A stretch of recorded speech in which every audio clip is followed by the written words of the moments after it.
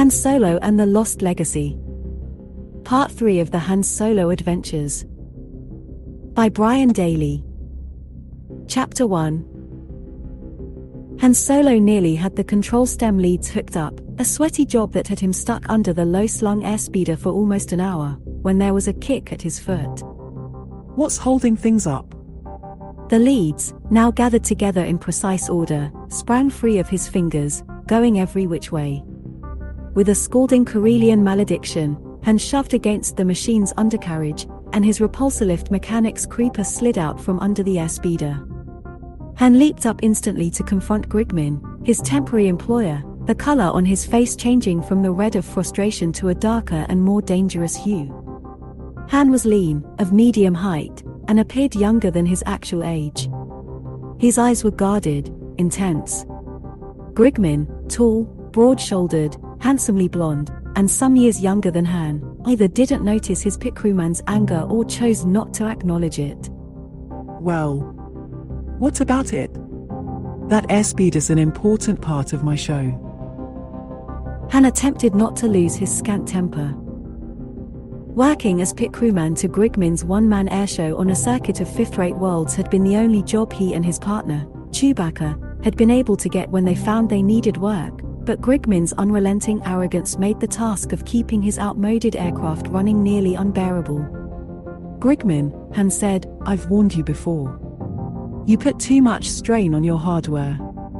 You could stay well within performance tolerances and still complete every maneuver in your routines. But instead you showboat, with junk heaps that were obsolete when the Clone Wars were news.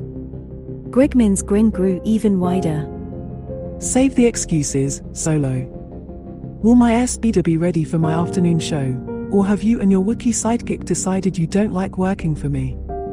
Masterpiece of understatement. Han thought to himself, but mumbled, she'll be in the air again if Fadoop gets here with the replacement parts. Now Grigmin frowned. You should have gone for them yourself. I never trust these useless locals, it's a rule I have. If you want me to use a starship for a crummy surface-to-surface skip, you'll have to pay the expenses up front. Han would sooner trust a local like the amiable, gregarious Fadoop than a shifty deadbeat like Grigmin. Grigmin ignored the invitation to part with some cash. I want my airspeeder ready, he concluded, and left to prepare for the next part of his performance, an exhibition of maneuvers with a one-man jetpack. Maneuvers any Academy greenie could do, Han thought. These backwater worlds are the only place anyone would pay to see a feeble act like Grigmin's. Still, if it hadn't been for Grigmin's needing a pit crew, Han Solo and the Wookiee, Chewbacca, freelance smugglers, would have been on the hurt vector. He adjusted his sweatband, towed the mechanic's creeper over to him, settled onto it, and pulled himself back under the airspeeder. Groping half-heartedly for the control leads, Han wondered just what it was that made his luck so erratic. He had had strokes of good fortune that rivaled anything he had ever heard of, but at other times. He barked his knuckles, swore a mighty oath, and mulled over the fact that only a short time ago he and his Wookiee partner had held the galaxy by the tail. They had defied a slavery ring in the corporate sector, held the authorities' dreaded security police at bay with a territorial manager as hostage, and come out of the deal 10,000 credits richer. But since then there had been needed repairs for their starship, the Millennium Falcon, and monumental celebrations on a dozen worlds as they put the corporate sector behind them. Then there had been ill-fated smuggling ventures, a ruinous Triad clothes legging in the Cron Drift, a failed military script exchange plot in the Lesser Ploriad cluster, and more, each adventure bringing a little closer that day when they would find themselves among the needy. So they had ended up here in the Tion hegemony, so far out among the lesser star systems of the vast empire that the Imperials didn't even bother to exert direct control over it. In the Tion tended to congregate the petty grifters, unsuccessful con artists, and unprosperous crooks of the galaxy. They ran Chak Route, picked up Aala mineral water for the smuggling run to Rampa, swiped, ambushed, connived, and attempted in 1,000 ways to fuel careers temporarily at a standstill. Han considered all this as he carefully gathered the leads, once again separating them delicately. At least with Grigmin, Han and Chewbacca were paid, once in a while. But that didn't make it any easier to take Grigmin's high-handedness. What particularly irritated Han was that Grigmin considered himself the hottest stunt pilot in space. Han had entertained the idea of taking a swing at the younger man, but Grigmin was a former heavyweight unarmed combat champion. His musings were interrupted by another kick that jolted his boot. The control lead sprang from his hands again. Furious, he pushed off against the airspeeder's undercarriage, jumped off the mechanic's creeper, and, combat champion or no, launched himself at his tormentor, and was caught up instantly against a wide shaggy chest in a frightfully strong but restrained hug and held a half-meter or so off the ground. Chewie. Let go, you big, all right, I'm sorry. Thick arms muscled like loops of steel released him. The Wookiee Chewbacca glared down from his towering height, growling a denunciation of Han's manners, his reddish-brown brows lowered, his fangs showing. He shook a long, hairy finger at his partner for emphasis and tried straightening the authority security police admiral's hat perched rakishly on his head, his lush mane escaping from beneath it. The admiral's hat was just about the only thing the two still had from their adventures in the corporate sector. Chewbacca had taken a fancy to its bright braid, snow-white material, glossy black brim, and ornate insignia during an exchange of hostages just before their hasty departure from that region of space. In his people's tradition of counting coup on their enemies, the Wookiee had demanded the hat as part of the ransom. Han, pressed by events, had indulged him. Now the pilot threw up his hands. Enough. I said I was sorry. I thought you were that vapor brain Grigmin again. Now what? Han's giant co-pilot informed him that Fadoop had arrived. Fadoop stood nearby on her feet and knuckles, an unusually fat and outgoing native of the planet Sahilindil. A short, bandy-legged, and densely green-furred primate, she was a local wheeler-dealer who flew an aircraft of sorts, an informal assemblage of parts and components from various scrapped flyers, a craft which she called Skybarge. Pulling off his sweatband, Han walked toward Fadoop. You scrounged the parts. Good gal. Fadoop, scratching behind one ear with a big toe, removed a melodious black cigar from her mouth and blew a smoke ring. Anything for Solo, my friend. Are we not soul-sealed buddies, you, me, and the big one here, this Wookiee? But, there is a matter. Fadoop looked away somewhat embarrassed. Whacking the quid of chakroot that swelled her cheek, she spat a stream of red liquid into the dust. I trust Solo, my friend, but not Grigmin the blowhard. I hate to bring up money. No apologies, you earned it. Han dug into a coverall pocket for the cash he had gotten in advance for the airspeeder parts. Fadoop tucked the money away swiftly into her belly pouch, then brightened, a twinkle sparkled in her close-set, golden eyes. And there's a surprise, Solo, my friend. At the spaceport, when I picked up the parts, 2 new arrivals were looking for you and the big one. I had room in my ship, and so brought them with me. They wait. Han reached back under the airspeeder and drew out his coiled gun belt, which he always kept at arm's length. Who are they? Imperials. Did they look like skip tracers or guild muscle? He buckled the custom model blaster around his hips, fastening the tie down at his right thigh, and snapped open his holster's retaining strap. Fadoop objected. Negatron. Nice, peaceful fellows, a little nervous. She scratched her verdant, bulging midsection, making a sandpaper sound. They want to hire you. No weapons on them, at least. That sounded reassuring. What do you think? Han asked Chewbacca. The Wookiee resettled his admiral's hat, pulling the gleaming brim down low over his eyes, and stared across the airfield. After a few seconds, he barked a syllable of affirmation, and the 3 started off for Fadoop's ship. It was High Festival on Sahilindil, formerly a time of tribal reunions and hunting rituals, then of fertility and harvest ceremonies. Now it incorporated elements of an airshow and industrial fair. Sahilindil, like so many other planets in the Tion hegemony, was struggling to thrust itself into an age of modern technology and prosperity in emulation of the galaxy at large. Farming machinery was on display as well as factory robotry. Vehicles new to the wide-eyed Sahil Daley but obsolete on more advanced worlds were in evidence, along with communications and holo apparatuses that delighted the touring crowd. In an exhibition game of shockball, the charged orb sizzled between players wearing insulated mitts. The winning team was using a zone defense. Off in the distance, Grigman was looping and diving in jetpack harness. Just seeing him again put Han in a more receptive frame of mind to meet Fadoop's passengers. Passing by the reviewing stand, he saw the Sahil Daley's grizzled matriarch holding the elaborate trophy she was to present that afternoon for the best thematic float or exhibit. The fair's theme was fertility of the soil, challenge of the sky. Favored heavily to win was the opulent float entered by the regional Fork Pitchers local. At last Han and his companions arrived at Fadoop's slapdash cargo ship. Despite her reassurances, Han was relieved to see the new arrivals were not Imperial stormtroopers, snowmen or white hats, as they were called in slang talk, but an unassuming pair, human and humanoid. The humanoid, a tall, reedy, purple-skinned type whose eyes, protruding from an elongated skull, held tiny red pinpoints of pupil, nodded at Han. "Ah, Captain Solo. A pleasure to meet you, sir." He stuck out a thin arm. Han clasped the long, slender hand, trying to ignore its greasy skin secretions. "Yes, I'm Solo.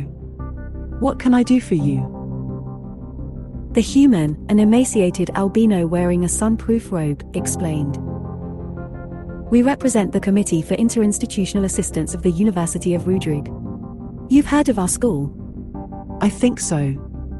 He vaguely remembered that it was the only decent advanced school in the Tion hegemony. "The university has concluded an agreement of aid for a fledgling college on Brigia," the albino continued. The humanoid took up the conversation. "I am his cell, and Brigia is my home world. The university has promised us guidance, materials, and teaching aids." "So you should be contacting Tion Staff Rate or Interstellar Shipping," Han noted. "But you came looking for us. Why?"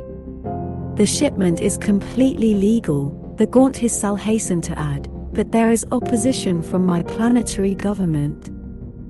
Though they can't contravene Imperial trade agreements, of course, we still fear there might be trouble in making delivery and You want someone who can look out for your stuff. your name had come to us as a capable fellows," his cell admitted. Chewie and I try to avoid trouble. "The job pays rather well," interposed the albino. 1,000 credits. Unless there's some profit in it. 2,000, Han finished, doubling the price automatically even though the offer had been more than fair.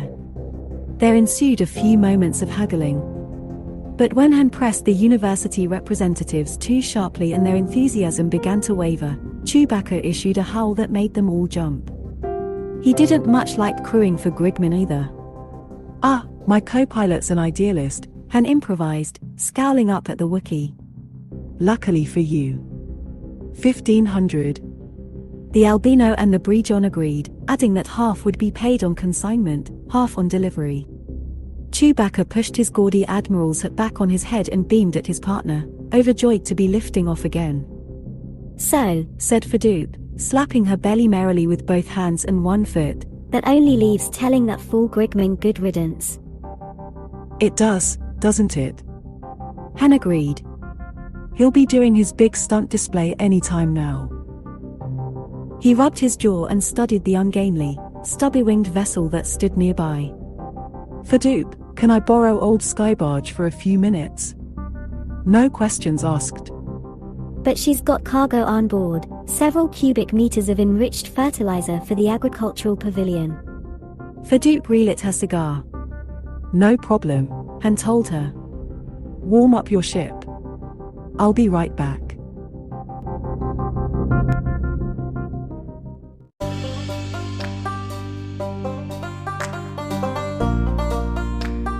Having already amazed the unsophisticated Sahil Daley with his hoversled, jetpack, and repulsor lift swoops, Grigman began his grand finale, an exhibition of stunt flying with an obsolete X-222 high-altitude fighter. The triple deuce looped, climbed, and banked through textbook maneuvers, releasing clouds of colorful aerosols at certain points to the delight of the crowd. Grigman came into his final approach, putting the limber and lean ship through a fancy aerobatic display before coming in toward a precise landing. He didn't realize, however, that a second ship had come in after him on the same approach his fighter had taken.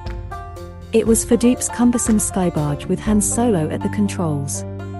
To show what he thought of Grigman's flying ability, Han took the tubby ship through the same display the exhibition flyer was just completing. But, coming into his first loop, Han feathered his port side engine. The green-furred Sahil and Daley gasped collectively and pointed the second ship out to one another with a great commotion, forgetting to watch Grigman's landing entirely. They expected to see Skybarge plummet from the air. But Han completed the role, deftly working with the nearly empty craft's stubby wings, control surfaces, and chugging engine. On the second roll, he feathered the starboard engine, too, and went into a third with zero thrust. Shrieks of fright from the crowd and their tentative race for cover abated as they saw that the unwieldy aircraft was still under control. Jumping up and down, pointing with fingers and toes, they sent up a ragged cheer for the mad pilot, then a more forceful one, reflecting the Sahil and Daley affection for grand gestures, even insane ones. Grigman, who had exited from his ship virtually unnoticed, threw down his flight helmet and watched Skybarge in mounting fury. Han coaxed the third roll out of his homely vessel and waggled her down toward the strip. But only one landing wheel emerged from its bay. Grigman grinned at the prospect of a crash, but unexpectedly the ship bounced off the single wheel, trimmed handily, and settled a second time as another landing wheel lowered. She bore on the reviewing stand with surprising grace and rebounded from two wheels. As Skybarge neared the reviewing stand, the crowd parted before her, clapping their hands and feet in high approbation. The ship waggled her tail in midair, extended her third and last landing wheel, and rolled cleanly for the reviewing stand. By that time Grigman was so distracted that he didn't notice the cargo ship heading directly for his precious triple deuce fighter. Too late. Slam! He could only dodge out of the way as Skybarge rolled by. Han threw a wicked grin at him from the cockpit. Skybarge's high, heavy-duty landing gear permitted her to pass directly over the low, sleek fighter. With consummate skill, Han flipped open her cargo bay doors and suddenly an avalanche of enriched fertilizer dumped directly into the fighter through the open cockpit canopy. The Sahil and Daley began applauding madly. Skybarge's overhead cockpit hatch popped open, and Han's happy face appeared. He inclined his head graciously to acknowledge the ovation, as Grigman was being elbowed farther and farther away by the press of the crowd. From the reviewing stand the matriarch's voice wheezed through the crackling public address system. First prize. Trophy to Skybarge for best exhibit, fertility of the soil, challenge of the sky.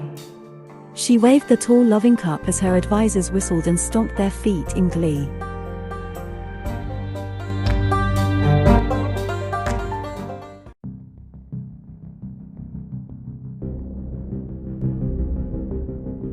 Chapter 2. The Millennium Falcon rested on Bridger's single spaceport landing field. She looked very much like the battered, much repaired, and worn-out stock freighter she was, but there were incongruities. The irregular docking tackle, oversized thruster ports, heavy weapons turrets, and late-model sensor suite dish betrayed something about her real line of work. That's the last of the tapes, Han announced. He checked the offloading on his handheld readout screen as Bollocks, the labor droid, stumped past, guiding a repulsor-lift hand truck. The automaton's green finish looked eerie in the glow of the irradiators with which the ship was now rigged. Bridger was flagged in all the standard directories, thus requiring Phase 1 decontam procedures. The ship's environmental system circulated broad-spectrum anti-contamination aerosols along with air. Han's and Chewbacca's immunization treatments would protect them against local maladies. But they were nonetheless eager to be away. Han watched Bollocks head for the steam-powered freight truck parked near the ship. The glare of the landing field's illumigrids showed him the Brejon workers, all volunteers from the budding college, arranging crates, packing canisters, and carry cases that the Falcon had delivered. They conversed animatedly among themselves, thrilled with the new broadcasting equipment and especially with the library of tapes. Han turned to his Sal, who had accompanied him on the flight and who was to be the college's first president. The only thing left to get outboard is your duplicator. Ah, yes, the duplicator, our most awaited item, commented his Sal, and the most expensive.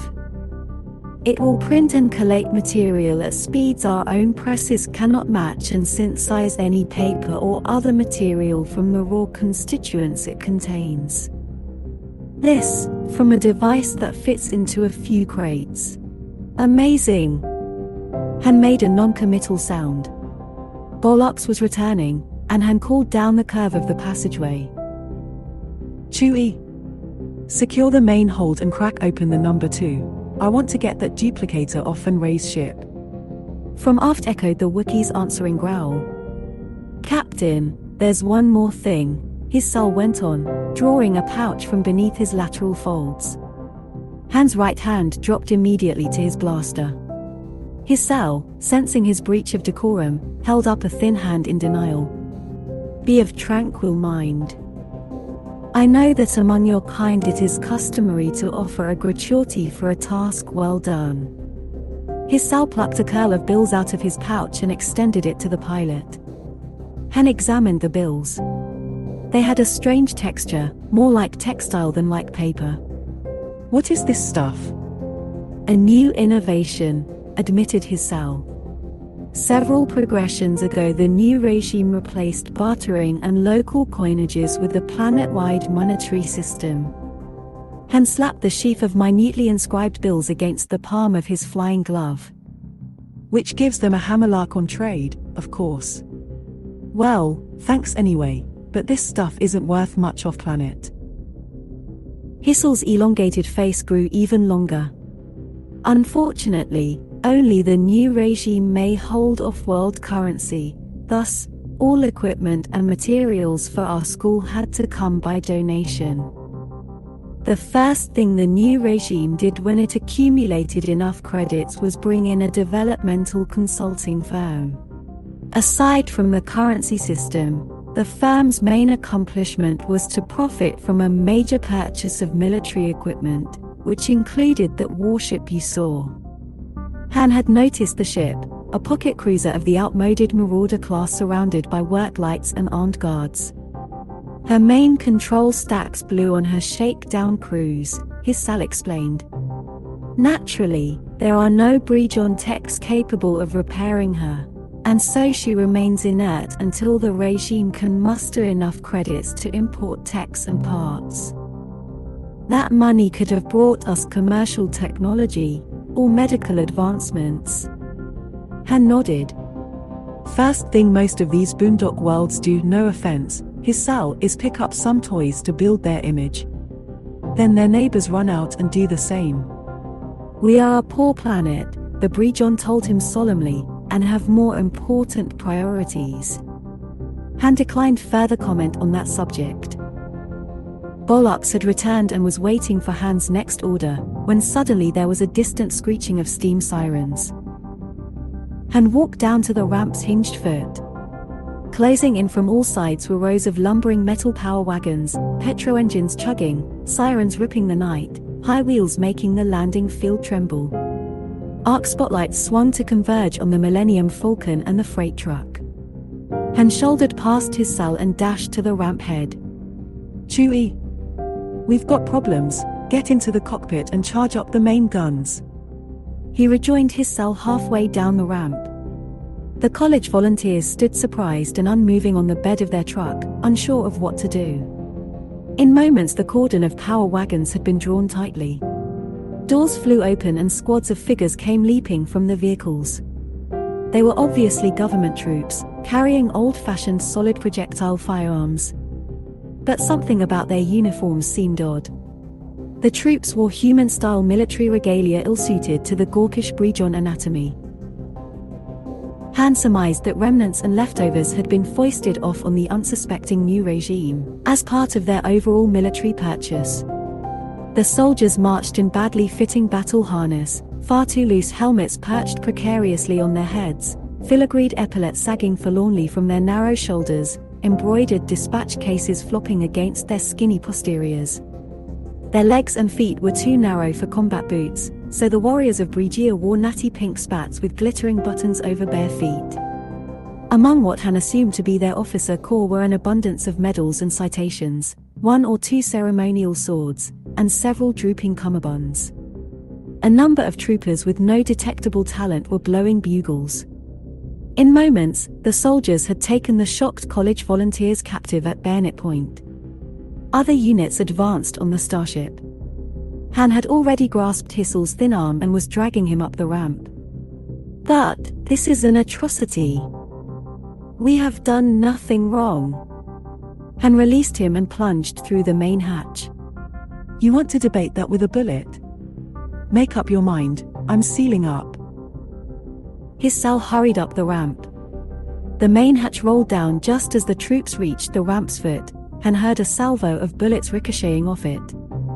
In the cockpit, Chewbacca had already activated defensive shields and had begun warming up the engines. Hissel, trailing Han, was still protesting. Han couldn't take the time to reply. He was completely absorbed in readying the ship for takeoff. The volunteers were being dragged, pushed, and thrown into confinement in the waiting wagons. The few who protested were summarily struck down and towed off by their slender, strangely boned ankles. Han noticed that the Bridgens war-bannered personnel carriers were, in fact, garbage trucks of an outdated model. Chewbacca made a grating sound through clenched teeth. I'm mad about our money, too, Han replied. How do we get the other half if we can't get a delivery receipt? The troops were taking up firing positions in ranks around the starship. They couldn't have waited another 10 minutes. Han muttered. A Bridgon stepped out in front of the firing lines. Because of the glare of the spotlights, Han had to shield his eyes with his hand to see that the Bridgon held a loudhailer in one hand, and an official-looking scroll in the other.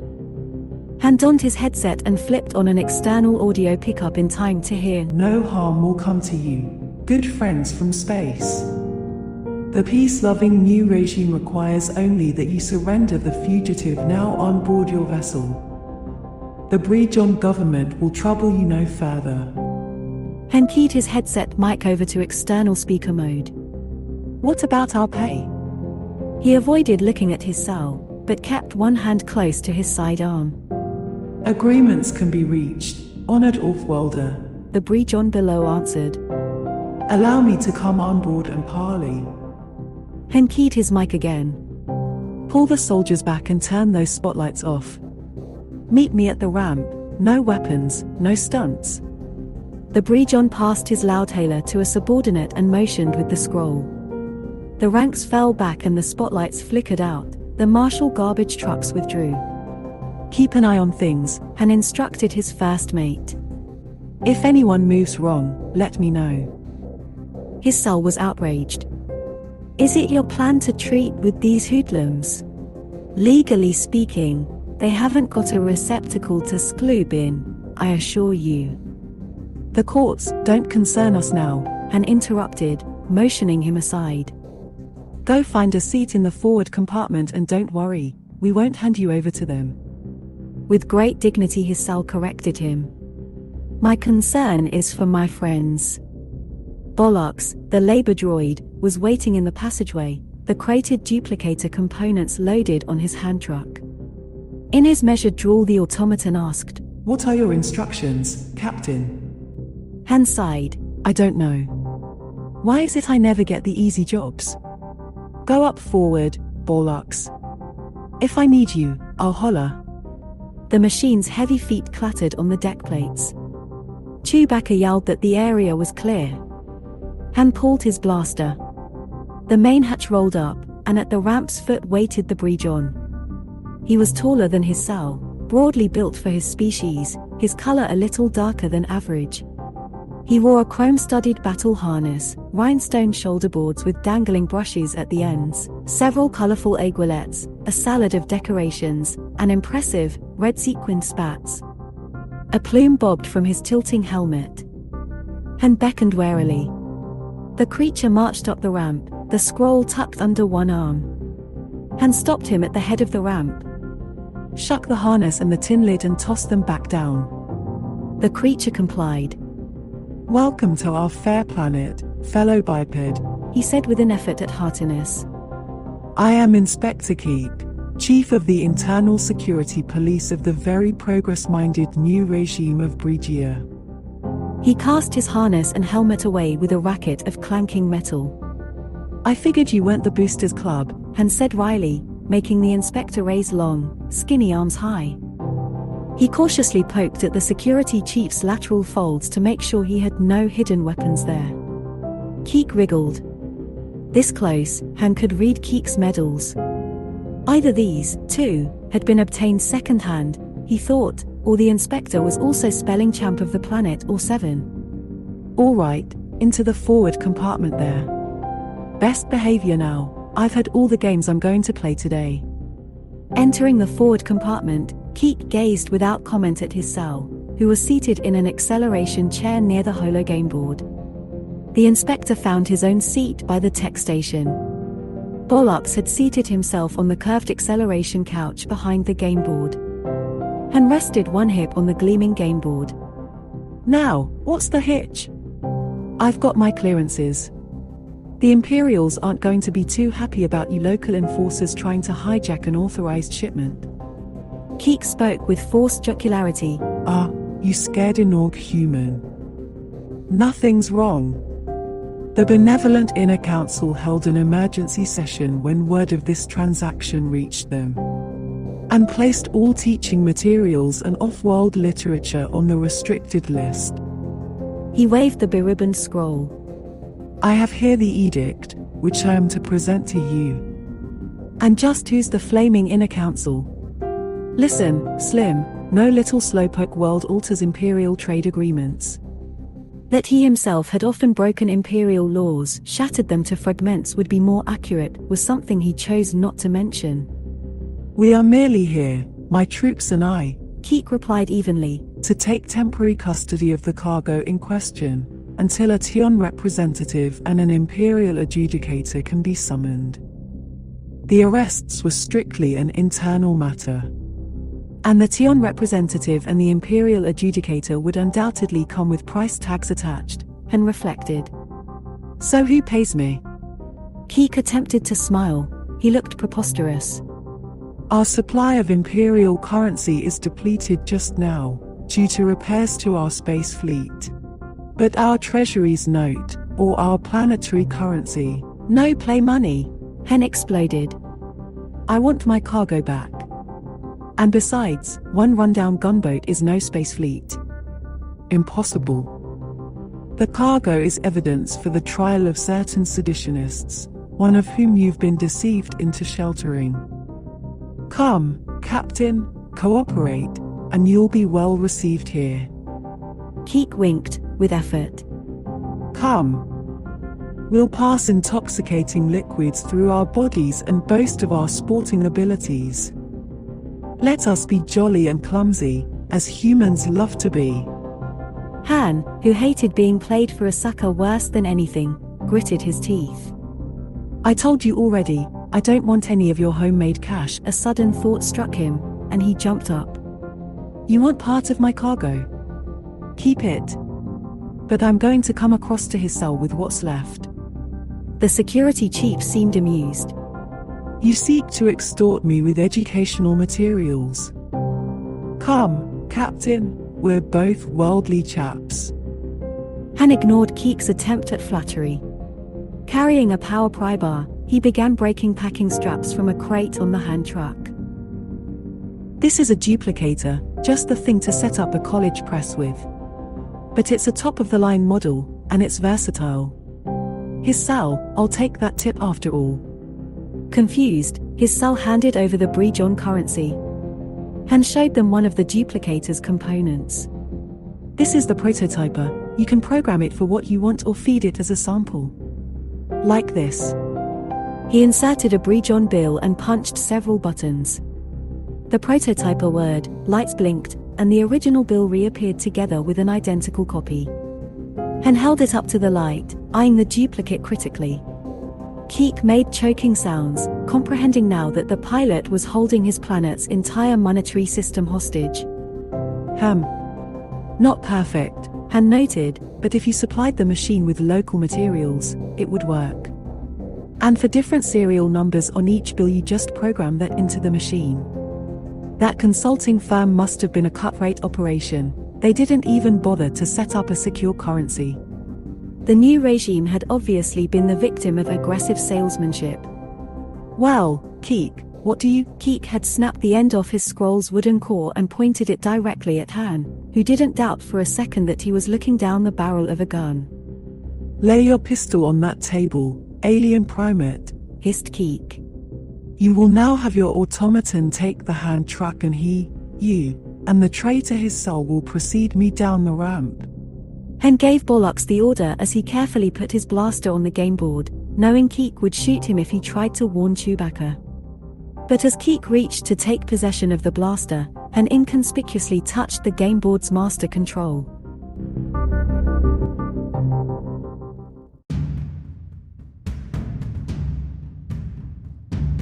Miniature holomonsters leaped into existence, weird creatures of a dozen worlds, spitting and striking, roaring and hopping.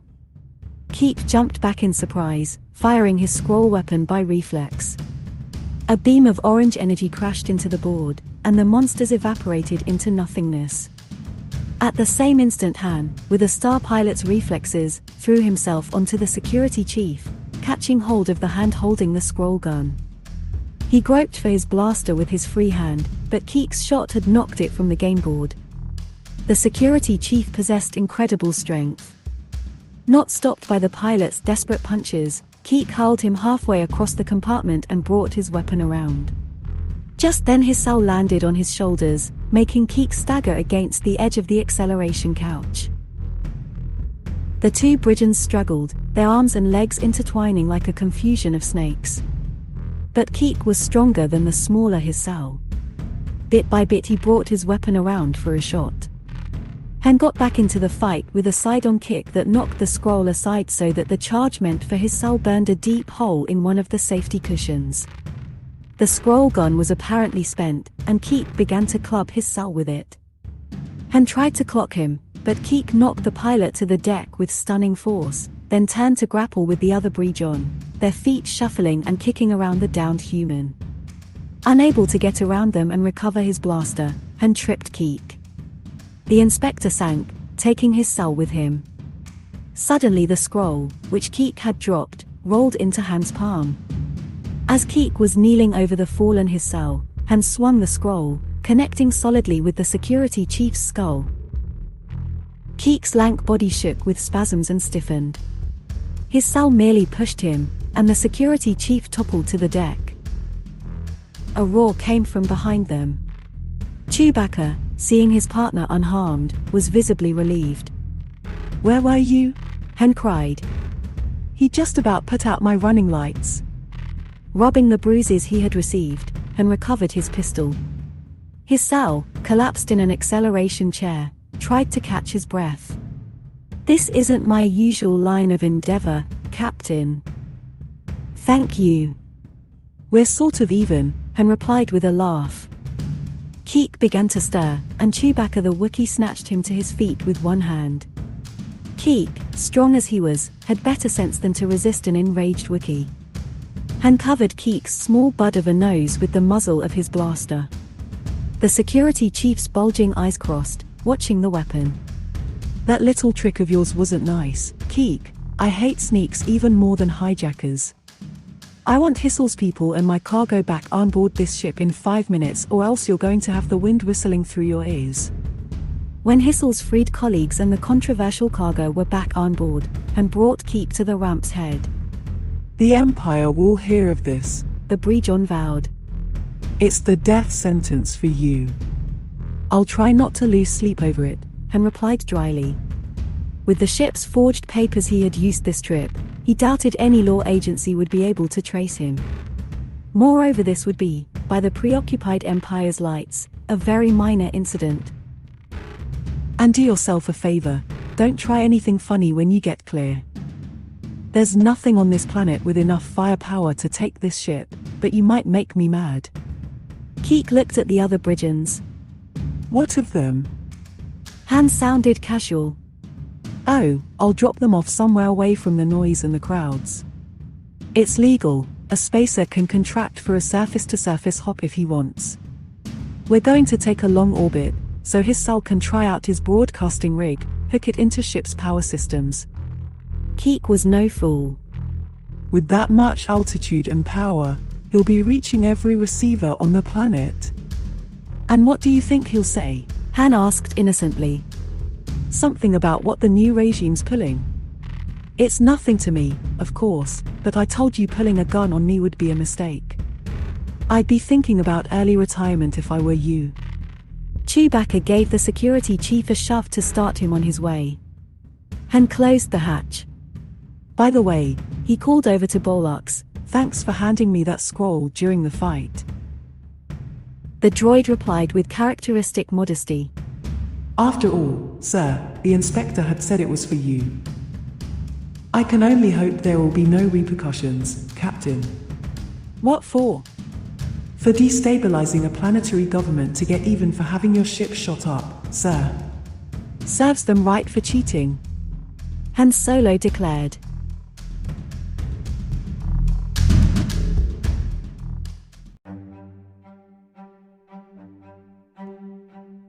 Chapter 3. Han stepped into the sunlight of Rudrig's brief afternoon with the balance of his pace safe in his pocket. Around him the spires, domes, towers, and other buildings that housed this part of the university stood in harmony with the lacy flowers, thick bold trees, and purple lawns. The university made use, in one fashion or another, of the entire planet. Its vast campuses and housing, recreation, and field training sectors were scattered over the globe. Students from all over the Tion hegemony were compelled to come here or else leave the Tion entirely if they wanted advanced education of top quality. Centralization wasn't the best method of offering schooling, Han supposed, but was symptomatic of the languid, inept hegemony. He idly studied passers-by for a moment, noting many species flocking between classes, holding conversations, or playing assorted sports and various instruments. Stepping gingerly across a broad boulevard between rolling service automata, quiet mass transit vehicles, and small ground effect cargo transporters, he ascended a low-access platform and boarded a local passenger beltway. It zipped him along between huge lecture halls and auditoriums, theaters, administrative buildings, a clinic, and a variety of classroom configurations. Reading the glowing route markers and recalling the coordinates he had memorized from a holomap, he stepped off the beltway again at that sector's spa, an annex of its sprawling recreation center. He had just started for the spa when he heard a voice. Hey there, Slick. Han hadn't gone by that nickname in many years. Still, as he turned he kept his right hand high and near his left lapel. Though the carrying of weapons was prohibited on this quiet world, having one, Han's pragmatic philosophy ran, was a risk he was willing to take. His blaster was suspended slantwise, grip lowermost, under his left armpit and was concealed by his vest. The door. His right hand moved away from his blaster and closed in a grip on that of the old man who had called him. He used Bador's own nickname, Trooper. What are you doing here? The other was a big man with a full head of hair going white, a sly squint, and a belly that had come to overlap his belt in recent years. He stood half a head taller than Han, and his grip made the younger man wince. Looking for you, son, Bador responded in the gravelly voice Han recalled so well. You're showing up good, Han, real good. It must be a Wookiee's age since I've seen you. Which reminds me, how is Chewie? I was trying to find you too, and they said at the spaceport that the Wook rented a ground coach and left word for it to be dropped off here. Bador Trooper was a friend of long standing, and he seemed to have come on hard times. Han tried not to take notice of his faded, patched laborious tunic and trousers or the scuffed and torn work boots. Still, Bador had held onto his old flight jacket, covered with its unit insignia and theater patches, and his jaunty, sweat-stained beret with its fighter wing flash. But how do you know we were here? Bador laughed, his belly rolling. I keep track of landings and departures, Slick. But in this case I knew you were coming. Much as he liked this old man, Han was suspicious. Maybe you'd better tell me more, Bador. He looked pleased with himself. How do you think those university types got your name, son? Not that it doesn't get around as is. I heard about that stunt at the Sahil Delhi air show, and some rumors from out in the corporate sector. And something about water smuggled down the Rampa Rapids. I was here tracking down a few things on my own and heard someone was asking about capable skippers and fast ships. I passed your name along. But before we go into that, shouldn't you be saying hello to my business partner here? Han had been so preoccupied that he had ignored the person standing beside Bador. Chiding himself silently for this unusual lapse in caution, he looked her over. The girl was short and slender, not long into womanhood, with a pale face and disorderly red hair that hung limply. Her brows and lashes were so light that they scarcely showed. She wore a drab, baggy brown outfit of pullover and pants, and her shoes appeared to be a size too large. Her hands had seen hard work. Han had met many men and women just like her, each bearing the stamp of the factory drone or mining camp worker, lowest echelon tech or other toiler. She in turn studied him with no approval whatsoever. This is Hasti, Bador said. She already knows your name. Indicating the flow of beings moving around them to and from the busy spa, he gestured that they continue toward the entrance. Han acceded, moving slowly, but a sideways slide of the older man's eyes confirmed something. What do I watch for? He inquired simply.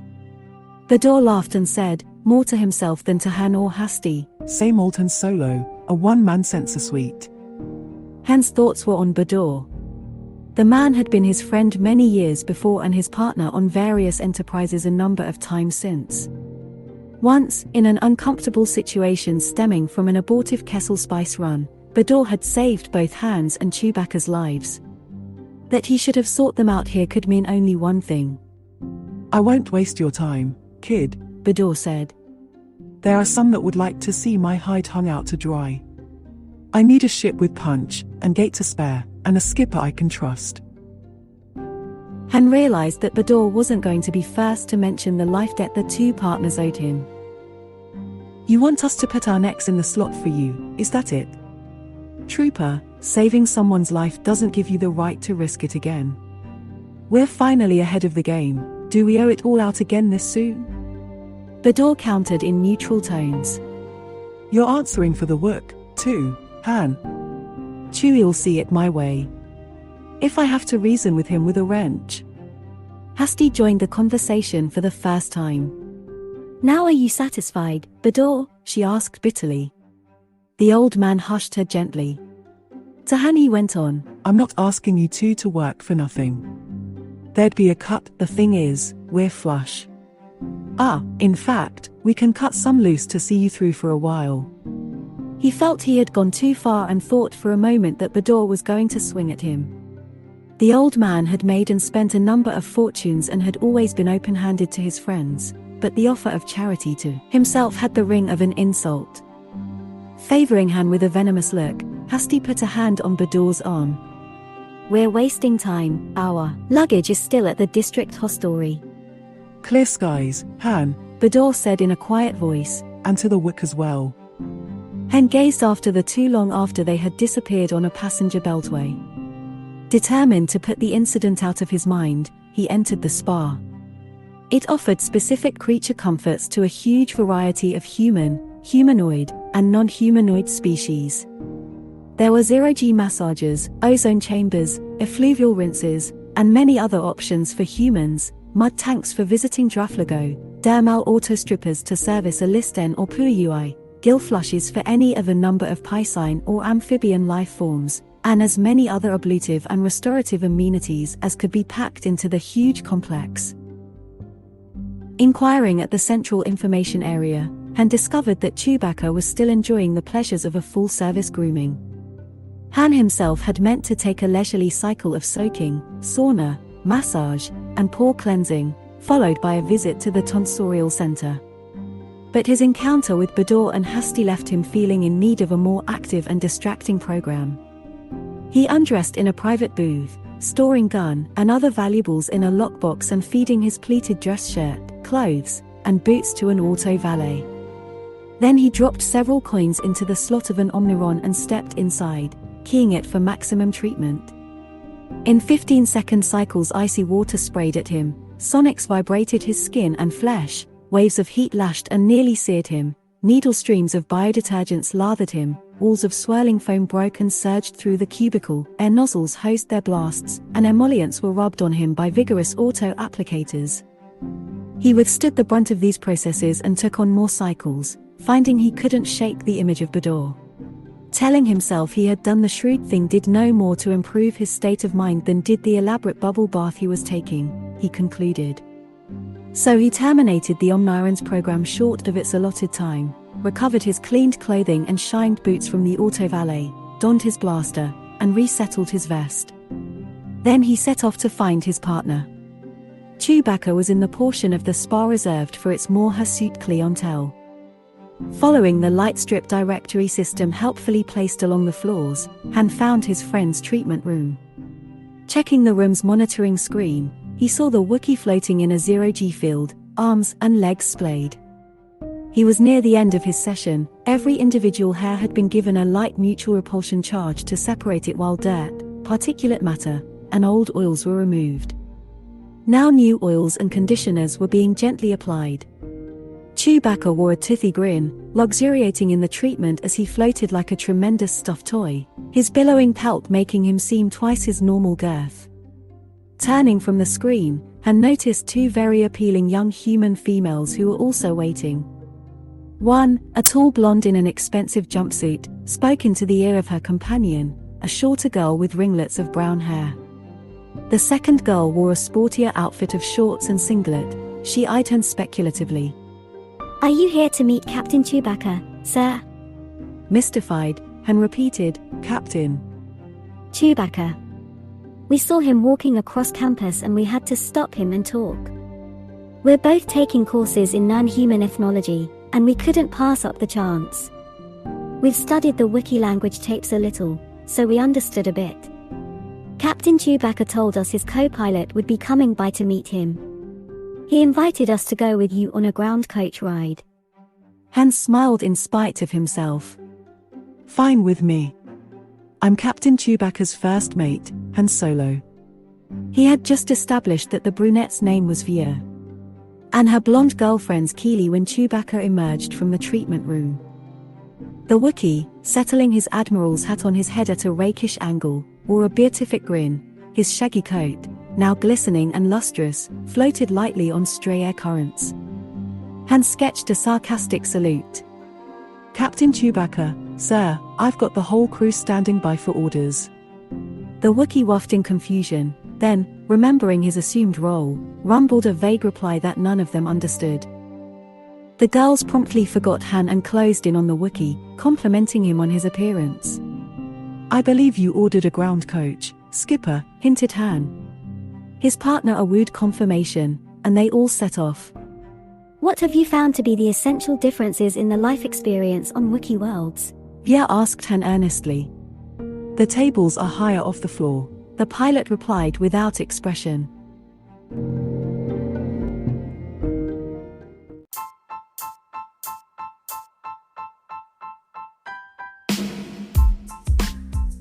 When they arrived at the carport, Han goggled and shouted, Tell me this is the wrong slip. Keely and Via breathed in delight, while Chewbacca beamed fondly at the vehicle he had selected. It was over 8 meters long, wide, and low to the ground.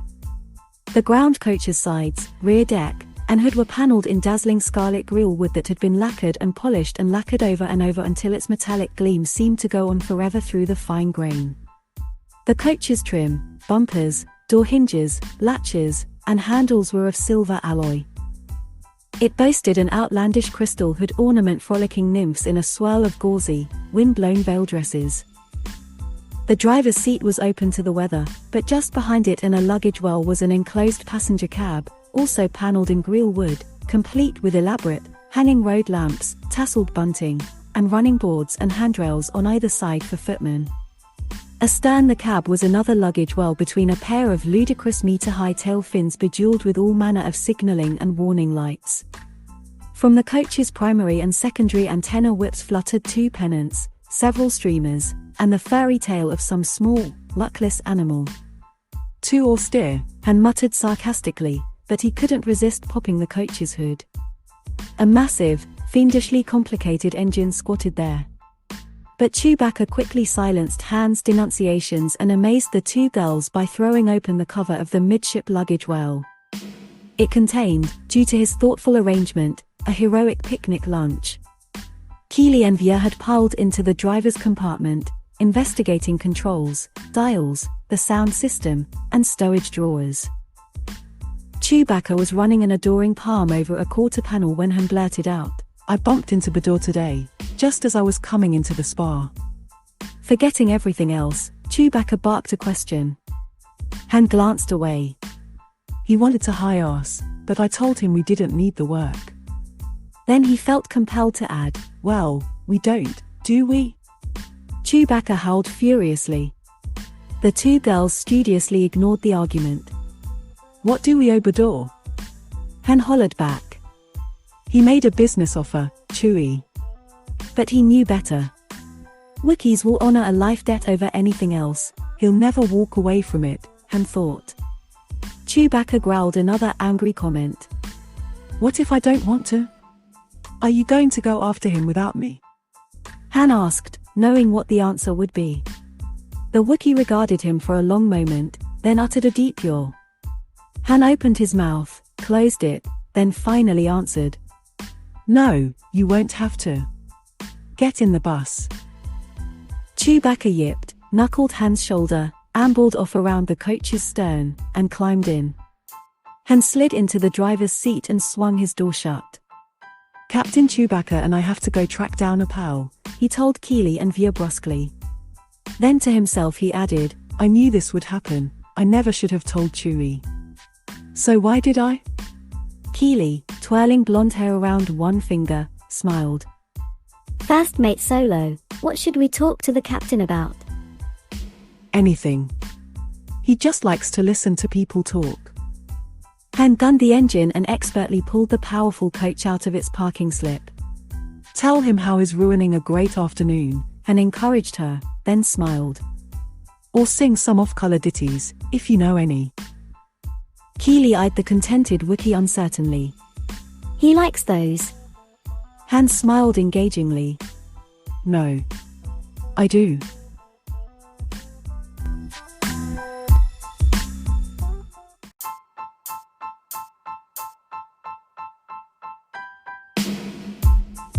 Chapter 4.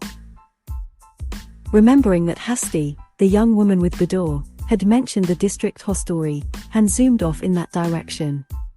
The scarlet monstrosity of a coach, riding its low ground effect cushion, handled smoothly and responded well for its size. One long arm along the back of the driver's seat, Chewbacca tilted his admiral's cap down and listened while Keely and Veer described the life of an undergraduate student of non-human ethnography. They didn't have to enter the hostelry. Bador and Hasti were waiting at an intercampus shuttle skimmer stop near the building. Han pulled over to the curb with a belch of braking thrust, and he and Chewbacca jumped out, followed by the two girls. The Wookiee hugged the old man, giving out joyous sounds. Hasti regarded Han coolly.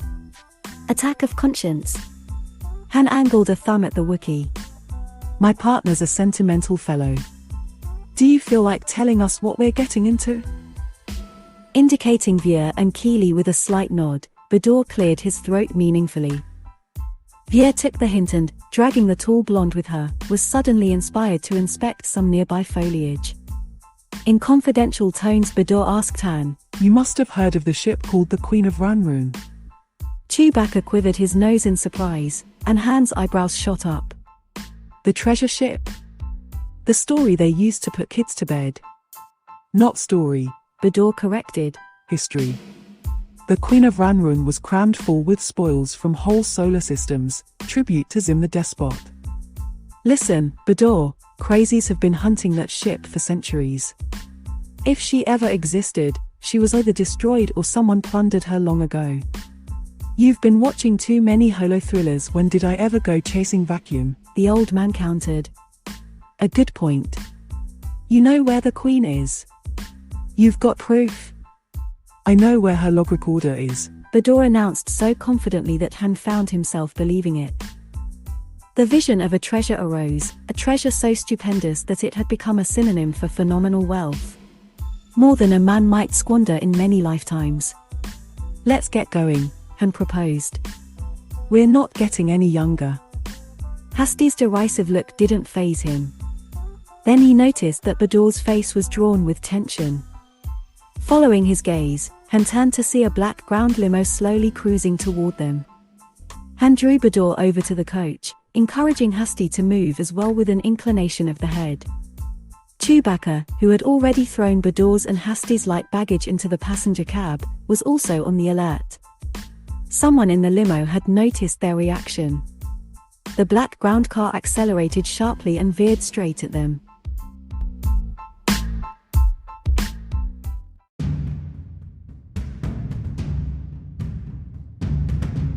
Everybody into the coach, Han yelled as the limo jumped the curb and screeched to a stop, blocking the coach's front cowling.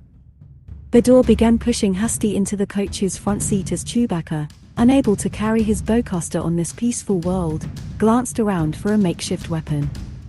Figures tumbled from the limo as Han drew his blaster. The blue concentric rings of a stun charge reached out and caught Bador, who had just propelled Hasti out of the way. She fell backward across the seat. Bador staggered. She managed to grab him and pull him onto the driver's seat just as Han fired an answering shot. By then a half-dozen beings had emerged from the limo with weapons of one kind or another. Han's hasty return shot caught the stun gunner, a red-beaked humanoid, in its long, feathered arm. Two male humans armed with needle beamers ducked as Han's shots shattered two of the limo's windows. The assailants, seeing that they had a fight on their hands, made a general migration toward the ground. Chewbacca was clambering over the midship luggage well to help Hasti when she, hanging onto Bador with one hand, kicked the engine over and threw the scarlet coach into reverse. Two of the attackers who had been closing in found themselves pouncing on empty air. With a tremendous bump, the coach climbed the curb in reverse. Chewbacca had to cling to a decorative lantern to save himself, and Han jumped aside to keep from being run down, as Hasti hit braking thrusters, kicking up clots of purplish turf and exposing the rich grey soil of Rudrig. "Well, pile on, Solo," she shouted at Han. He barely got to a running board, seizing a footman's handrail, before the coach surged forward. Hasti didn't quite clear the end of the obstructing limo. The coach bashed it aside, half-rotating the black vehicle, and crunching in its own nose cowling with a shower of grille wood fragments. Chewbacca cried out at the damage. As they lurched past, Han directed a suppressive barrage at the limo and its passengers, more intent on clinging to his life than on accuracy. Hasti swerved to avoid a robo-delivery truck, thereby slamming Han up against the cab and nearly wrenching Chewbacca from the lamp, flipping him over with a snap that twisted his neck and sent his prized admiral's hat flying in the breeze. The Wookiee keened, grief-stricken for the lost headgear. Over the howl of the coach's engine and the blast of its slipstream, Han yelled, "They're coming after us." The black limo was already slewing around to give chase. Han brought his blaster up. At that moment Hasti, ignoring a traffic robo, tore into an intersection directly toward a slow-moving maintenance hauler that was towing a disabled freight droid. The girl set all her weight against the steering grip yoke and hit the coach's warning horn. The first two bars of the Rudrig University anthem sounded majestically from the coach's fractured hood. The maintenance hauler dodged with a bleep of distress and barely missed taking the driver's side off the coach. The coach streaked straight down the thoroughfare now. Holding his abused neck stiffly, Chewbacca began inching forward again in order to take over the driving duties.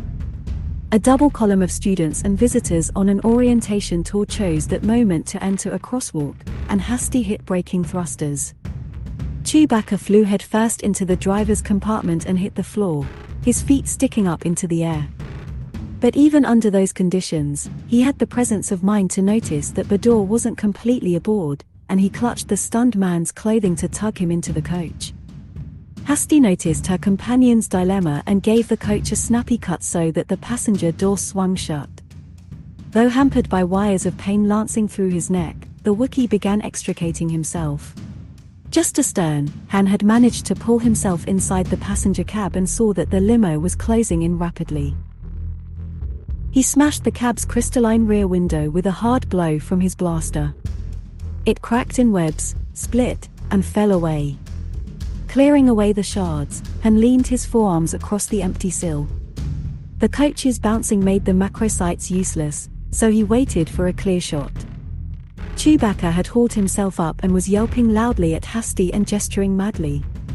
She somehow understood his meaning and hit the couch adjustment controls, which started up the servo motors. Hasti held tightly to the control stem as the couch moved from under her, leaving her in a tense stoop. The Wookiee slid in behind her, whisked her out of the way, then took over the controls. Hasti turned at once and saw to her relief that Bador was unhurt. He was already stirring, throwing off the stun-charged effects.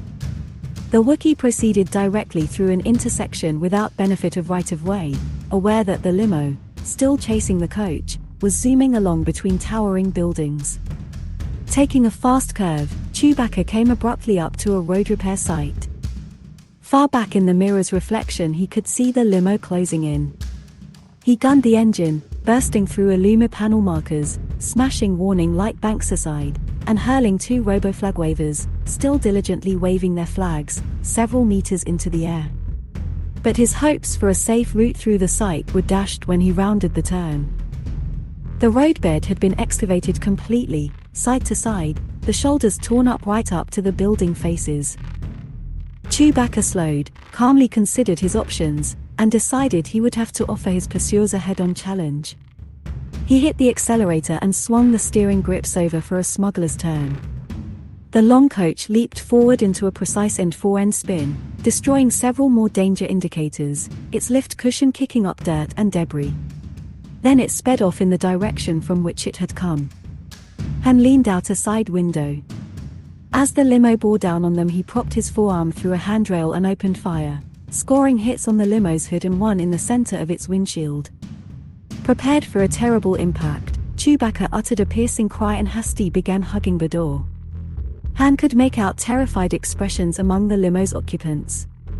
At the last moment the limo driver wavered, declining the imminent head-on, and the black vehicle swung aside, ripping through a dense mullinite lattice sculpture of thick creepers, slowing across a stretch of purple lawn. And after bowling aside several long planters and snapping support columns, the limo ended up on a portico outside the local curriculum committee headquarters.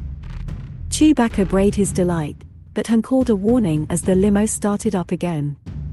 Chewbacca, glancing at the several rearview mirrors and single aft view screen, made a hard right turn to high speed by dint of sheer strength applied to unwilling controls. The coach's left side rose, and the Wookiee took advantage of his momentum to snag another quick right into a side avenue, hoping to break off the chase. Unfortunately, he had swung the long coach onto the up-ramp of a major ground transport artery. But he had the presence of mind to apply a Han Solo adage, When it won't help to slow down, pour it on. So he slapped toggle switches for full boost and auxiliary guidance thrust. The immediate problem was a refuse collection robo-dumpster making its way up the ramp. Its cyber pilot system was in a quandary over this unusual obstruction. Chewbacca, still exploiting centrifugal force, hit his offside thrusters and took the ground coach full tilt against the ramp's safety fence. The fence, part of a traffic control design scheme based on very forgiving systems, gave and bent outward as the Wookiee barreled along with half the coach on the ground, half up on the wilting fence. Han, dragging himself up off the cap floorboards, took one look ahead and hit the deck again. The robo-dumpster edged toward the opposite side of the up-ramp and the two weighty vehicles passed each other. The coach had lost its outermost rearview mirror post and part of the picnic lunch, and debris from the jostled dumpster was splattered across its meter-high red tail fins. Chewbacca was baying in utter exhilaration, an ages-old Wookiee war cry. Hasti had just finished fastening a seatbelt across herself and Bador when the coach roared onto the main artery. Seeing that he was heading the wrong way on a high-speed road, the Wookiee hugged the outside wall while he assessed his situation. He kept one finger on the horn button, sounding the first 2 bars of the anthem over and over. All factors considered, Chewbacca felt, things were going fairly well. Han, back in the passenger cab, held a somewhat different opinion. The black limo had taken advantage of Chewbacca's descent and was still on their tail. The intercom wasn't working, so Han pushed up the cab's forward window and shouted, "They're still on us." The Wookiee growled an irritated reply, then spotted his opening. He turned the steering grips with such emphasis that the yoke groaned on its stem, threatening to snap. But the coach managed to fishtail across 3 lanes of oncoming traffic, and Chewbacca hung in the center lane while awaiting shifts in the configuration of the traffic. Automatic safety systems had taken notice of the potential massacre, and suddenly sequential warning lights began to flash, cautioning other drivers where the danger lay. Overhead illumimarkers and danger panels began flashing along the way, and those vehicles operating under auto control were brought to a halt at the shoulder by traffic central override. Meanwhile, Han, clinging to the rear window frame, saw the limo coming on. Its driver was having an easier time, following the trail the Wookiee had blazed. Han braced his right shoulder against one side of the frame and his left hand against the other to draw a steady aim. Just as he fired, Chewbacca, having lined up another gap in the oncoming traffic, hauled at the steering grips and cut hard for the center divider. Han's shot went wild, blowing a small hole in the tough fusion-formed road. Chewbacca came at the divider as directly as he could, aware that it was built to resist collision. He hit it with the coach's accelerator open, keeping his enormous foot down hard on emergency boost auxiliaries. The engine wailed. Hasti clung to Bador. The coach burst through a double retaining rail, taking 2 lengths of railing with it. Chewbacca then swooped up the sloped center abutment. 2 lanterns fell from the coach, and its curb feelers, he noticed, had been sheared off. Han tangled both fists into embroidered safety belting and set his feet against the cab's front wall. The coach shot through the fence at the top of the abutment, the durable links stretching, then bursting with a titanic jolt that sent the remainder of the picnic lunch arcing into the air, crashing down the abutment and through a second section of railing. They bounced into the traffic lanes now headed in the appropriate direction, if at illegal velocity. Maneuvering smartly, the Wookiee avoided any other collisions. The coach sped along, intermittently shedding trim and pieces of smashed grille wood. Glancing out a side window, Han found himself the object of the surprised scrutiny of a gowned senior professor, a stalk-eyed creature in a robohack. Chewbacca accelerated and left the hack behind. Less than a minute later, the black limo appeared at the crest of the abutment and descended through the swath of destruction left by Chewbacca. It, too, slid into the traffic lanes. A man, holding a long needle beam rifle in his hands, stood up and poked his head and arms through the sunroof. Han left the cab, swung from the handrail with 1 foot on the running board, and dove into the driver's compartment. "We've gone and made them mad," he hollered. "Escape and evade, old buddy." But even as Han exhorted his partner, Chewbacca was throwing the coach through zigs and zags, ignoring lane divider illumistrips, applying full power though a disconcerting black smoke had begun to roil from the vehicle's engine. At last, the rifleman, his eye at his weapon's scope, fired. A needle beam sizzled at one of the scarlet tail fins, setting the lacquered wood afire and shearing off its tip as tail light circuitry blew. Han stood up, one hand firmly on the windshield and blaster gripped in the other.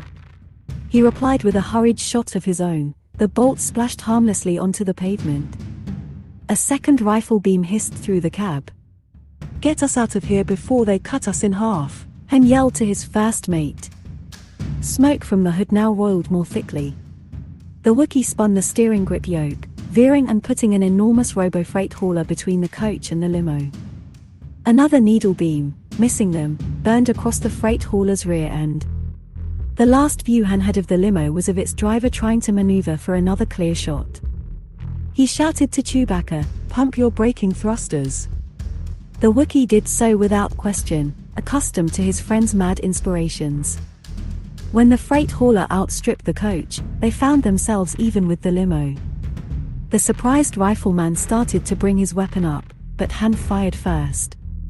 The marksman, clutching his smoldering forearm, dropped back through the sunroof. Han's second shot blew out a piece of the limo's door. 2 or 3 beings were trying to elbow their way up through the sunroof to set up a rocket launcher. If they couldn't stop the coach, they'd settle for blowing it all over the landscape. Han felt the coach surge and looked around. Directly in front of them was the freight hauler, its long rear gate bouncing on the road. Its bed was half empty, a pile of construction rubble heaped against the front wall. An overpass loomed in the distance. Han quickly grasped his first mate's plan, holstered his weapon, and clung to Bador and Hasti for his life. The coach jumped up the hanging rear gate, engine pouring black smoke, auxiliary thrusters overloading. Chewbacca pumped braking thrusters once to time his maneuver, then hit full power and the front lift thrusters designed to help the coach negotiate low obstacles. The coach shot up the pile of rubble at the front of the cargo bed and soared into the air, the Wookiee plying his controls frantically. Then the overpass was beneath them, and through some miracle it was unoccupied just then. The coach hit with an impact that collapsed its shock absorption system, burned out its power routing, broke all the remaining lanterns, and shattered the cab windows. It slid, then ground to a halt against the overpass side wall, crumpling its hood and popping its doors. Coughing, Han and his first mate pulled Hasti and Bador from the wreckage. The black limo was already far down the road, forced along by the flow of traffic. Chewbacca, surveying the demolished ground coach sorrowfully, sniffled and moaned to himself. Wiping her eyes and choking, Hasti wanted to know, "Whoever told you 2 morons you could drive?" Then, noticing Chewbacca's gloomy look, asked, "What's wrong with him?" He figures he'll have a hard time getting his deposit back, Han explained. Police ground cruisers and aircraft, converging under traffic control's direction, were already beginning to gather farther down the highway. Since Chewbacca had elected to leave the road in a unique manner, it would probably take the local authorities some time to piece together what had happened.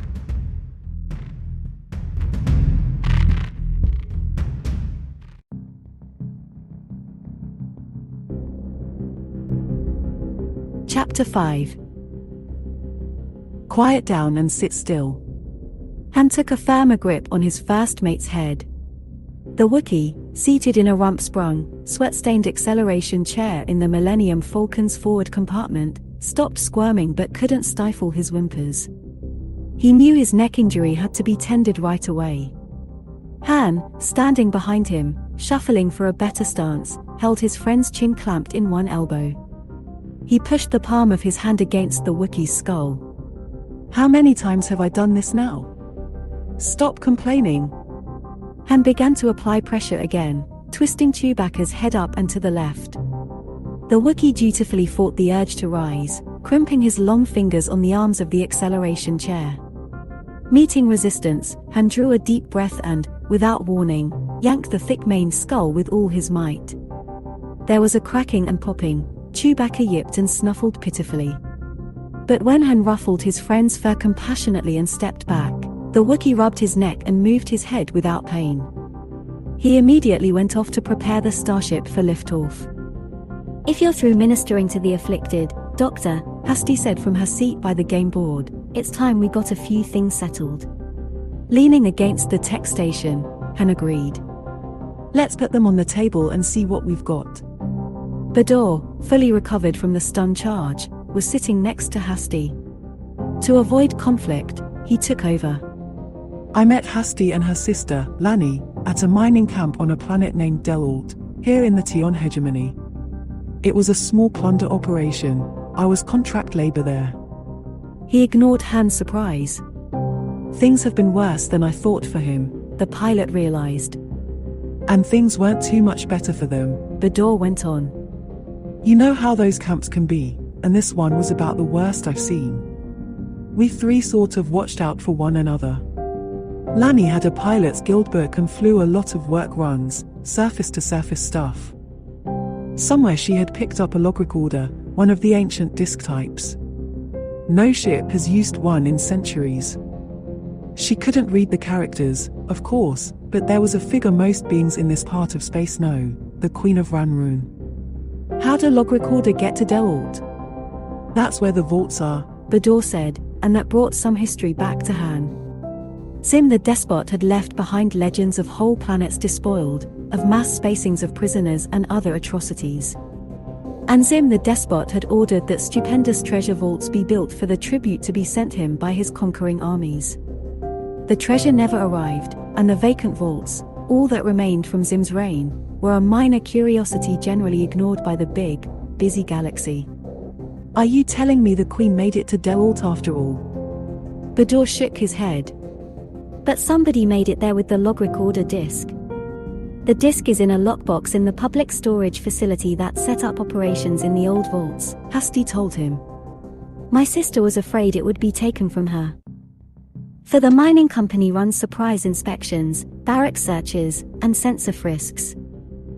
So she diverted course on a freight run and made the deposit. How'd she get it in the first place? And where is she now? Han saw the sobering answer on both their faces and wasn't surprised. The opposition, he had already learned, was in deadly earnest. He abandoned the subject. So, off to Delalt before that rental agent comes looking for his ground coach. But Bador, slapping his ample belly, announced, We have one more crewman coming. He's on his way now. I cancelled our public carrier reservations so the line will refer him directly here. Who? What do we need him for? Han was reluctant to involve too many in this treasure hunt. His name is Skinks, he's a ranking expert on pre-Republic times in this part of space. And he reads ancient languages, he's already deciphered some characters Lanny had copied from the log recorder disk. Good enough for you. Conditionally. Somebody, Han saw, would have to decipher the disk to find out what had happened to the Queen. Removing his vest, Han began disencumbering himself of the shoulder holster. Next question, who's the opposition? The mine operators. You know how the Tion works. Somebody pays someone in the Ministry of Industry and gets a permit. The mining outfit carves up the terrain any which way, grabs what it can, and gets out long before any inspectors or legal paperwork catch up with them. They usually get their financing from some crime boss. This outfit's run by twins. The woman's name is Duok and her brother's Rule. They have a partner, Igome Fass, their enforcer. He's a big, mean humanoid, a Hulk, even taller than Chewie there. All three came up the hard way, and that's how they play. Han had buckled on his gun belt and holster and transferred his blaster. So I saw. And all you want is for us to get you to Delalt and get you off. Just then the intercom carried the Wookiee's news that someone was signaling for permission to board. That'll be Skinks, Bador told him. Han passed word to admit the academician. If you'll get us to the vaults and off Delalt again, Bador resumed, I'll pay you twice your usual first asking price, out of the treasure. But if you throw in with us, you and the Wook can split a full share of the take. Hasti cried, Half share. just as Han protested, Full share each. They glared at each other. Wound up a little too tight are we, sweetheart? Han asked. How are you going to get there without us? Flap your arms. He heard Chewbacca's footsteps moving toward the main hatch. Hasti's temper flared.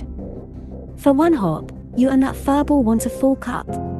Bador held up his hands and bellowed. Enough. They quieted. That's nicer, kiddies. We are discussing major cash here, plenty for everybody. The breakdown's this way. A full share for me because I got Hasti off Delalt alive and Lanny passed what she knew along to both of us, equally. 2 shares for Hasti, her own and poor Lanny's. And for you, Skinks, and the Wook, half shares each at this point. Depending on who has to do what in the course of finding that treasure, we renegotiate. Agreed? Han studied Bador and the seething red-haired girl. How much are we talking about? He wanted to know. The old man inclined his head. Why not ask him? Bador indicated the individual who had come on board and was following Chewbacca into the forward compartment. Now why did I assume he'd be human? Han wondered. Skinks was a Rurian, of average size, a little over a meter long, low to the ground, his natural coat a thick, woolly amber with bands of brown and red. He moved on 8 pairs of short limbs with a graceful, rippling motion. Feathery, bobbing antennae curled back from his head. Skinks had big, multifaceted red eyes, a tiny mouth, and small nostrils. Behind him rolled a baggage robo with several crates and boxes on its flatbed.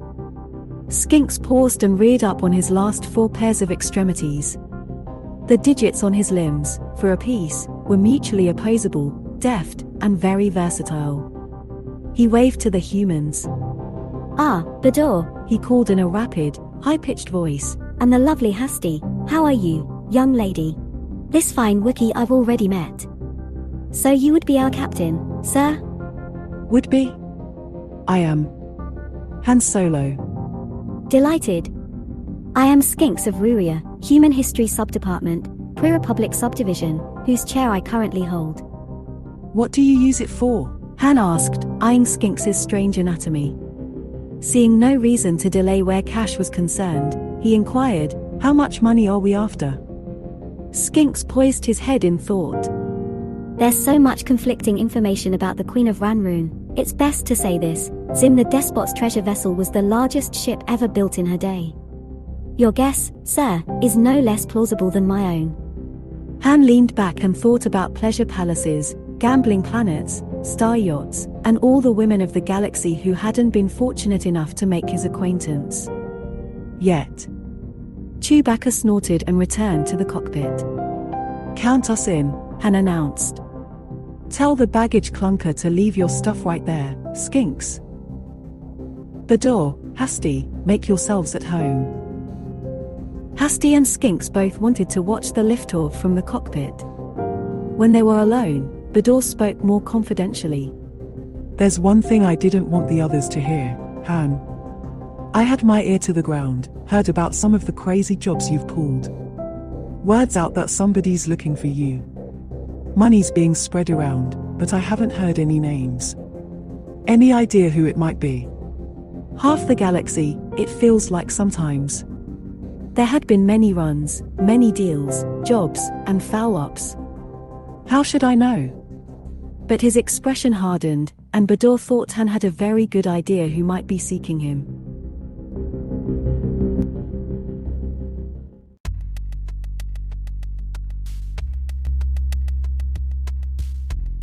Han stood in the middle of the forward compartment, listening. The tech station and most of the other equipment in the compartment had been shut down to lower the noise level. He could feel the vibrations of the Millennium Falcon's engines. He heard a quiet sound behind him.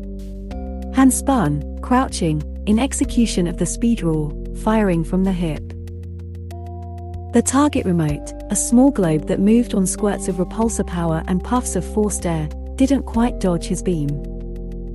Its counterfire passed over him. Deactivated by his harmless tracer beam, the orb hung immobile, awaiting another practice sequence. Han looked over to where Bollocks, the labor droid, sat. His chest panels were open. Bluemax, the computer module installed in the droid's chest cavity, had been controlling the remote. I told you I wanted a tougher workout than that thing's idiot circuitry could give me, Han reprimanded Bluemax. Bollocks, a gleaming green, barrel-chested automaton, had arms long enough to suggest a simian. The computer, an outrageously expensive package built for maximum capacity, was painted a deep blue, whence came his name. Part of Han's post-corporate sector splurge had included the modification the two mechanicals had requested, because without them he and the Wookiee might never have survived. Bollocks now contained a newer and more powerful receiver, and Max had been provided with a compact holoprojector. That was. The little module objected. Can I help it if you're so flaming fast? I could cut response time to 0, if you want. Han sighed. No. And what's your language, Max? Just because I talk like that doesn't mean you can. He took the combat charge his weapon usually carried from its case at his belt. Bador was reclining in one of the acceleration chairs. You've been practicing all through this run. You're beating the Bailey every time. Who's got you worried? Han shrugged, then added as if by afterthought, Did you ever hear of a gunman called Galandro? Both of Bador's thick eyebrows rose. The Galandro? You don't bother yourself with small-timers, do you, Slick? So that's it. Han looked around. Hasti, at her own and Bador's insistence, had commandeered Han's personal quarters, a cramped cubicle, for some secret purpose. Chewbacca was at the controls, but Skinks was present. Han decided it didn't matter if the Rurian heard. I backed Galandro down a while back, didn't even realize who he was. See, he had to let me do it at the time because it was part of a bigger deal he was working. Later on, though, he wanted to settle up. Sweat gathered on his forehead with the memory. He really moves, I couldn't even follow his practice draw. Anyway, I pulled a stunt on him and got out of the mess. I guess I made him look pretty bad, but I never thought he'd go to all this trouble. Galandro? Slick, you're talking about the guy who single-handedly hijacked the Quamar messenger on her maiden run.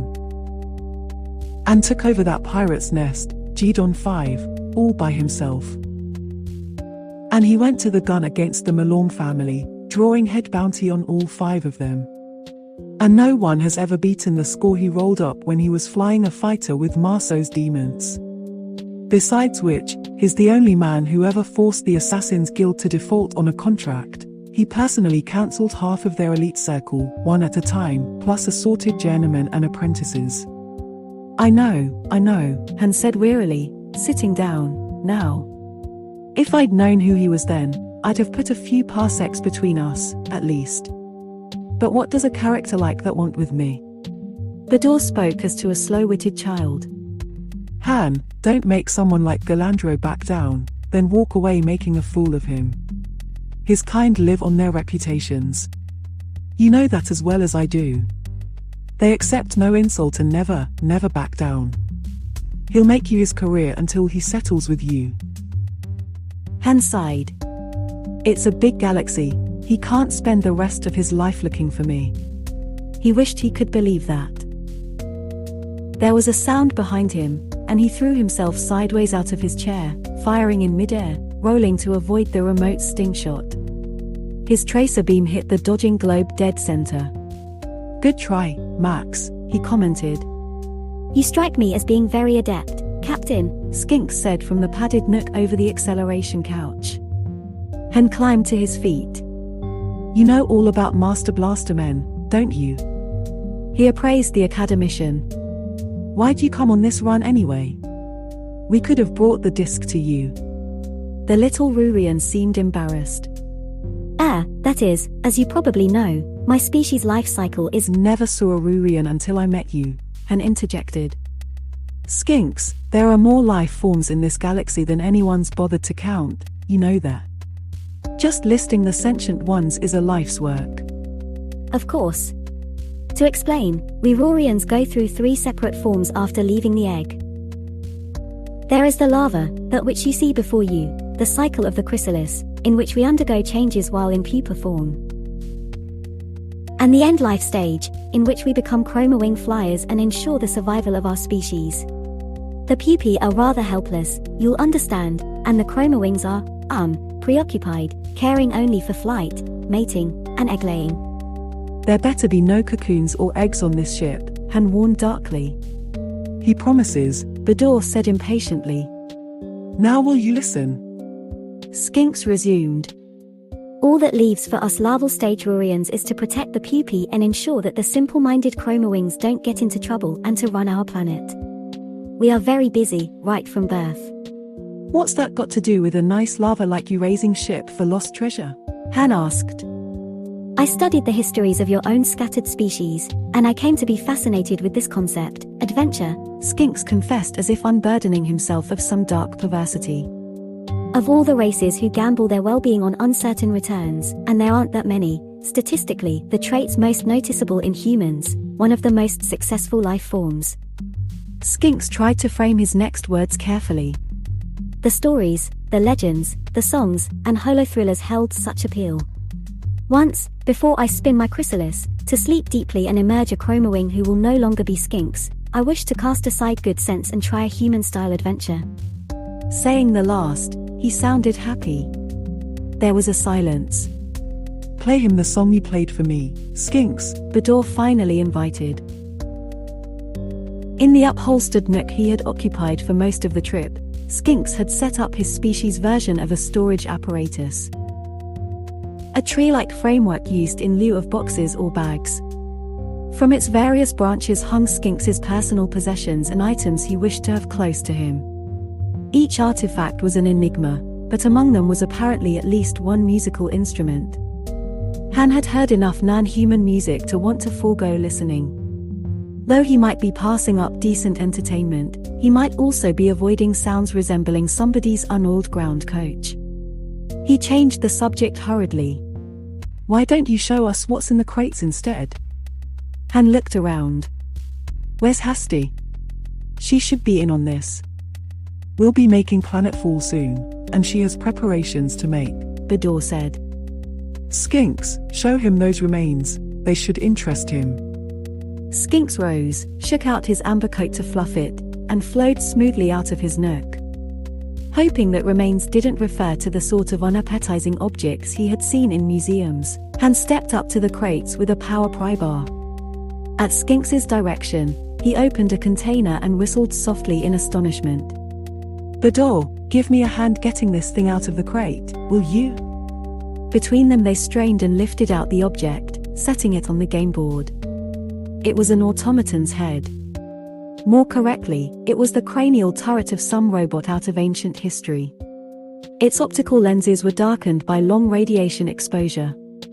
It was armored like a dreadnought with a coarse, heavy grey alloy Han didn't recognize. The assorted insignia and tech markings engraved into its surface were still visible and readable. Han expected the speaker grill to spew a challenge. It's a war robot. Zim the despot built a brigade of them to serve as his absolutely faithful royal guard, Skinks explained. They were, at that time, the most formidable human-form fighting machines in the galaxy. This one's remains were recovered from the floating ruins of Zim's orbital fortress, possibly the only one that wasn't vaporized in the Third Battle of Vontor, Zim's final defeat. There are more pieces in those other crates. There were at least 1,000 just like this one traveling on board the Queen of Ranrun and guarding Zim's treasure when the ship vanished. Han opened another crate. It contained a huge chest plate, and knew he would never be able to uncrate the thing without Chewbacca's help. In the plate's center was Zim's insignia, a death's head with sunbursts in the eye sockets. Bollocks entered, chest panels open wide to let Blue Max perceive things as well. These two machines had been combined by a group of outlaw techs and had been instrumental in Han's survival at an authority prison called Star's End several adventures ago. Bollocks and Max had elected to join Han and Chewbacca, exchanging labor for passage, in order to see the galaxy. Captain, First Mate Chewbacca says we'll be reverting to normal space shortly, the droid announced. Then his red photoreceptors fell on the cranial turret, and Han could have sworn they abruptly became brighter. In a voice more hurried than his usual drawl, Bollocks queried, "Sir, what is that?" He went over to examine the thing more closely. Max studied the relic as well. "So very old," mused the droid. "What machine is this?" "War robot," Han told him, sifting through the other crates. "Great-Grandpa Bollocks, maybe." He didn't notice the droid's metallic fingers quizzically feeling the shape of the massive head. Han was mumbling to himself. "Reinforced stress points, heavy gauge armor, all points. Look how thick it is. You could run a machine shop off those power delivery systems. And built-in weapons, chemical and energy both." He stopped rummaging and looked at Skinks. "These things must have been unstoppable. Even with a blaster, I wouldn't want to mix with one." He slid the lid back on the crate. "Find yourselves a place and get comfortable, everybody. We'll revert from hyperspace as soon as I get to the cockpit. Where's Hasty?" I can't hold up the hole. His jaw dropped. Hasty, it had to be her, had just swept into the forward compartment. But the factory world, mining camp girl was gone. The red hair now fell in soft, fine waves. She wore a costume of rich iridescent fabrics in black and crimson. The hem of her ruffled, wrap front gown brushed the deck plates. And over it she wore a long quilted coat with voluminous sleeves, its formal cowl flung back and its gilt waist sash left open. Her steps revealed supple, ornamentally stitched buskins. She had applied makeup, too, but with such restraint that Han couldn't tell what or how. She was cooler, more poised, and seemed older than Han recalled. Her expression dared him to make a crack. One side of him was trying to tally how long it had been since he had seen anyone this attractive. Girl, breathed Bador. For a second there I thought you were a ghost. It might have been Lani, standing there. An hour ago I'd have said she couldn't find romance in a prison camp with a jetpack on. I'm slipping, Han thought. Then he found his voice. But why? While Hasty inspected Han distantly, Bador explained. When Lani diverted course on a freight run to store the log recorder disc at the vaults, she changed into this local outfit Hasty's wearing so word wouldn't leak that a woman from the mining camp had been there. Fortunately she gave us the rental code and retrieval combination before she was killed by Jaywalker's people. Hasty must look as much like poor Lani as possible, in case any of the vault personnel happened to remember her sister. Hasty motioned back toward Han's quarters. Nice wallow you have there. It looks like the end of a 6-day sweepstakes party. His reply was cut short by an angry caterwauling from the cockpit. It was Chewbacca insisting that Han come up for the reversion to normal space. I wonder if I wouldn't be asking too much to view the procedure from the cockpit. Skink said to Han. Sure, we'll find some place for you. Han met Hasty's aloof gaze. How about you? Care to watch?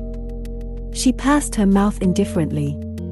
Skinks left off observing what was, as far as he could conclude, a variation of human preening courting rituals, and excitedly hurried toward the cockpit, followed by Bador. Han, weighing Hasty's expression, decided neither to offer his arm nor to touch her in any ushering along gesture. None of them noticed Bollocks, who remained behind, contemplating the war robot's head, his cold fingers resting on the imposing armored brow.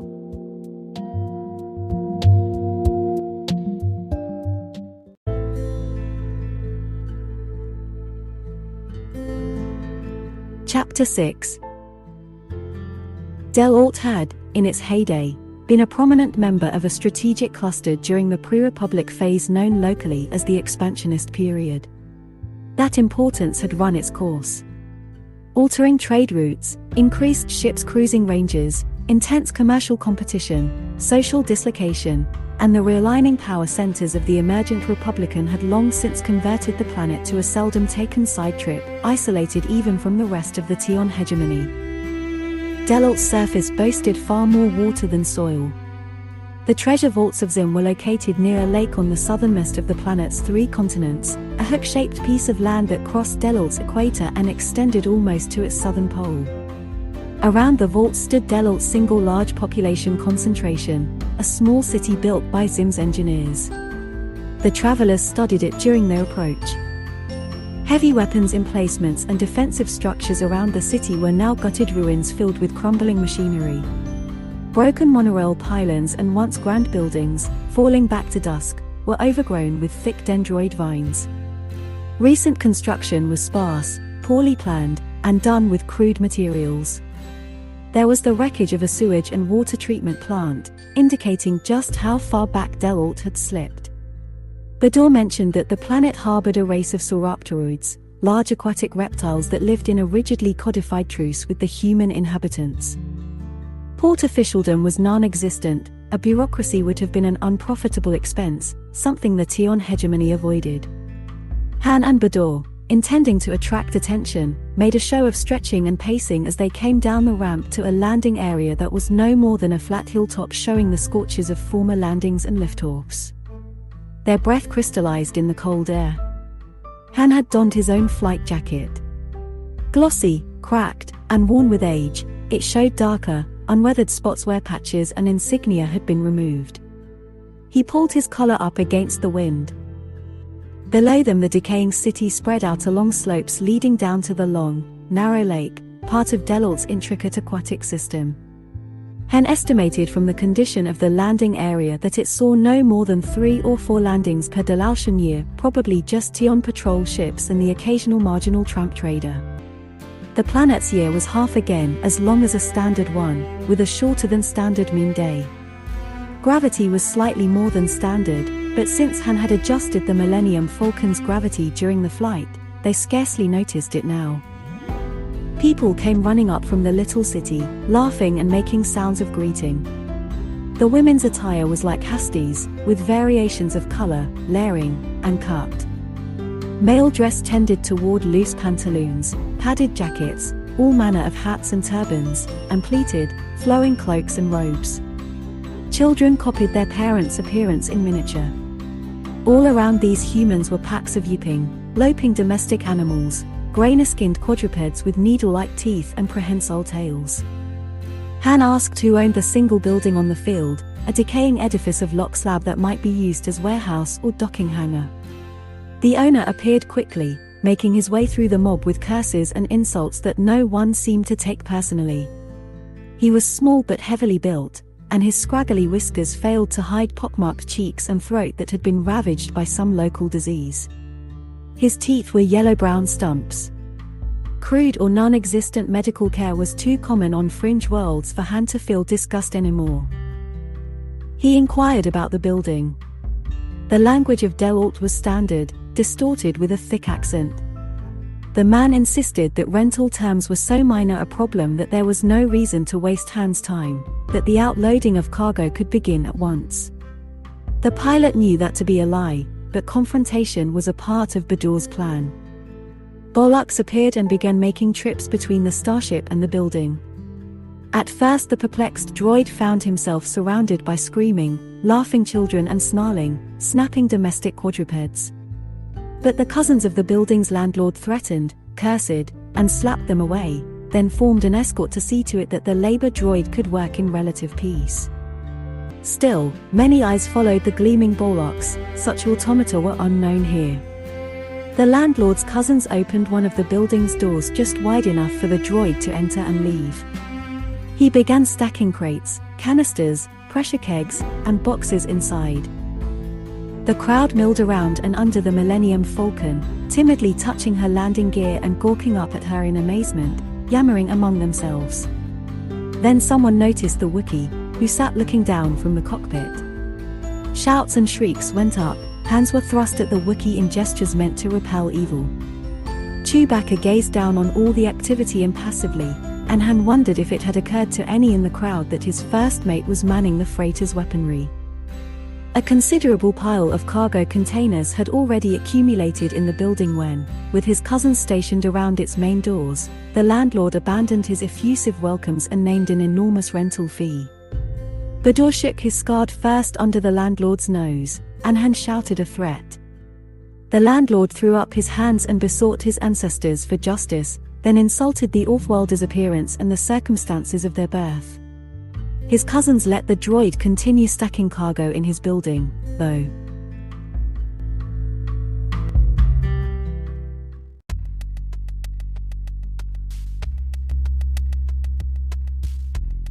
Each time Bollux left the outbuilding, one of the cousins swung the door shut with a creak of primitive hinges.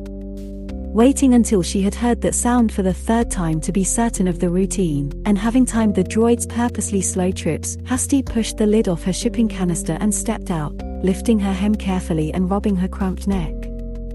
Anyone seen leaving the starship would have been trailed all over town by the crowds. That in turn would have made recovery of the log recorder impossible. Bador's plan had circumvented all that. The building had a small rear door.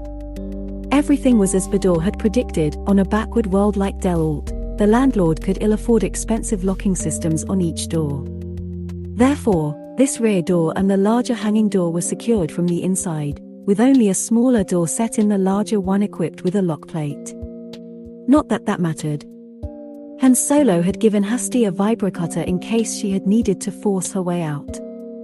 But she needed merely to move the bolt and then emerged into the light behind the building, shouldering the door closed again.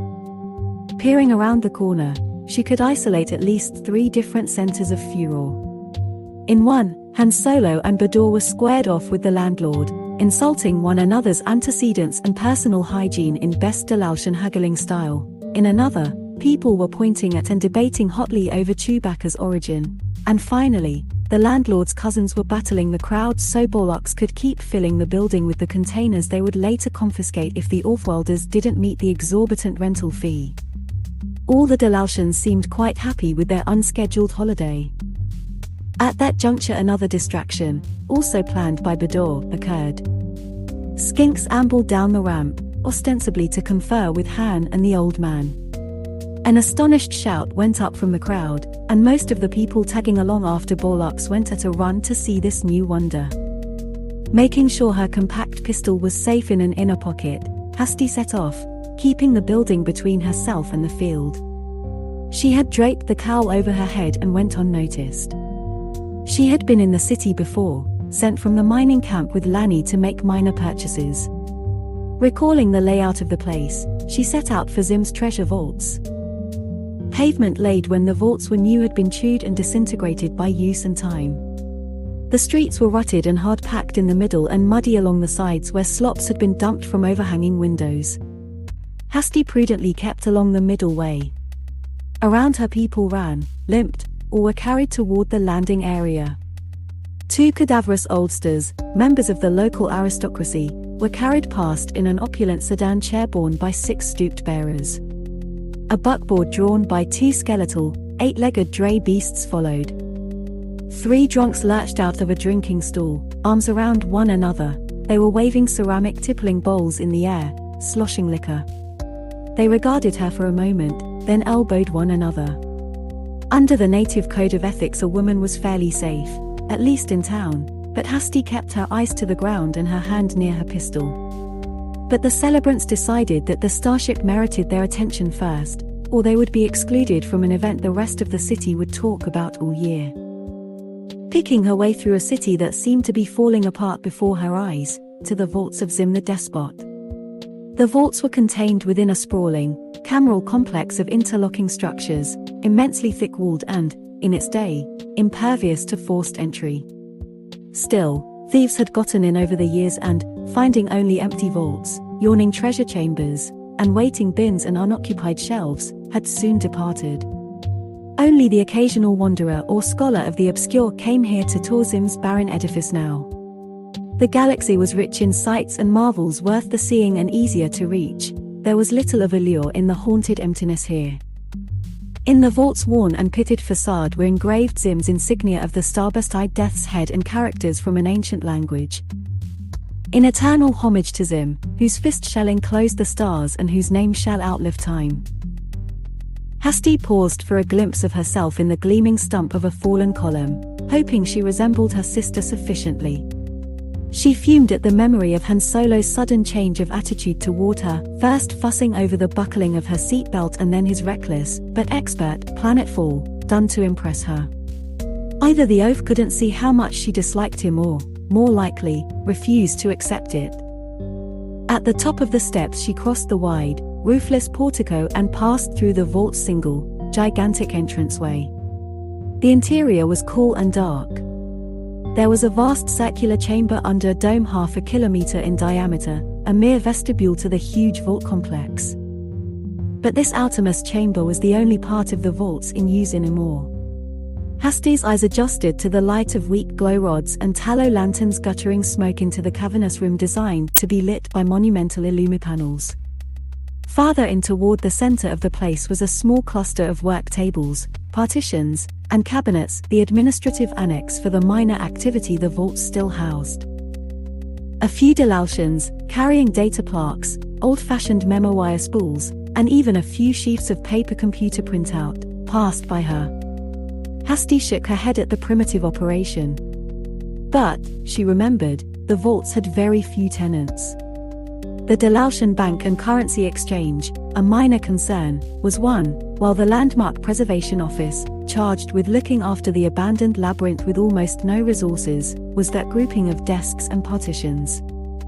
A man approached her from the semigloom, tall, broad-shouldered, his hair as white as his forked beard. He moved briskly. At his heels was an assistant, a smaller, grimmer man whose long black hair was parted down the middle and showed a white blaze. The tall man's voice was hearty and charming. "I am steward of the vaults. How may I help you?" Holding her chin high, Hasty answered in her best approximation of a local accent. "The lockboxes. I wish to recover my property." The steward's hands circled one another, fingers gathered, in the Delautian sign of courtesy and invitation. "Of course, I shall assist you personally." He spoke to the other man, who departed. Remembering to walk on his right, as a Delautian woman would, Hasty followed the steward. The vault's corridors, musty with age, displayed mosaics of colored crystals so complicated that Hasty couldn't interpret them. Many of the pieces were cracked, and whole stretches were missing. They arched high overhead into shadow. Here, their footsteps resounded hollowly. At last they came to a wall, not the end of the corridor but a partition of crudely cut stone that had plainly been mortared into place after the original construction. Set in the wall was a door that looked as if it had been scavenged from some later, less substantial, building. Next to it was an audio pickup. The steward pointed to it. "If the lady will speak into the voice coder, we can proceed to the lockbox repository." When Hasty's sister had told her and Bador about depositing the log recorder disc, she had told them the box rental code and retrieval combination, but had mentioned no voice coder. Hasty felt the pulse in her forehead and the thumping in her rib cage quicken. The steward was waiting. Leaning to the audio pickup, she said, as if in mystic invocation, "Lanny Trujo."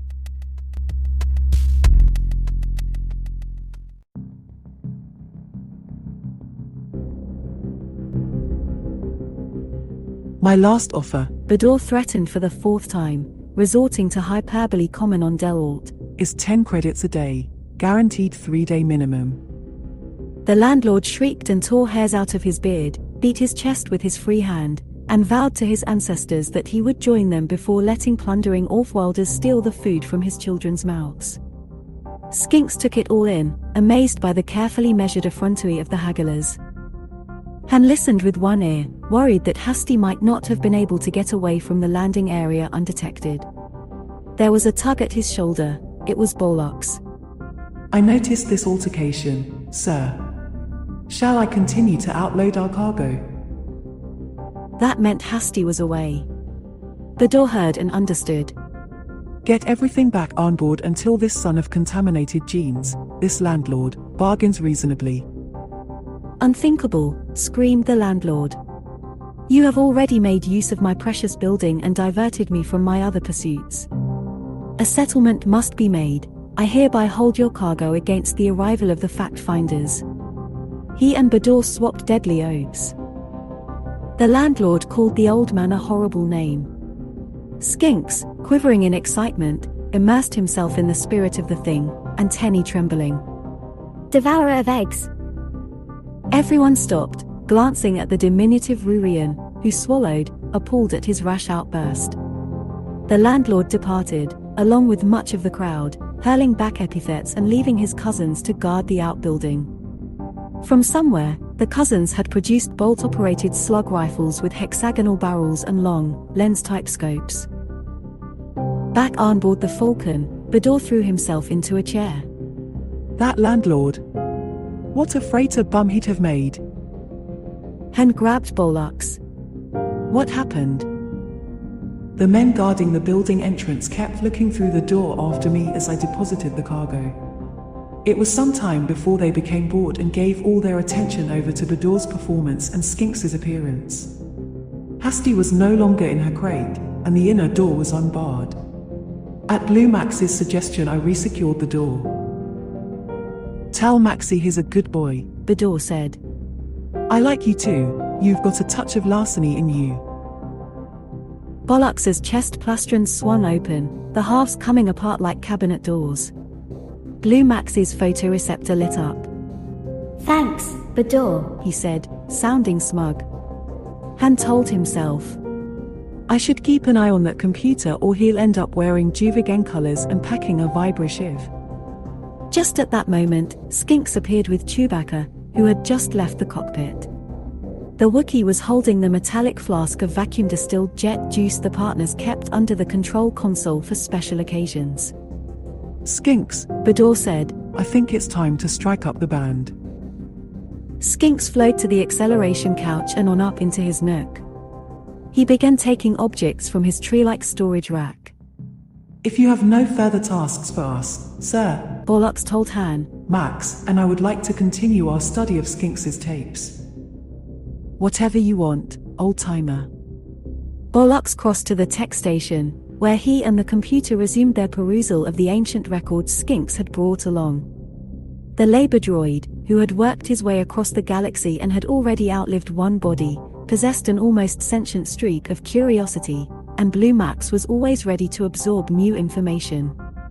The two mechanicals were particularly interested in technical data and other references to the giant war robots of long-dead Zim. Skinks, sitting up on his rearmost two sets of limbs, took and held a miniature amplified hammer dulcimer in the next set and two hammers in each digital cluster of the next. He strapped a pair of tympanic pulsers around himself, tapping experimentally with the digits of his next higher limbs.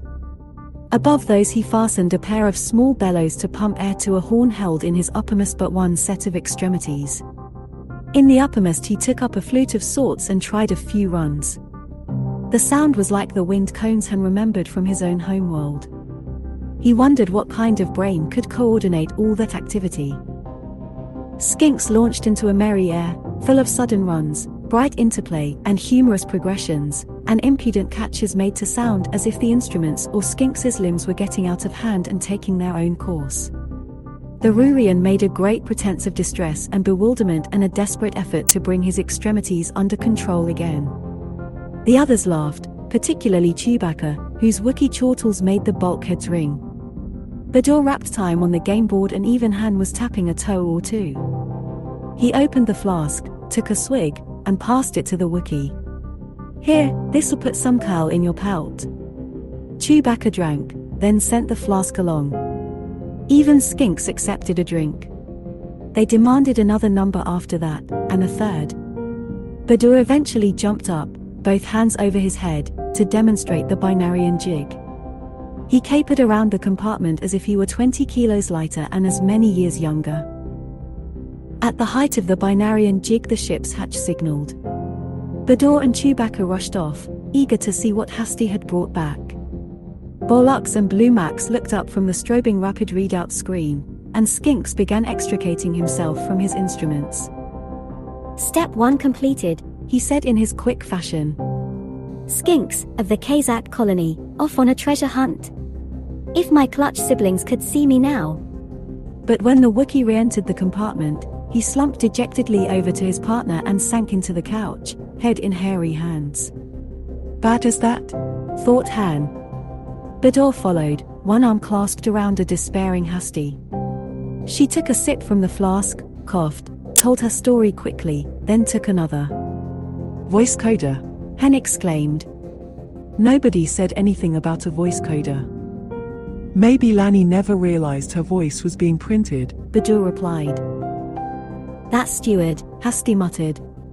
I should have jabbed my gun into his belly button and offered to glaze his gallstones for him. Han handed the half-empty flask to his co-pilot and rose. Now we do it my way. He headed for the cockpit, pulling on his flying gloves. Chewbacca fell in behind. Want to know how to make a withdrawal? Stick around. Bador hurriedly interposed himself between the two partners and the main passageway. Steady there, boys. Just what have you got in mind? Han grinned. Swooping down on the vault, blowing the doors with the belly turret guns, going in, and taking the disc. Don't bother getting up, folks, it'll all be over in a minute. Bador shook his head. What if a Tion patrol cruiser shows up? Or an Imperial ship? Would you care to have a hunter-killer team on your neck? Han made a move to step around him. I'll chance it. Hasty jumped up. Well, I won't. Sit down, Solo. At least consider the options before you risk the death penalty for all of us. Chewbacca awaited his friend's decision. Bollocks watched impartially and blew Max with a certain excitement. Some forethought might not be out of place here. Skinks contributed in a very subdued voice. Han disliked complications and subterfuge, but his hasty action was stayed, for the moment, by the conviction that being dead was the least interesting thing in life. All right, who's hungry? He asked. I'm sick of ship's rations. Let's go see what kind of meal we can get in town. But if nobody thinks of a new one, my plan still goes. He clipped the flask to his gun belt while Chewbacca gathered up his bowcaster and bandolier of ammunition. Bador found the small purse of local currency he had brought, and Bollocks shut his plastron halves on Blue Max. Hasty saw Skinks shedding his instruments. Hey, I never got to hear anything. Bador looked around. Bring them along, he bade Skinks. The Rurian began tucking his instruments into carrying cinches he fastened around himself. Pulling on his flight jacket, Han shut and sealed the hatch behind them. Storm clouds had moved in, and electrical discharges illuminated the clouds in strange flashes of red. Bador pointed out that the landlord's cousins had disappeared. They probably figured out they were guarding empty boxes. More likely they didn't want to sit around in that leaky barn, Hasty reasoned. The rest of the onlookers who had been watching the starship from a distance, mostly children and the domestic yappers, were gone as well. They set off downslope with Bollocks bringing up the rear. Up this high, away from the docks, the streets were poorly maintained and lighting was unknown. They didn't get far. Han was first to sense something wrong. Everything was too quiet, too many ramshackle windows were shuttered. No lights were showing and no voices could be heard anywhere nearby. He grabbed Chewbacca's shoulder, and the bowcaster came up, the blaster appearing at the same time. By instinct, they stood back to back. Hasty had her mouth open to ask what was wrong when the spotlights hit them. Han recognized them as handheld spots and, figuring that a right-hand man would be holding the spot as far out with his left as he could, took an estimated aim. "Don't," a voice ordered. "We'll cut you all down if anyone fires a shot." They were surrounded. Han holstered his sidearm, and the Wookiee lowered his bowcaster. Humans and various other beings appeared in the glare, waving rifles, riot guns, slug shooters, and other weapons. Han and his companions were easily disarmed and their equipment examined. Skinks chittered in terror while their captors poured his delicate musical instruments, but he was allowed to retain them. 3 individuals strode forward to search the captives. The smaller 2 were main-breed human twins, a young man and woman who shared traits of thick, straight brown hair and widow's peaks, startling black-irised eyes, and thin, intense, pale faces. The third personage hung back, a looming hulk in the light backwash of the spots. Han remembered the name Bador had mentioned, Igome Fass, the enforcer. The twins approached them, the female in the lead. "Jaywalk," murmured Hasty, shivering. The twins' faces held the same rigid, lethal composure. "That's it," Jaywalk replied quickly. "Where's the disc, Hasty? We know you went to the vaults." She gave Han a chilly smile. Then the smile vanished and she turned again to Hasty. "Give it up, or we burn down your friends, starting with the pilot here." Chewbacca's great arms tensed, fingers curling. He prepared to die as he would be expected to, head of a Wookiee honor family, his life so intimately intertwined with that of Han Solo that there existed no human word for the relationship. Han, in turn, was choosing among several tactics, all of them suicidal, when Bollocks spoke. Captain Solo mustn't come to harm. I will open the Millennium Falcon for you. The woman eyed him. It hadn't occurred to Jaywalk that the droid would be cleared for ship access. "Very well. All we want is the log recorder disc." Han, in the grip of adrenal overload, stared at Bollocks and wondered what was going through the old labor droid's logic stacks. One fact did not escape him. He had heard high-pitched communication bursts exchanged between Bollocks and Blue Max. Their captors herded them back toward the Falcon. Too late, Han understood why the Dalatians had scattered. He just hoped the two machines had a workable plan. Bollocks, climbing the ramp, was at the main hatch lock with several of Jaywalker's people near. Strangely, just as the main hatch rolled up into its recess, the droid chose to swing his chest panels open. Then Han and the others heard Blue Max's high-speed burst signals. An ear-splitting hiss of a hurtling object echoed through the air. One of the men who was guarding Bollocks was lifted off his feet by terrific impact, and in the next moment was stretched headlong on the ramp. Another captor, farther down the ramp, was slammed in the shoulder and knocked through the air. Run for it! Blue Max shrilled. As suddenly as that, chaos broke loose.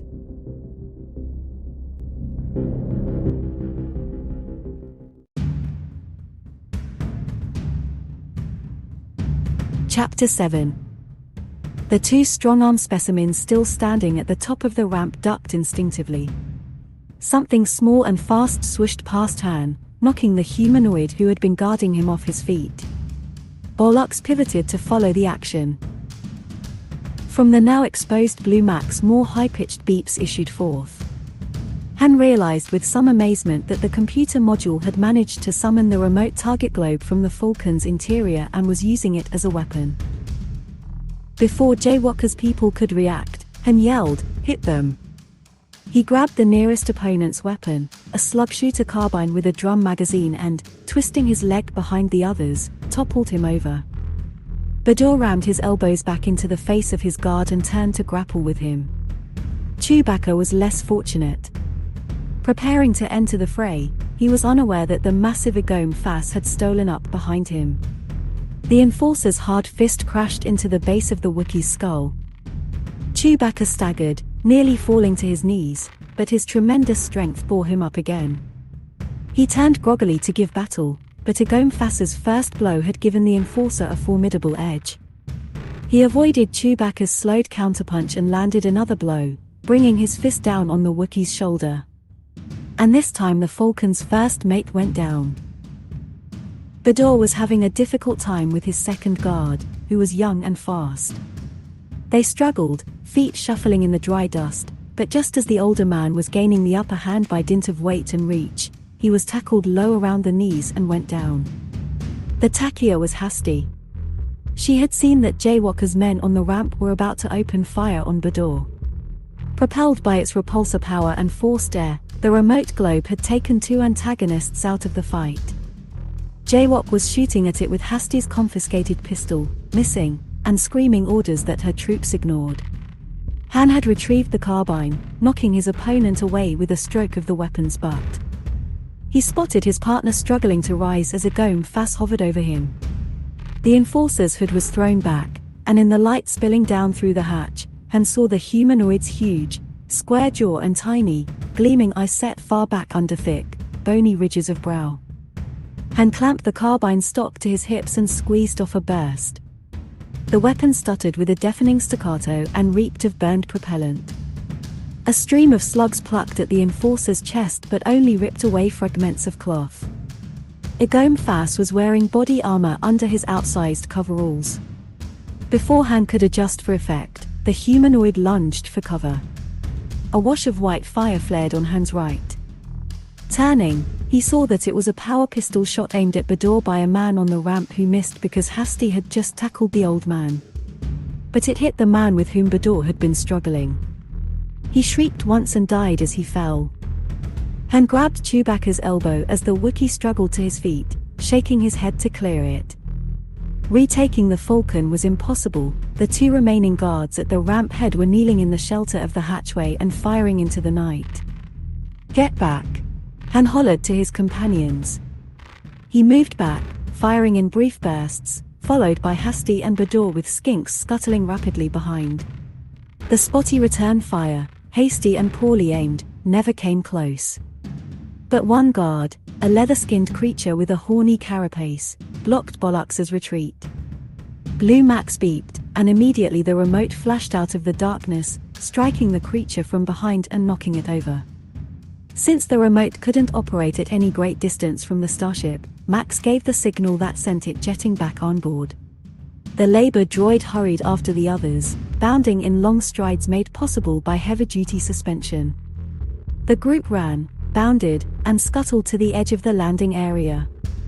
All the while Han raked the field behind them to keep Jaywalker's people pinned down. Then the carbine went silent. "Drum's empty," he said. Off in the night he could hear Jaywalk railing at her followers and calling for a comlink. "She's posting a guard on the ship and calling for reinforcements," Bador announced. "We'd best lose ourselves in town for a while." The group descended through the city in an informal race, past shuttered shops and locked doors. No lights could be seen. The Dalatians who had seemed so curious earlier wanted no part of this lethal dispute among Offworlders. Leading the others, Han plunged into an alley, followed it to a market plaza, and hurried down a trellised side street that smelled of strange foods and fuels. They came to a factory district. Pausing in the shadows, the humans and the Wookiee leaned against a wall and fought for breath while Borlox waited impassively and Skinks, with a superior respiratory system, checked his carrier cinches to make sure that none of his precious instruments had been damaged.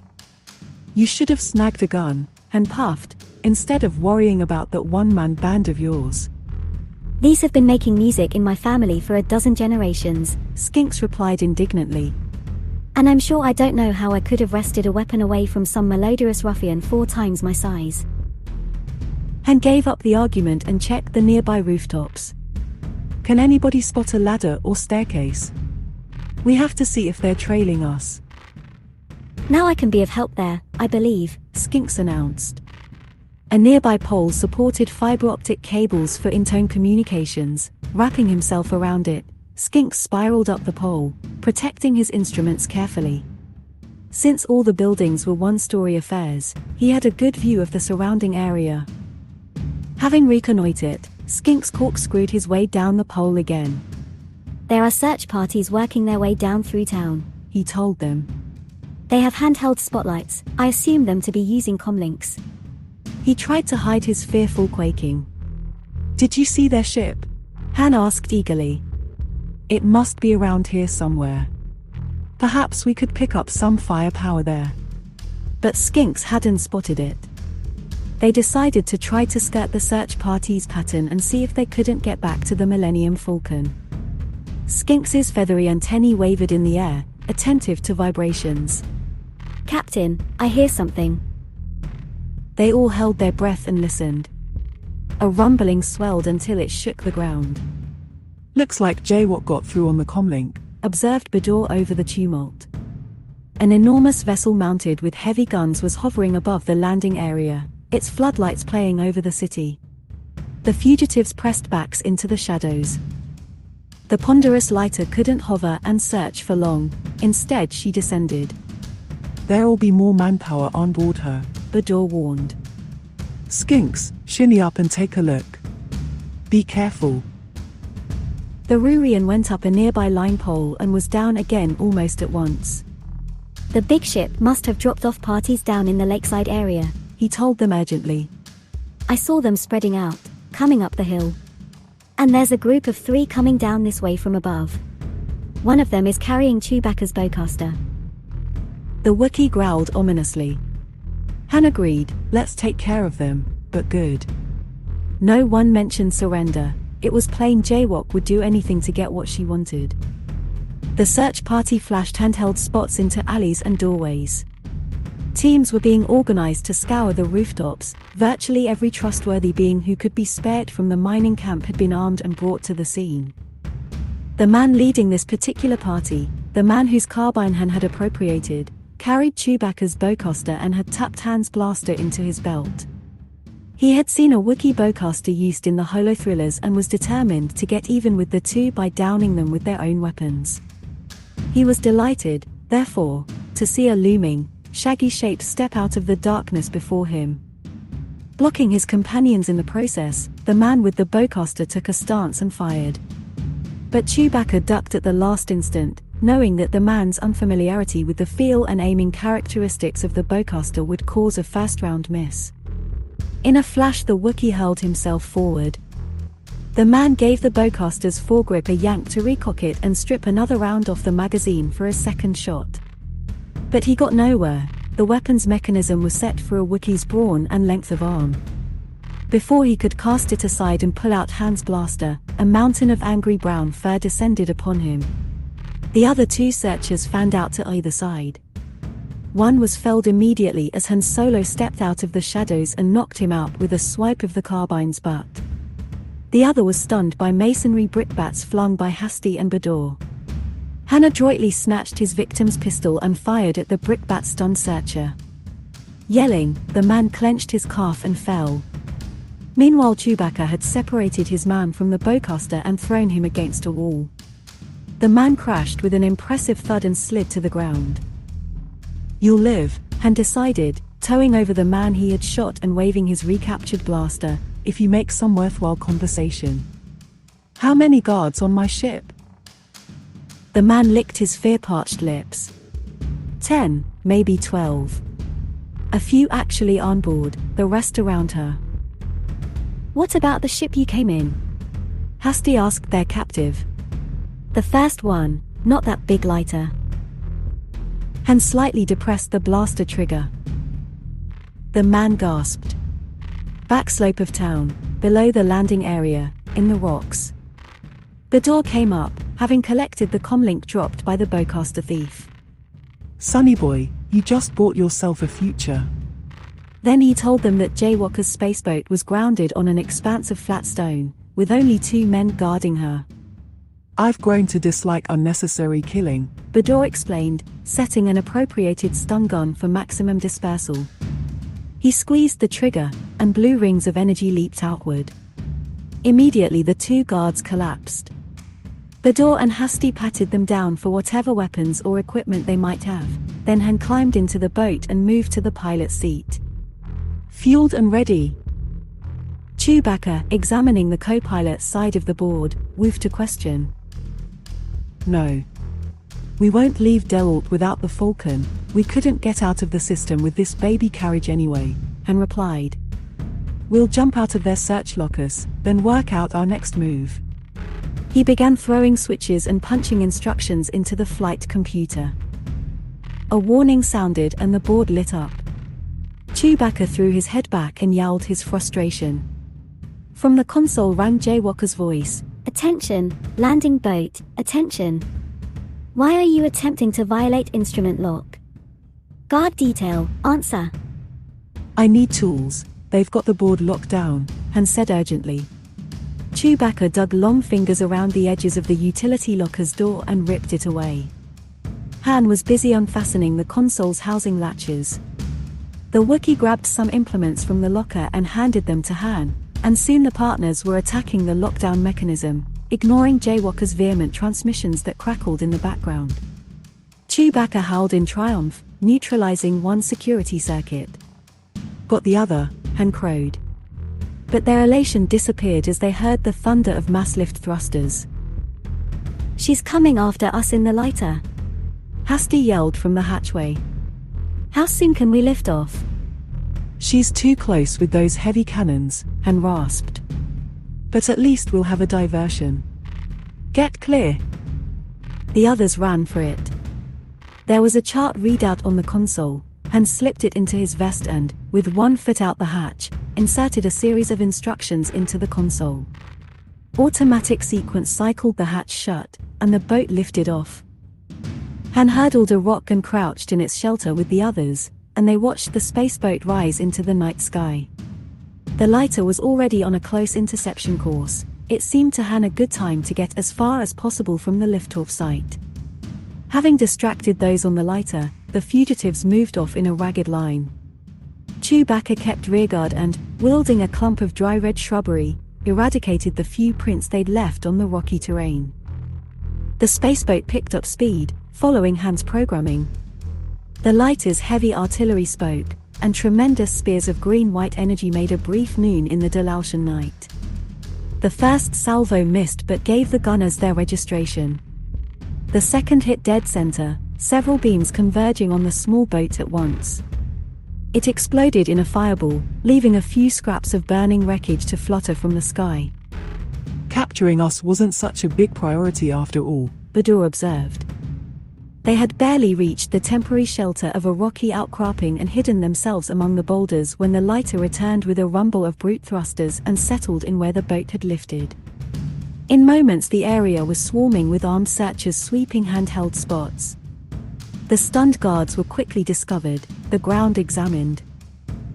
"They're buying it," Hasty whispered with muted elation. The searchers noted the prints left by Han and the others when they had approached the boat but missed any sign of departure, thanks to Chewbacca's painstaking work. The dozing guards were lugged aboard the lighter and the rest of Jaywalker's employees embarked. Thrusters flared again. Han's mind was racing. Now that they were armed and Jaywalk apparently believed them dead, they had a chance of retaking the Millennium Falcon. Han expected to see the lighter land next to his own ship, to take away the guards on board. Instead, the larger vessel hovered above the freighter. The Falcon's ramp was up, her ramp bay doors closed. Han suddenly understood what was happening. He threw himself forward at a flat-out run, bellowing at the top of his lungs, with Chewbacca only a step behind. No one on either ship heard them, of course. The lighter, its hoisting gear making loud contact with the freighter's upper hull and achieving tractor lock on the smaller ship, lowered her mechanical support booms. In the same manner as she transported mining equipment, the lighter lifted off with the Millennium Falcon tucked up tightly to her underside. The lighter veered south, gathering speed and altitude as she went. Han slowed to a stop. In despair he and Chewbacca watched their ship being borne away across the lake and over the mountains beyond. The others caught up. "They think the log recorder disc is on board, isn't that it, Captain?" Skinks asked, somewhat in shock. "They searched us and didn't find it and tried to kill us, so they must assume we left it on board the Falcon." Where are they headed? Han asked tonelessly. Straight for the mining camp, Bador answered. They'll have all the time and privacy they need to search her thoroughly. Han pivoted on his heel and walked off toward town. A drizzle was starting. "Where are you going? Where are we going?" Skinks yelped as the others hurried after. "I want my ship back," said Han simply.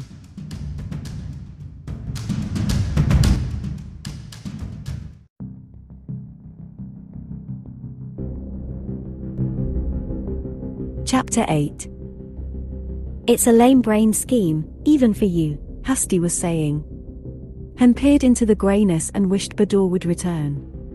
The drizzle had become a freezing cold downpour during the night, then slackened to a drizzle again. Han and the others, awaiting the old man, had taken shelter under atop behind piles of cargo in a broad-eaved wooden warehouse by the docks. They were sipping sparingly from the flask, which had remained clipped to Han's gun belt throughout the night's action. They were damp, bedraggled, and miserable. Han's hair was plastered flat against his skull, as was Hasty's. Drops fell from Skinks's matted wool, and Chewbacca's pelt had started exuding the peculiar odor of a wet Wookiee. Han reached out and patted his friend's head in a gesture of consolation, wishing there was something he could do for Borlox and Max. The two automata, abiding patiently, were worried that their moisture-proofing would fail. "You haven't got a prayer of pulling this off, Solo," the girl finished. He swiped a damp strand of hair off his forehead. "Then don't come along. There'll be another ship through here any year now." A man in a shabby cloak appeared, splashing through the puddles, bearing a bundle on his shoulder. Han, his blaster scope set for night shooting, identified Bador. The old man crouched with them under the top. Having acquired a cloak from an alley sleeper, he had contrived to buy 4 more. Han and Hasty found that 2 fit them passably well, and even Borlox could don one stiffly, unaccustomed as he was to the extraordinary feel of clothing. But the biggest cloak Bador had brought could barely contain Chewbacca, though it had managed to cover his face from casual observation. His shaggy arms and legs stuck out. "Maybe we could wrap him in bunting, like mittens and leggings," Bador suggested, then turned to Skinks. I didn't forget you, my dear Professor. With a flourish he produced a shoulder bag, which he held open invitingly. Skinks shrank back, antennae wobbling in dismay. Surely you can't mean. This is unacceptable. Just until we're out of town, Han coaxed. About that, son. Bador said. Maybe we should lie low a while instead. Do what you feel like, this could be a bad hike. But they're probably tearing the Falcon apart at that mining camp. Then what's the point in going? Hasty remonstrated. It's a couple of 100 kilometers. Your ship will be in pieces. Then I'll put her back together again, he near-hollered, then calmed. Besides, how did Jaywalk and company show up so fast, unless she's got contacts here? We'd be sitting targets, not even to mention the average citizen's dislike of Wolfwalders. We could end up bunking in the local slams. Bador looked resigned. Then it's the Hill and Tow Express for us. The rain was letting up, the sky lightening. Han studied the chart readout he had picked up. It turned out to contain a complete survey map of the planet, dated but in exacting detail. At least we had the good luck to get this. Hasty sniffed. You spacers and mariners and aviators are all alike, no religion, but plenty of superstition. Always ready to invoke luck. To forestall another verbal skirmish, Bador jumped in. The first thing is to get across the lake. There are no connections south on this side. No air service anywhere, but there's some ground transport over there somewhere. The only way across is a ferry service run by the natives, the swimmers. They're jealous of their territory and they charge a fee. Han wasn't sure he wanted to be transported by one of the Sauropteroids, the swimming people of Delalt. We could hike around the lake, he proposed. It would take us 5 or 6 extra days unless we could negotiate a vehicle or get our hands on some riding animals. Let's check the ferry. What about food and equipment? Bador looked askance. What about lovely ladies and hot food? There'll be settlements along the way, we'll have to improvise. He blew his breath out, and it crystallized. Are you coming or staying? Han asked Hasty. She gave him a scalding glare. Why bother asking? You'll lean on people until there's no choice left. The moderately safe and comfortable adventure envisioned by Skinks had become a very real struggle for survival, but this Rurian practicality made his decision simple. I believe I'll remain with you, Captain, he said. Han almost laughed, but Skinks's simple tone of pragmatism and self-preservation lifted his opinion of the Rurian a notch. Glad to have you. All right, down to the docks and across the lake. Skinks crawled unwillingly into the bag, which Chewbacca then shouldered. They proceeded in a tight group, with Bador in the lead and Hasty and Han on the flanks. The Wookiee and Bollocks kept to the middle of the group in hopes that in the poor light and rain they would be mistaken for humans, one extremely tall, the other barrel-chested. Skinks poked his head out of the bag, feathery antennae thrashing. Captain, it swells awful in here, and it's cramped. Han pushed him back down, then as an afterthought gave him the flask. The docks and their moored embarkation floats were already busy. Leaving the others in the partial concealment of stacks of cargo, Han and Bador went to inquire about passage. Though the docks had space for many of the tow rafts used by Delalt's native Sauropteroids, only the middle area seemed busy. Then, scanning the scene, Han saw one lonely raft off to the right.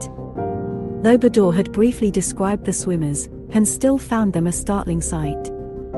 Men were loading cargo aboard the tow rafts, which were tied at the embarkation floats.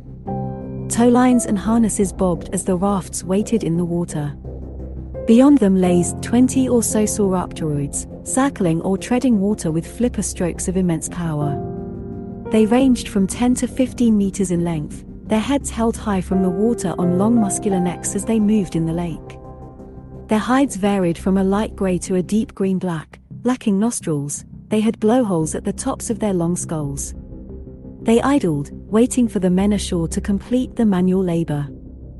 One of the men, a burly individual with a jeweled ring in one ear and bits of food and droplets of breakfast nectar in his beard, was checking cargo against a manifest.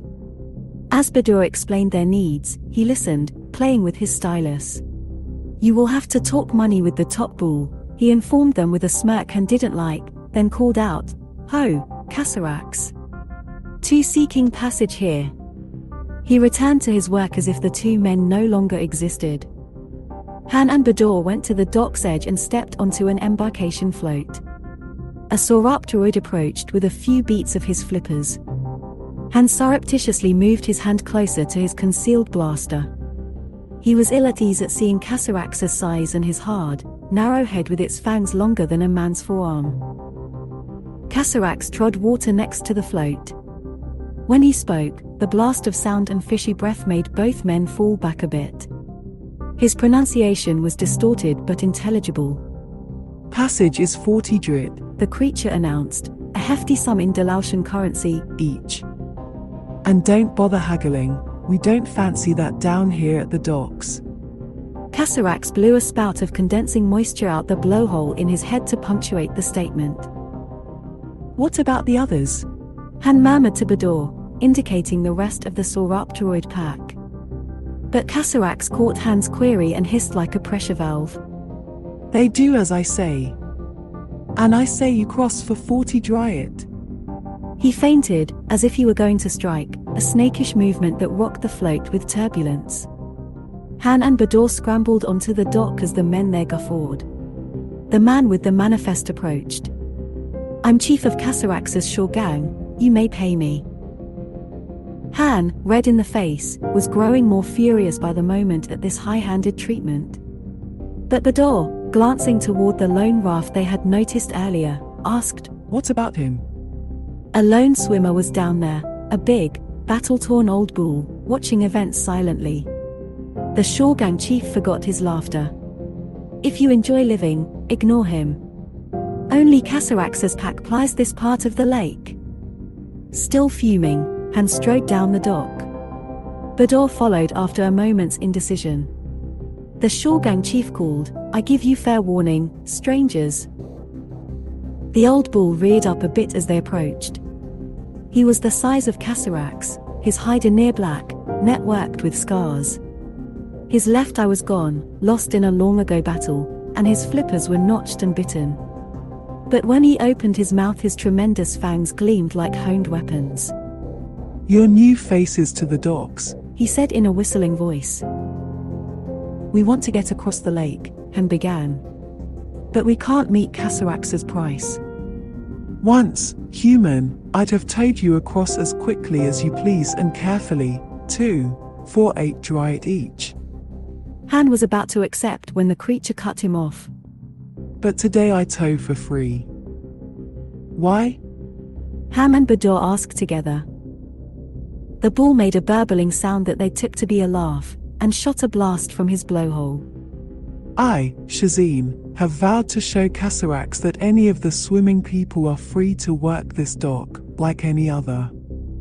But I need passengers, and Casarax's shore gang keeps those away. The shore gang was gathered in conference, grouped in a knot of perhaps 20, and shooting murderous looks at Han, Bador, and Shazin. Can you meet us somewhere farther down the shore? Han asked the native Delautian. Shazin reared, water streaming from his black back, looking like some primitive's war god. Boarding here at the dock is the whole point. Do that and I will do the rest, nor will any of the swimming people meddle with you. It's Shazin they must deal with, that is our law, which not even Casarax dares ignore.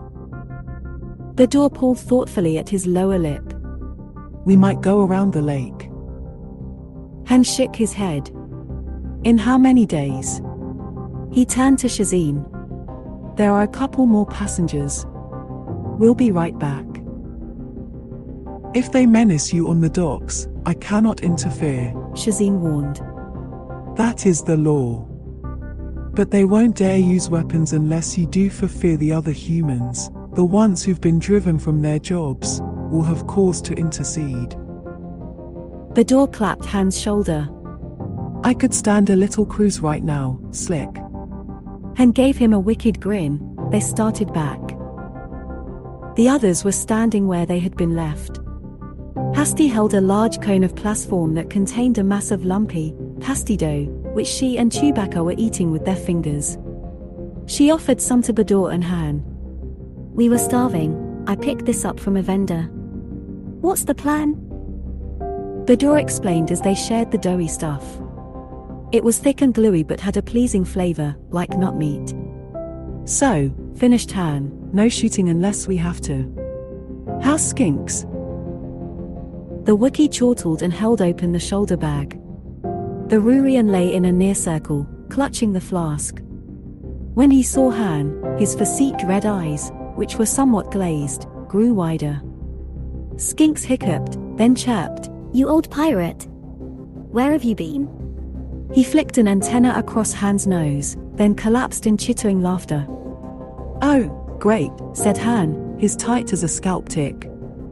Han tried to recapture the flask, but Skinks curled into a ball and was gripping it with forelimb sets. He said he's never metabolized that much ethanol before, said Hasty, looking slightly amused. That's exactly how he said it. Keep it then, Han told Skinks. But stay down, we're going for a ride. Skinks's muffled voice came from the shoulder bag. Perfect idea. They made their way back to the dock. Men from Casarax's shore gang blocked their way to the embarkation float. Others, not of the gang, had appeared and leaned against walls or stacked cargo, carrying spring guns, firearms, and makeshift weapons. Han remembered what Shazine had said. These people had been forced out of a living by Casarax's racket. None had been willing to risk riding with Shazine, but they would see to it no weapons were used to keep Han's party from doing so. The rest of the shore gang was scattered around the docks, holding weapons of their own. As Han understood it, any shooting would trigger a general bloodbath, but anything short of that was allowable. When Han was within a few paces, the shore gang chief addressed him. That's close enough. Several of his men were whispering among themselves, seeing the size of the cloaked and hooded Chewbacca. Han moved closer, giving out a string of bland cordialities. He had the impression that the man was a good brawler and thought, victory first, questions later. The chief reached to shove him back, with a warning. I'm not telling you again, stranger.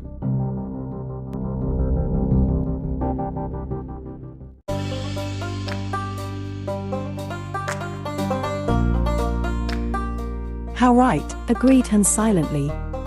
He speed drew, blindingly fast, and placed his gun against the chief's head. The man was shoving and warning one instant, falling the next, with a look of surprise on his face. Han had time to backhand another man and give the shore gang chief a stiff shove, such was the surprise he had generated. Then he had to duck a truncheon, and the scene erupted.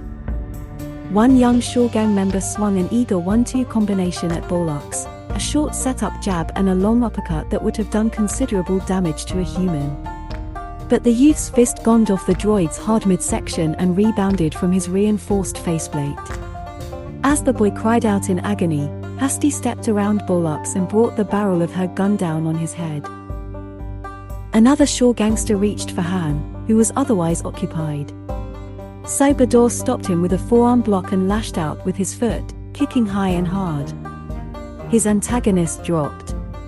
They had done well enough for the moment, but now the rest of the shore gangsters pressed in vengefully. Then Chewbacca joined the brawl. The Wookiee had stepped back to shuck the shoulder bag and put Skinks out of danger and to lay down his bowcaster. His hood still pulled low, he selected 2 men, shook them hard, then hurled them up and back in either direction. A swing of one long arm brushed another man back off the dock. Chewbacca kicked out in the opposite direction, connecting with a man who had lunged at Hasty. The man flew sideways, tumbled twice, and stretched out full length on the dock. 2 men tackled the Wookiee from either side. He ignored them, his legs as sturdy as columns beneath him. He struck out all around him, felling opponents with each blow. The fight raged around Chewbacca, a flock of flailing, desperate shore gangsters swarming at him. Spoiling for a fight since he had been downed by Gom Fass's treacherous attack, the Wookiee obliged them. Bodies flew back, up, over. The Millennium Falcon's first mate restrained himself to spare needless bloodshed. His companions found themselves left out of the riot with only occasional assistance to be rendered in the form of a tap on the head, a shove, or a shouted warning. Chewbacca found time to give each of his legs a shake, and the men straining at them were flung loose.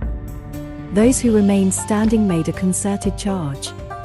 The Wookiee spread his arms, scooped up all three of them, and dashed them against the dock. One of them, the gang chief, who had recovered from Han's blow and re-entered the fight, pulled a punch dagger from a forearm sheath. Han angled for a clear shot then, whatever the consequences. But Chewbacca caught the chief's movement. The Wookiee's head snapped around, his hood falling back for the first time, and he unleashed a full-throated roar into the Shorgang chief's face, drawing his lips back off his jutting fangs. The chief turned absolutely white, eyes bulging, and managed to produce the smallest of squeaks. His punch dagger fell from limp fingers. The snarling Wookiee, having attended to all the others, set the man down and put one forefinger against his chest. The chief fell backward to the deck, trying to draw breath. Hasty grabbed Chewbacca's bowcaster and her dropped cone of dough. Bador held the sack containing skinks, from which emerged chitters of hilarity. Han grabbed his partner's arm. Gangplank's going up. They dashed for the embarkation float, hopping one by one to the tow raft. Shazin, who had watched the whole encounter, loosed a blast from his blowhole. Closing a nictitating membrane over his eye, he ducked beneath the water to re-emerge with his head through the tow harness, commanding, "Cast off." Bador, last in line, brought the raft's painter with him. They had expected Shazin to move off quickly, but the swimmer walked the raft out slowly. When he had put a few dozen meters between the raft and the dock, he slipped the tow harness by submerging, then resurfaced to nudge it to a stop with his rock-like snout. "That was some fine thumping," he hailed. Throwing his head back, he issued an oscillating call that rolled across the water. "Shazin salutes you," he clarified. "Ah, thanks," Han replied dubiously. "What's the hold-up?" "We wait for Cassarax," Shazin answered serenely. Han's outburst was forestalled when another Sauropteroid surfaced next to Shazin, whistling and hissing with mouth and blowhole. "Use their language, woman," Shazin chided the newcomer, who was smaller and lighter of hide but nearly as battle-scarred as the big bull. "These are Shazin's friends. That pipsqueak there with the hairy face can really thump, can't he?" The female switched to standard. "Will you really oppose Cassarax?" "No one tells Shazin where he may or may not swim," replied the other creature. "Then the rest of us are behind you," she answered. "We'll keep Cassarax's followers out of it." The lake water swirled as it closed over her head. "Drop anchor," shouted Han. "Cut the power. Cancel the reservations." You never said anything about a face-off. "A race, a mere formality," assured Shazin. "Cassarax must pretend now that it's a right-of-way dispute, to conform with the law." "If he can get passengers," Hasty broke in. "Look! Cassarax was having trouble getting any of his Shorgang aboard his tow raft. The clash at the dock had put doubt in them. Now they were having second thoughts about being dragged into the middle of a swimmer dispute. Their chief, too, hesitated. Cassarax lost his temper and thrashed himself up over his tow raft, half onto the dock. Men drew back from the enormous bulk and the steaming, gaping mouth. Cassarax bent down at the chief. "You'll do as I say. There's no way you can hide from me, even in that shelter you built under your house. If you make me, I'll dig you out like a stone shell from the lake bottom. And the whole time, you'll hear me coming." The Shorgang chief's nerve broke. White-faced, he scurried aboard the tow raft, pulling along several unwilling followers and browbeating several others to accompany him. "Mighty persuasive lad, that nephew of mine," reflected Shazin. "Nephew?" Hasty burst out. "That's right. For years and years I whipped every challenger who came along, but I finally got tired of being top bull. I drifted north, where it's warm and the fish are fat and tasty. Casarax has been running wild too long, partly my fault. I think sure folks put this takeover nonsense into his head, though. Another victory for progress, Bador murmured. Casarax was nudging his tow raft up even with Shazin's. Anyway, don't worry, Shazin told them. The swimming people won't attack you, so don't use your weapons on them, or you'll turn it into a death matter. That's the law. What about the other humans? Han called, but too late. Shazin had gone to confront Casarax. The Shore Gang members had brought along their harpoon spring guns and a variety of dockside cutlery. The two bulls churned the water, trumpeting to one another. At length Shazin switched to human speech. Stay clear of my course.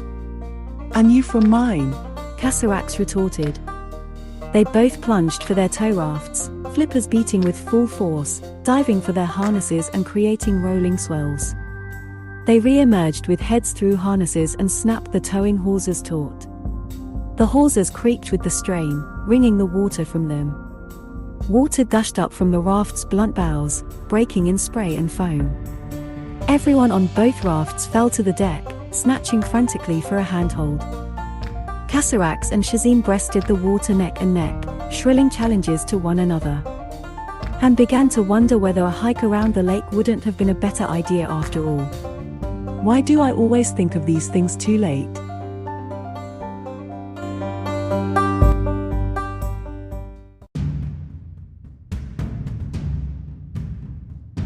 Chapter 9. Towing hawsers thrummed like bowstrings. The rafts moved forward with surges matching the swimmers' rhythms. Han clasped the low deck rail. The water teemed with sauropteroids, both Casarax's cronies and Shazin's supporters, who had been kept from work by Casarax's alliance with the Shore Gang. Long, scaled necks cut the water, rolling backs and broad flippers showed with each dive, and the spray of swimming and blasting blowholes made it seem the rain had resumed. Chewie, shouted Hasty, who was hugging a rail stanchion, the bag. The shoulder bag containing skinks was sliding aft. Bador rolled from a stern rail corner and caught it, wrapping his legs around a stanchion. Skinks popped out of the bag, his big red eyes more glazed now than before. Taking in their situation unsteadily, the Rurian scuttled up halfway onto Bador's head, his antennae bending in the breeze, clinging resolutely with every digit he could spare, and hurled the empty jet juice flask into the air, cheering, Wee hee.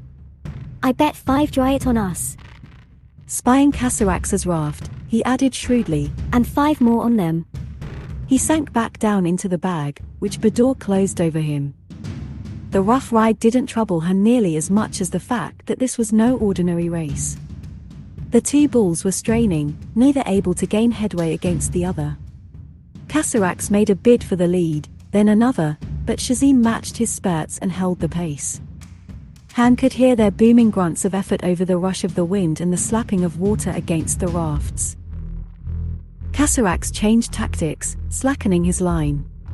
Shazin followed suit. The younger creature changed course in an instant, cutting across Shazin's path just behind his elder. He ducked under Shazin's towing hawsers and pulled hard. His tow raft came slashing after, hawsers brushing at angles under Shazin's. Han saw the Shore Gang chief hoist a broad-bladed axe. Casarax's men obviously intended to sever Shazin's hawsers when the hawsers came up against Casarax's raft's bow rail. The pilot drew without thinking. A blaster bolt flickered red across the water, and the axe head jolted, sparks arcing from it, a black-edged hole burned through it. The Shore Gang chief dropped it with a cry as his men ducked. Someone else grabbed the axe and swung it as both rafts and the swimmers towing them were dragged and slewed around by each other's momentum. Han's aim was spoiled and the axe head descended. Perhaps it was an off-world product with an enhanced edge. In any case, the axe parted a hawser with one blow and bit into the bow rail. Shazin's raft swung, coming nearly side-on, with the unbalanced pull of the remaining hawser. The chief had the axe back, ready to chop the other hawser. Han was aiming carefully at the axe when Shazin changed course in an effort to see what had happened. The remaining towing hawser dragged across Casarax's raft's rail, catching the Shoregang chief and pulling him overboard. At the same moment, Shazin's maneuver bumped his own raft into a trough. Han lost his footing, slipped, and fell, whereupon the blaster flew from his hand. The chief was still clinging to Shazin's remaining tow hawser, lower body in the water, sawing at it with a knife. Han couldn't spot his blaster, but was determined not to let that second line be severed. The gang chief was working at the hawser. Hasty was shouting something about not starting a firefight, and Bador and Chewbacca were yelling something he didn't want to take time to listen to, being in no mood for a debate. Losing patience, he threw off his flight jacket, stepped over the bow rail, sprang, and began drawing himself down the hawser, hand over hand, his legs wrapped around it, the higher swells wetting his back. The Shoregang chief felt the vibrations in the hawser, saw Han, and sawed more furiously at the tough fiber. The chief took a moment to slash at the pilot. Han suddenly realized how impetuous he had been, as if another man entirely had occupied his body for a moment. He didn't quite avoid the stroke and the knife point cut across his chin. The water pulled at them both. But Han avoided the backslash with dexterity gained in zero-G acrobatics drills. He lashed out flat-handed in a disarming blow, and the knife plunked into the water. As the knife fell, the Shoregang chief began to lose his grip on the hawser. He grabbed at Han, and both men plunged into the water. The lake water was agonizingly cold and had a peculiar taste. Han dove as deeply as he could, his clothes dragging at him. Underwater he heard the thud of the raft's bow striking the chief's head. Cheeks puffed, the pilot glanced up through the icy, dark water as the raft passed over him, and then surfaced just behind it. He grabbed for the stern rail, missed, and was himself grabbed. Chewbacca pulled his partner over the stern rail in one motion just as the raft began drifting to a halt. Shaking wet hair out of his eyes, Han gave an involuntary cry of surprise, seeing why they had stopped. Casarax's maneuver had been Shazin's needed provocation for combat under swimmer law. Both the monstrous bulls had ducked out of their tow harnesses, now they met in resolute battle. They charged into collision, a butting of great heads whose report sounded like the crack of a tree trunk, and an impact of muscular necks and broad chests that sent waves racing outward. Neither seemed hurt as they circled for position, flippers whipping the water into foam. The Shoregang boss was paddling toward his raft, eager to be out of the behemoth's way. Han felt Bollux's hard finger tap his shoulder. "You'll no doubt be wanting this, sir. I caught it before it could go overboard, but you didn't seem to hear me call you." He passed over Han's blaster. Without taking his eyes from the battle, Han promised, "I'm doubling your salary," ignoring the fact that he had never paid the droid a thing. Casarax wailed. He had been too slow on the withdrawal after nipping Shazin.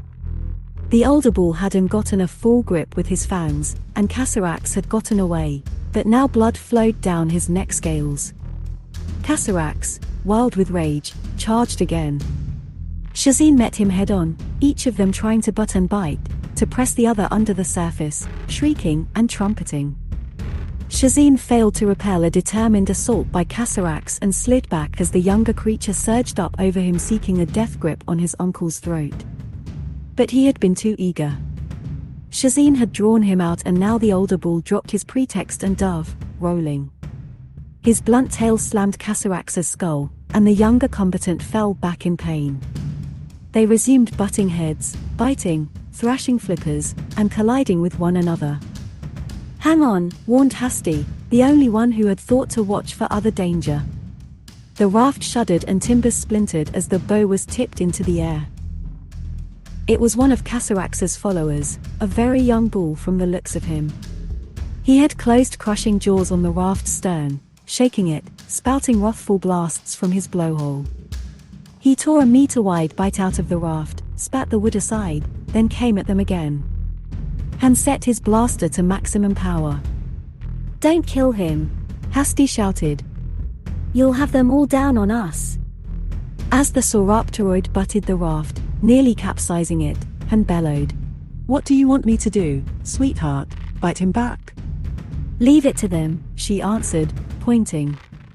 She meant the other swimmers, who were closing in. Casarax's overeager follower had ignited a general fray. One had thought it was the female who had surfaced at the dock and offered support to Shazin, kicked up an impressive bow wave, making straight for the raft. But once again the creature closed jaws on the raft stern. "The trick's to keep on breathing till help arrives," Han told himself. He spied the cone of gooey dough Hasti had brought, still more than half full. He reached for it, calling, "Chewie! Lock hands!" Han got to unsteady feet. The Wookiee reached out his long arm and caught Han's free hand, steadying him. The young bull had seen him coming and opened its maw, but when he pulled up short it closed its jaws with a crash and blew a geyser of spray through its blowhole.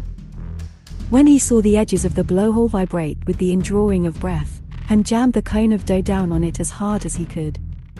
It landed on the sucking blowhole with a peculiar schloop. The swimmer froze, its eyes bulging. Into what air passages and chambers the dough had been drawn, and couldn't begin to guess. The creature shook, then exploded in a sneeze that convulsed him, kicking up a fountain of water and nearly blowing Han off the raft with the fish-scented gust. At that moment Shazin's friend arrived. She hit the younger creature and they battled furiously. All around, pairs of the creatures rolled, ducked, bit, and butted in pitched combat. Scaled hides took tremendous punishment and the sound threatened to deafen the humans. The turbulence promised to capsize the raft. Han kept his attention riveted on Shazin and Casarax, thinking, "If that old bull loses, it'll be a wet stroll home. And the fish are biting today." Both bulls were torn and injured, chunks missing from each one's hide and flippers. The older one moved slowly, worn down by his nephew's youthful endurance. They rammed together for another fierce exchange. Surprisingly, Casarax went under. Shazin sought to follow up his advantage but failed to keep track of his antagonist and circled aimlessly. The air was so full of pealing battle cries that Shazin took no notice of his passengers' warnings. Casarax had slyly and quietly surfaced behind his uncle and to his left, in the blind spot resulting from his missing eye. The younger swimmer lunged with jaws gaping for a lethal grip at the base of his uncle's skull. But Shazin moved with abrupt speed, coming around and bringing his head up sharply, tagging Casarax's chin with the boniest part of his foreskull. The crack echoed from the opposite lake shore. Dazed by the terrible blow, Casarax barely had time to wobble before Shazin had his throat tightly between black jaws. "That old con artist!" The door whooped. Chewbacca and Hasti hugged, and Han leaned on the rail, laughing. Shazin was shaking his nephew's head, mercilessly, side to side and forward and back, but refraining from the death bite. At last Casarax, head bent back at a painful angle, no fight left in him, began a pitiful croaking. All around him, combat ceased at the sounds of ritualistic surrender. When all the others had separated, Casarax was released and allowed to tread water meekly while his uncle stormed at him in the sibilant language of their kind. With a final, piercing rebuke, Shazin sent his nephew off with a heart-butt of his head. Casarax submitted, then stroked slowly away to haul his tow raft back the way he had come. His followers trailed him in disarray, convoyed by Shazin's victorious supporters. Shazin moved to his own raft, feeling the pain he had and allowed himself to show his enemies. Bleeding from fearsome wounds, his scarred, one-eyed head battered and torn, he asked, "Now then, where were we?" "I was in the drink," Han reminded him. "You were hauling the raft around to take out the Shaw gang boss. Got him right in the bulb, too. Thanks." The old bull made a gurgling sound resembling a chuckle. "An accident, Pee-wee." He gurgled again, bringing his wide chest against the raft's stern and shoving toward the opposite shore. "What about your nephew?" Hasti wanted to know. "Oh, he's through trying to make the lake his own pond. Thought idea would have gotten him killed sooner or later anyway, and he's too valuable to waste. I'll need a deputy soon, haven't got many more scraps like that one left in me." These youngsters always think they're clever, going for my blind side. I still wouldn't trust him, Han warned. You don't trust anybody, Hasty chided. And you don't see me getting my flip a bit, do you? He retorted smugly. Oh, Casarax will be all right, Shazine said. He just thought he wanted us to fear him. He'll like it better once we respect him, all but the worst ones come around, given the chance. The far shore had come up quickly. Shazine propelled them toward it with a few more hard strokes, then flipped over and shoved them on with a sweep of his rear flippers. The raft nosed onto the strand, lifted on the crest. Han stepped onto the damp sand. The others followed him. Bador had a rather sick skink slung over one shoulder. The female who had saved Shazine's passengers surfaced next to him, obviously concerned. But her eye fell on Hasty, whose cowl had fallen back to display her red hair. You had a rougher ride this time, human, the swimmer observed. Hasty registered confusion. Wasn't that you? The swimmer female asked, back before Casarax took over. Sorry, the hair and, what do you call them, the clothes, are just the same. Hasty whispered, Lanny. These are her clothes. Bador asked the female what this passenger had done. Just came across and asked people questions about those mountains there, waved a little machine in the air, then went back, she replied. Han, pouring water from his boot, looked up at the mountains rearing to the south. What's up there? Nothing, answered Shazine.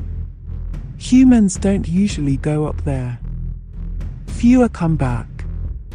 They say it's just desolation up there. He was studying Chewbacca, who had doffed the hated cloak, Bollux's gleaming form, and the now reviving skinks. I'd heard that, agreed Bador. The mining camp lies on the far side of the mountains, Han, but I'd reckoned we'd go around. Why should Lanny have been interested in them, I wonder? Han stood up. Let's find out.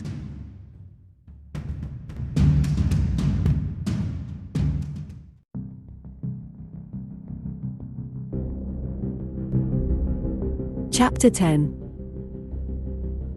The terrain lifted away from the lakeshore in a series of rolling hills carpeted with soft, blue moss that cushioned their steps. Han was gratified to see the moss spring back when they had passed, thereby obliterating the group's prints. Supplies were no problem. The workers on this side of the lake, all members of Casarax's shore gang, had departed in haste on seeing their leader defeated, fearing the blood vengeance of the non-gang members. Calculating a 10 to 12-day march through the mountains, the party had carefully picked through the abandoned storage buildings for provisions and equipment. They had filled their packs with jars of lake crustaceans marinated in syrup, plastic cartons of the doughy stuff Hasty had first sampled, tubes of pickled vegetable slices, bags of meal, smoked fish, cured meat, and some hard purple sausages. Even though they carried capacious water bladders, they were relying on finding more water in the mountains. According to the survey map, there were abundant runoffs and fresh spring water throughout the area. Those who wore clothing had gathered cold weather gear. Han had pulled off his wet clothes, settling for a Delautian outfit until he could dry his own, and contrived a bandage for the knife cut. Practicality had made Hasty exchange her robes and gown for an outfit suitable for an adolescent boy. They had also found thick, insulated bedrolls. There were no riding animals or power vehicles to be found.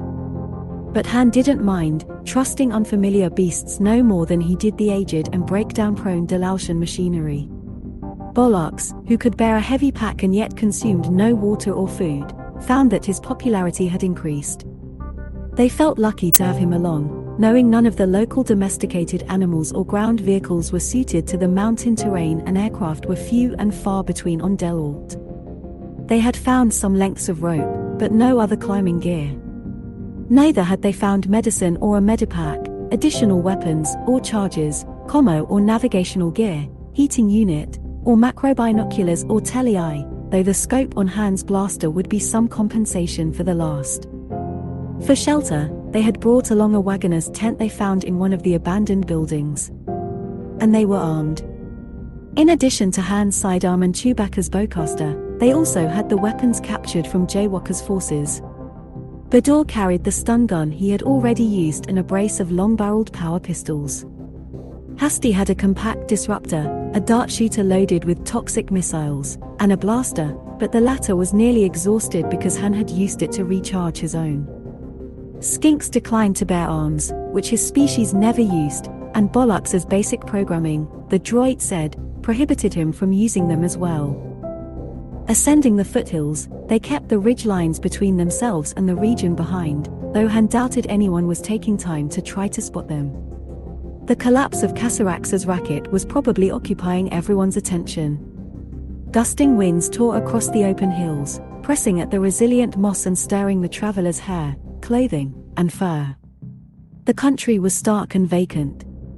Lacking a second comlink, they decided not to put out a point walker, but rather to rely on the wide field of surveillance they could maintain. Chewbacca took the lead, treading the blue moss lightly for all his size, testing the air with black nostrils flaring. His blue eyes moved constantly, his hunter's senses keenly attuned. A dozen paces behind trudged Bollux. The labor droid had opened his chest plastron a crack at the computer's demand, and Max was taking in the view. Next came Bador and Hasty side by side.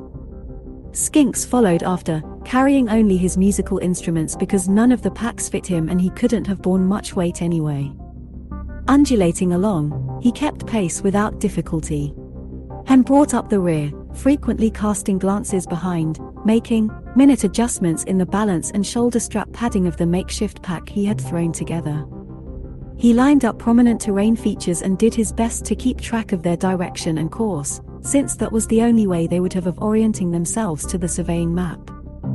From time to time he thought about the treasure, but the open countryside and the brisk wind made him happier than he would have admitted. In a way, they reminded him of the freedom of space travel.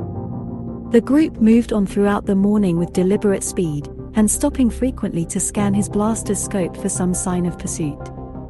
But as Delil's blue-white primary climbed the sky and none appeared, they slowed a bit, saving strength for the long journey. Skinks dropped back to talk to Han. The Rurian had a rapid metabolism and so had recovered from his bout with the flask. Han, who had been walking backward for a few paces while he checked the rear, pivoted around in step.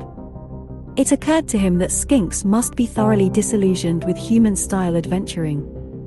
Hey, Skinks, break out that hip pocket orchestra of yours. We're out in the open anyway, like a bug on a canopy.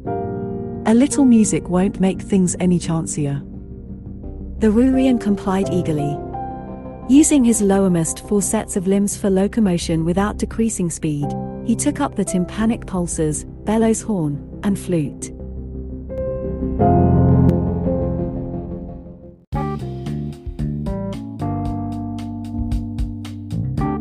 He began a human tempo marching tune, one for marching overland rather than for a parade. The small pulses held a catchy beat, the bellows horn tootled, and the flute skirled. Han resisted the quickened pace, but enjoyed the music. Bador squared his shoulders and fell into energetic stride, sucking in his overhanging stomach and humming with the music. Hasty smiled at Skinks and strode along more quickly. Chewbacca tried to stay in step, although Wookiees don't generally take to regimentation. The process was awkward for him. He achieved a kind of animated swagger, though not even remotely in time. Bollux, however, fell right into step, mechanical legs pumping precisely, arms swinging, chin held high. They trod blue moss, cold wind made the landscape seem barren and free. In this manner they proceeded over the hill. They were well up into the heights when the blue-white sun set. The few lights of the city came on, far below and behind them. Outcroppings of rock had begun to appear, rising from the blue moss.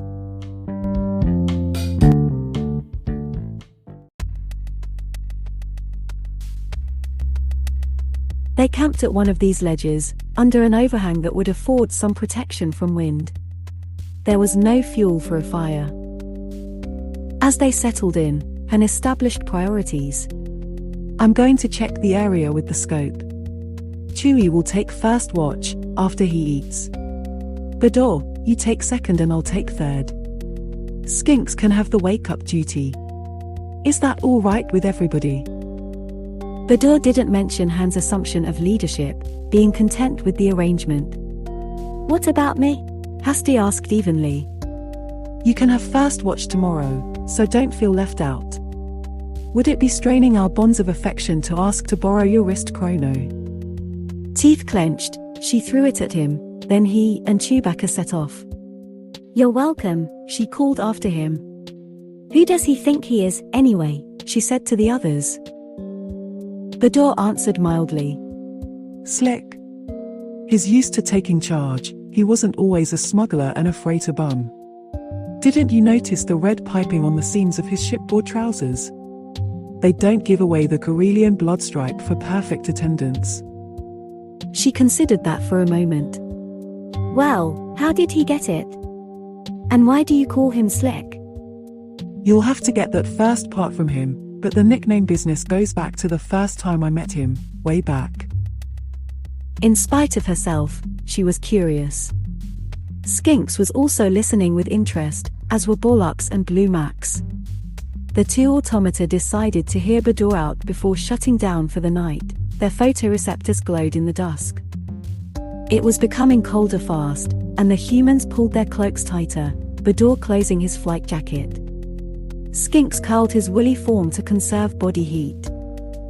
I'd been a line officer, had a few decorations myself, Bador began, but there was the matter of a floating jubilee while I was running on board the flagship. Anyway, they reassigned me to the staff at an academy. The commandant was a desk pilot, off his gyros.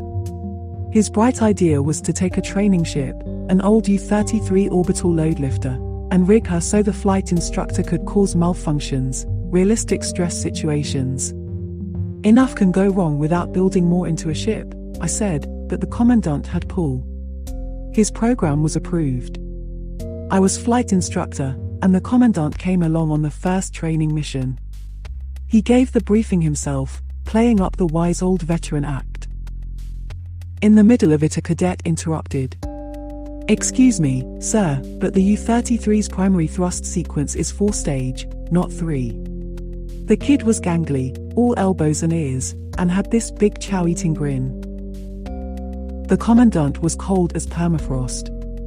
Since Cadet Solo is such a slick student, he will be first in the hot seat. We all boarded and took off. Han handled everything the CO threw at him, and that grin grew bigger and bigger.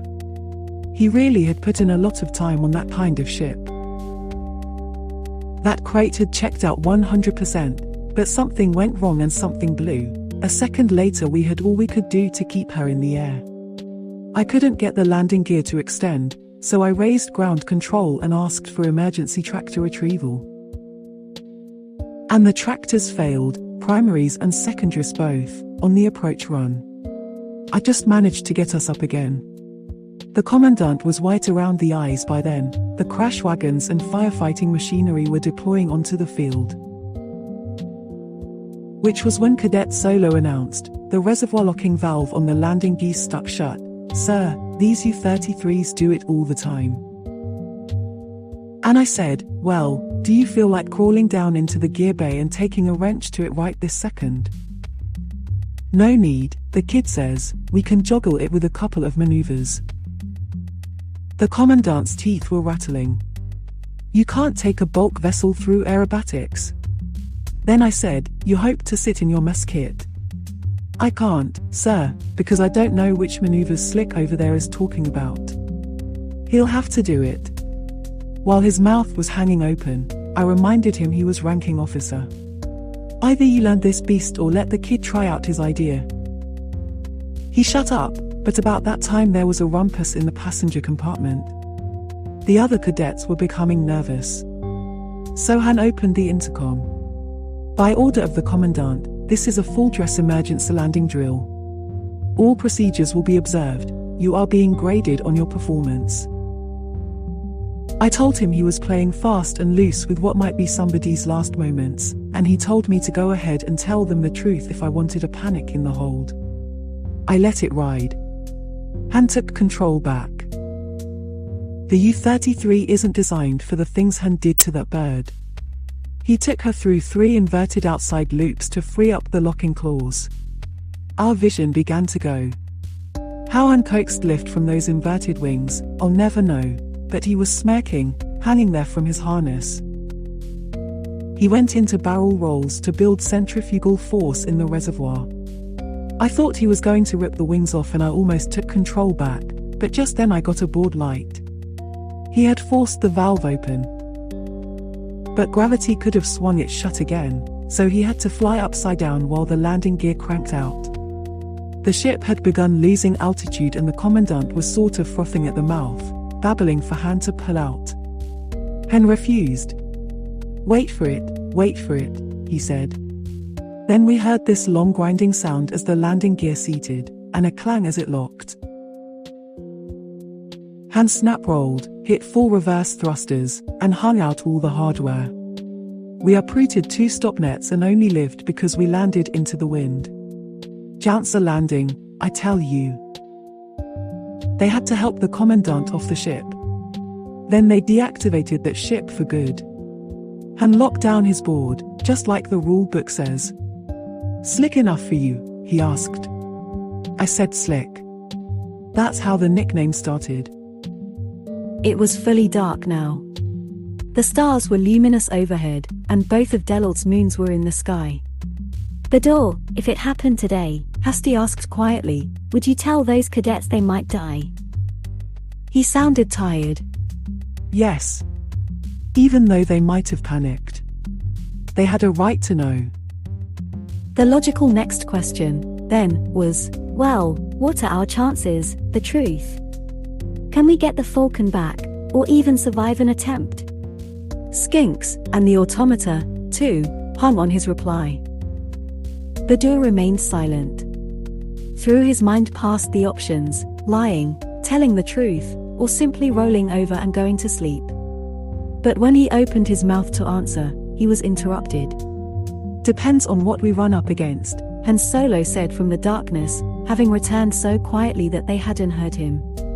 If camp security's loose, we could get away without losses. If it's tight, we have to tackle them somehow, maybe draw them out. Anyway, it means risk. We'd probably have casualties and some of us might not make it. Some? Admit it, Solo, you're so concerned with getting that ship of yours back that you're ignoring facts. Jaywalker's got more hired killers than... Jaywalker's got port-side brawlers and some small-time muscle, Han corrected Hasty. If they were quality, they wouldn't be working for a 2-credit outfit like hers. Handing some clod a gun doesn't make him a gunman. He stepped closer and she could see his silhouette against the stars. They have the numbers, but the only real gunman within light years is standing right in front of you. The craft was trim, sleek, luxuriously customized, a scout ship off the military inventory.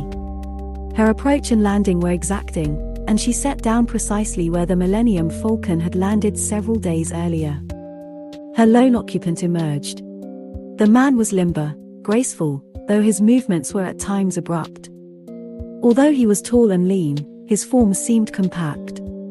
His clothes were expensive and impeccable, of the finest materials, but somber grey trousers and a high-collared white shirt with a short grey jacket over it. A long white scarf, knotted at his throat, fell in soft folds, and his black shoes shone. He wore his greying hair cropped short, but his mustachios were long, their ends gathered and weighted with 2 tiny golden beads, giving him a subtly roguish look. Townspeople appeared and clustered around him, just as they had greeted the Falcon's passengers.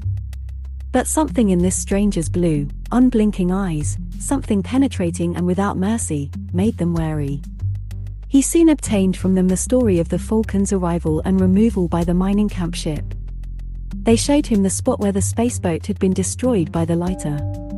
Even scavengers had avoided the bits of wreckage, fearing radiation residues.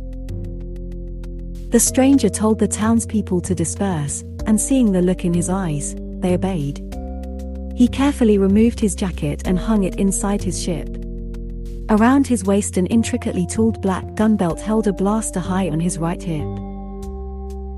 He brought certain sensitive instruments from his ship, some on a carrying harness, others attached to a long probe, and still others set in a very sophisticated remote globe.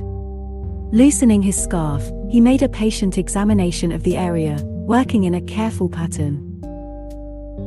An hour later he returned the equipment to his ship and rubbed the dust from his gleaming shoes with a rag. He was satisfied that no one had died when Jaywalker's spaceboat had been destroyed. He reknotted his scarf while he considered the situation. Eventually, Galandra drew on his jacket and locked up his ship, then made his way into the city. He soon heard rumors of bizarre goings-on at the lake and battles among the natives. He couldn't verify much about the outside humans involved, though the only close-range witnesses, the shore gang of the Sauropteroid Cassarax, had gone into hiding. Still, he was willing to credit the story. It was in keeping with Han Solo's wildly unpredictable luck. No, Galandra corrected himself. Luck was what Solo would have called it. He, Galandro, had long ago rejected mysticism and superstition. It made it that much more frustrating to see how events seemed to conspire to impel Solo along. Galandro intended to prove that Solo was no more than he appeared to be, a small-time smuggler of no great consequence. That the gunman had doubtless given the matter far more thought than Solo himself was a source of ironic amusement to him. Using the vast resources of his employer, the corporate sector authority, he had tracked Solo and the Wookiee this far and would, with only a little more patience, complete the hunt.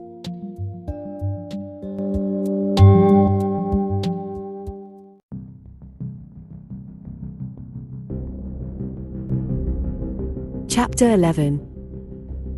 There's something wrong, Han said, peering intently through his blaster scope in the morning light. I'm not sure, but here, you look, Bador. It just looks like a landing field to me, Hasty commented. Just because it's big and flat and has ships parked on it? Han asked sarcastically. Don't jump to any conclusions. After all, we may have stumbled onto the only used aircraft lot in these mountains. A stiff breeze at their backs blew down the narrow valley toward the field.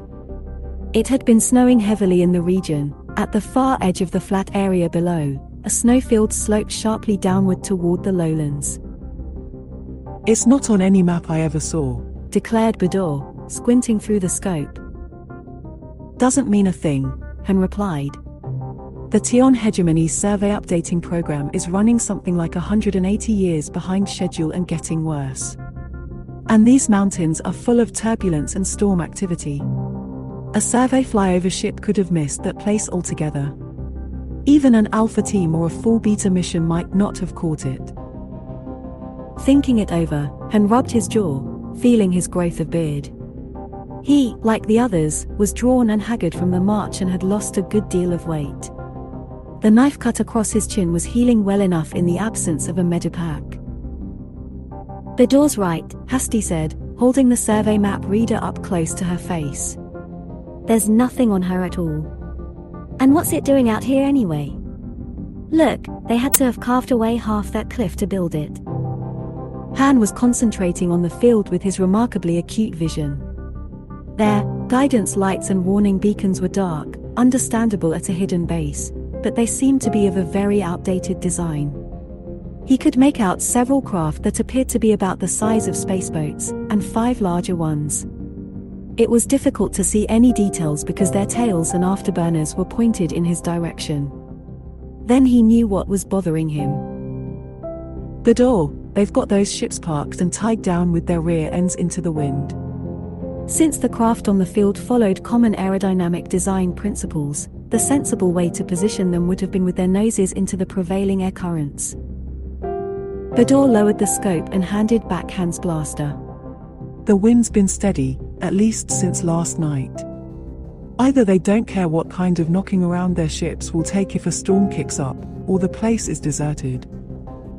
We haven't seen a soul down there, Hasty said. Han turned to Bolux.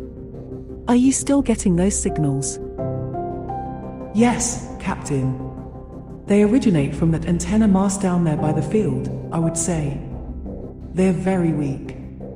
I only picked them up because the summit we climbed was close on a direct line of sight.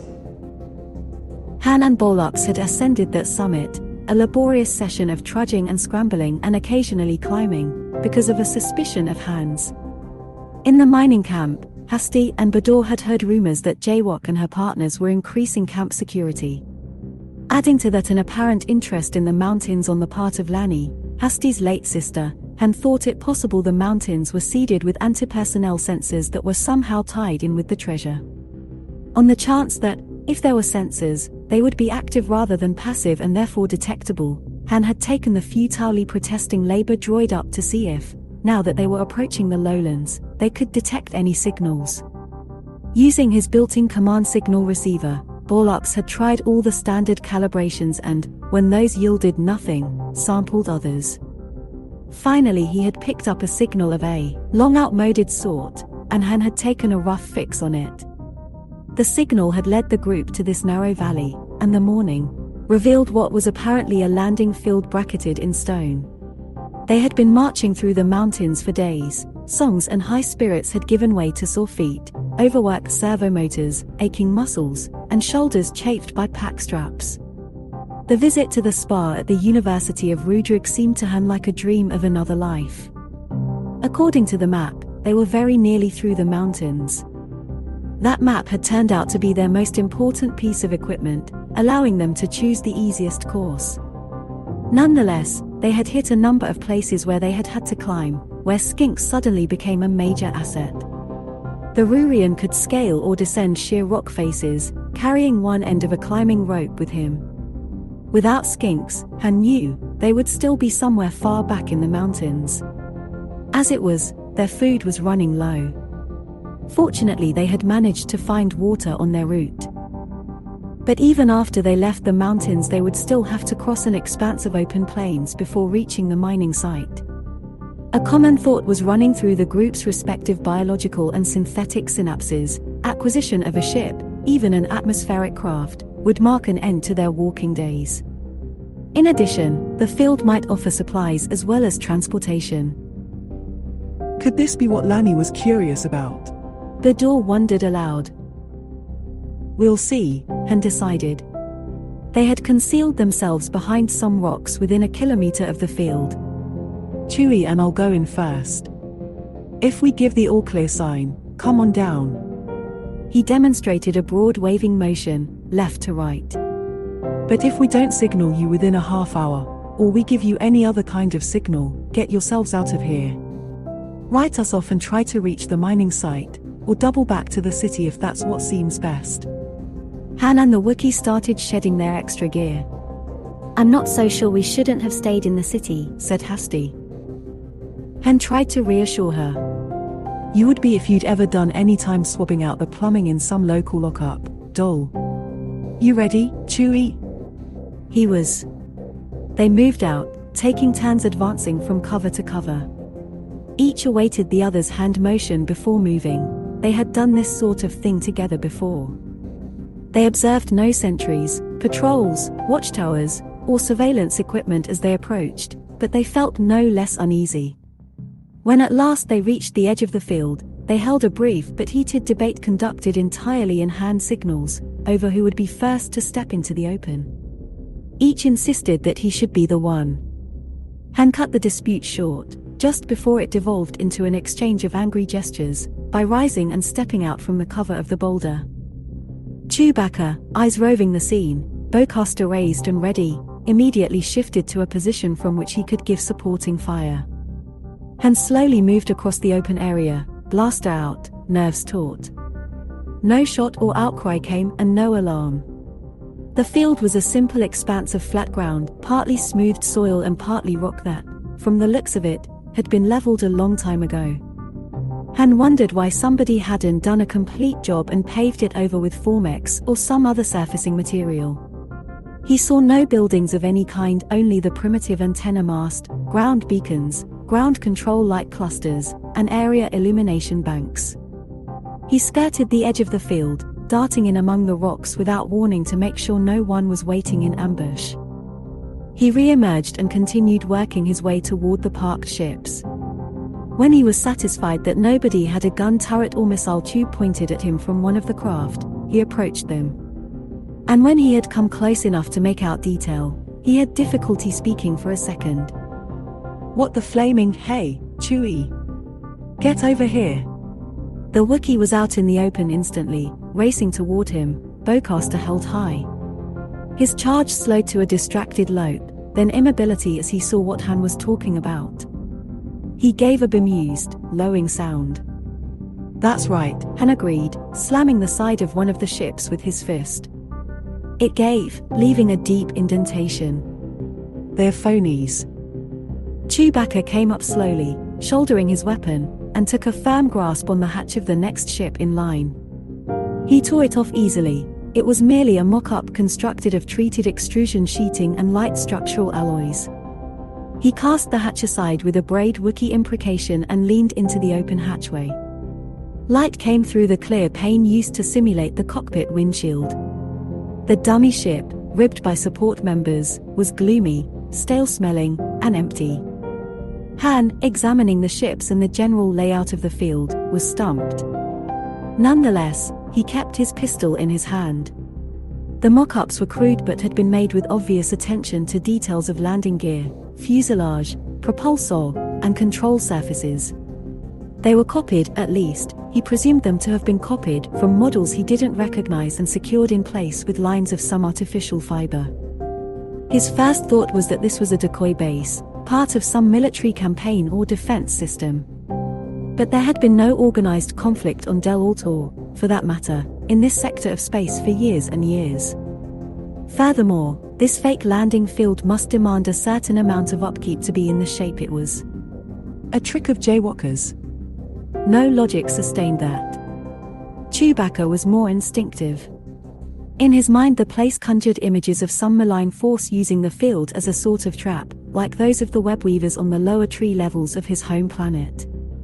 Nervously glancing around, eager to be away, he set one paw against Han's shoulder to get him moving. The pilot shrugged off the paw. Take it easy, will you? This place might still have some stuff we can use.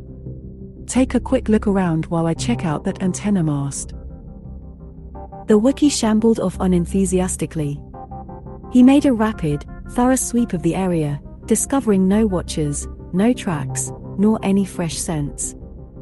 When Chewbacca returned, Han straightened from his examination of the instrument pods at the mast. It runs off some kind of sealed power plant, a little one. It might have started broadcasting yesterday or been going for years and years. I gave the others the signal to come ahead. Chewbacca whined unhappily, wanting only to depart from this place. Han was losing patience. Chewie, I'm getting tired of this. There's receiver gear here that we can use to check for sensors and get a bearing on Jaywalker's mining camp. This thing's been beaming for a whole day at least. If anybody in this miserable solar system were coming, they'd be here by now. That made the entire installation much more of a curiosity, he had to admit, but he didn't mention it, not wanting to make his towering sidekick any more nervous than he already was. Bador, Hasty, Skinks, and Bollux soon appeared and, when they had looked over the bogus landing field, voiced surprise and mystification. This isn't any part of Jaywalker's operation, I'm sure, Hasty said. Bador didn't add anything, but his expression conveyed discomfort. Skinks's antennae were waving a little erratically, but Han chalked that up to the Rurian's timidity. All right, the pilot said briskly. If we work fast, we'll be out of here inside of an hour. Bollocks, I want to patch you and Max in on some of the equipment. One of Max's adapter arms ought to fit. The rest of you fan out and keep your eyes open. Hey, Skinks, you feeling okay? The little Rurian's antennae were waving even more pronouncedly now. His head wobbled for a moment, then he shook himself. Yes, I felt strange for a second, Captain. Strain of the journey, I should imagine. Well, hang in there, old fellow. You'll make it. Han started off with the labor droid while the others began spreading out. Then he heard a panicked squeak and whirled to see Skinks collapse in a multi-legged heap, antennae vibrating.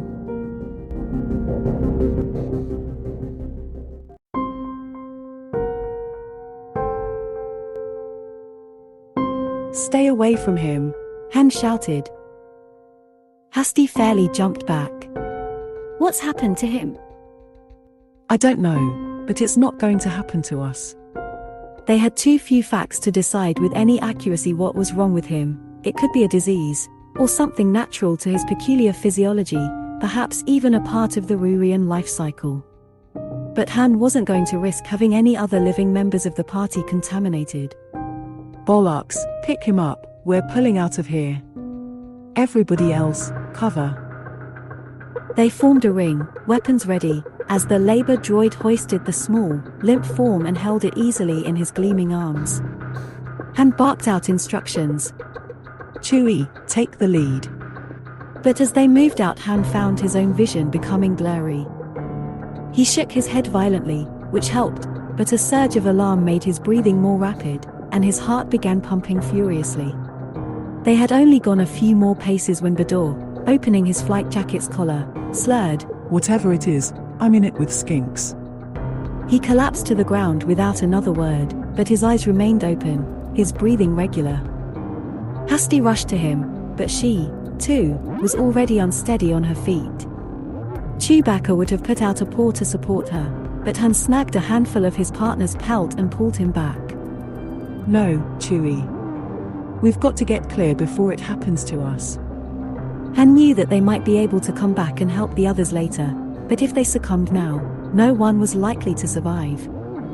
Without warning, Han's legs gave way. The Wookiee, chugging like a steam engine, shifted his bowcaster to one hand and reached for his friend. His prodigious strength seemed to give him additional resistance to whatever was affecting the others. He considered running for it, for Han's statement that someone must get clear was correct. But the Wookiee code of ethics left no room for desertion. Tugging at his friend, he made a mournful sound. Chewbacca wrestled his partner's slack body up onto his shoulder. Han, eyes still open, unable to speak, watched dully as the world spun by. Showing his fangs, the Wookiee put one broad foot in front of the other with determination. After a gallant struggle that brought him almost to the edge of the field, Chewbacca sank to his knees, nearly struggled up again, then pitched forward. Han regretted numbly that he couldn't tell his friend what a good try it had been. Bollocks now found himself in a crisis of decision. All actions and inactions pointed to members of the group coming to harm or dying. Resolving a course of action nearly burned out his basic logic stacks. Then the droid put Skinks down, and the Rurian curled up into a ball by reflex. Bollocks began the task of dragging Han Solo to safety. The pilot was, in the droid's evaluation, the one most likely to aid the others by virtue of his talents, turn of mind, and stubbornness. As it happened, Chewbacca's fall had left Han in a position from which he could see Bollocks approach. He wanted to tell the droid to take Chewbacca instead, but could form no words. Han's view of the droid was suddenly blocked by fantastic figures that leaped, capered, and circled around Bollocks, gesturing and gibbering at him. They were dressed in bright costumes that were half uniform, half masquerade costume, and wore fantastic headgear, elaborate contrivances that suggested both helmet and mask. Even in his stupor, Han registered the fact that they carried firearms of diverse types. Han thought them to be humans. After a quick conference among themselves, the new arrivals began to push, pull, and shoo the distraught droid, forcing him out of Han's field of vision. The pilot was unable to move his head to follow the action. A masked head thrusting close to him, examining him, but Han couldn't move back or even flinch. The globular mask bore a strong resemblance to a high-altitude or spacesuit helmet, but many of the details of instrumentation, pressure valves, hookups, and couplings were painted on. The air hoses and power supply cords were useless tubes that dangled and swirled as the mask moved. Unintelligible words in a male human voice rang hollowly. Han felt himself being lifted, but distantly, as if he had been packed in a crate of dunnage beads. Incidental views showed him that the same was happening to all the others except Bollocks, who seemed to have disappeared altogether.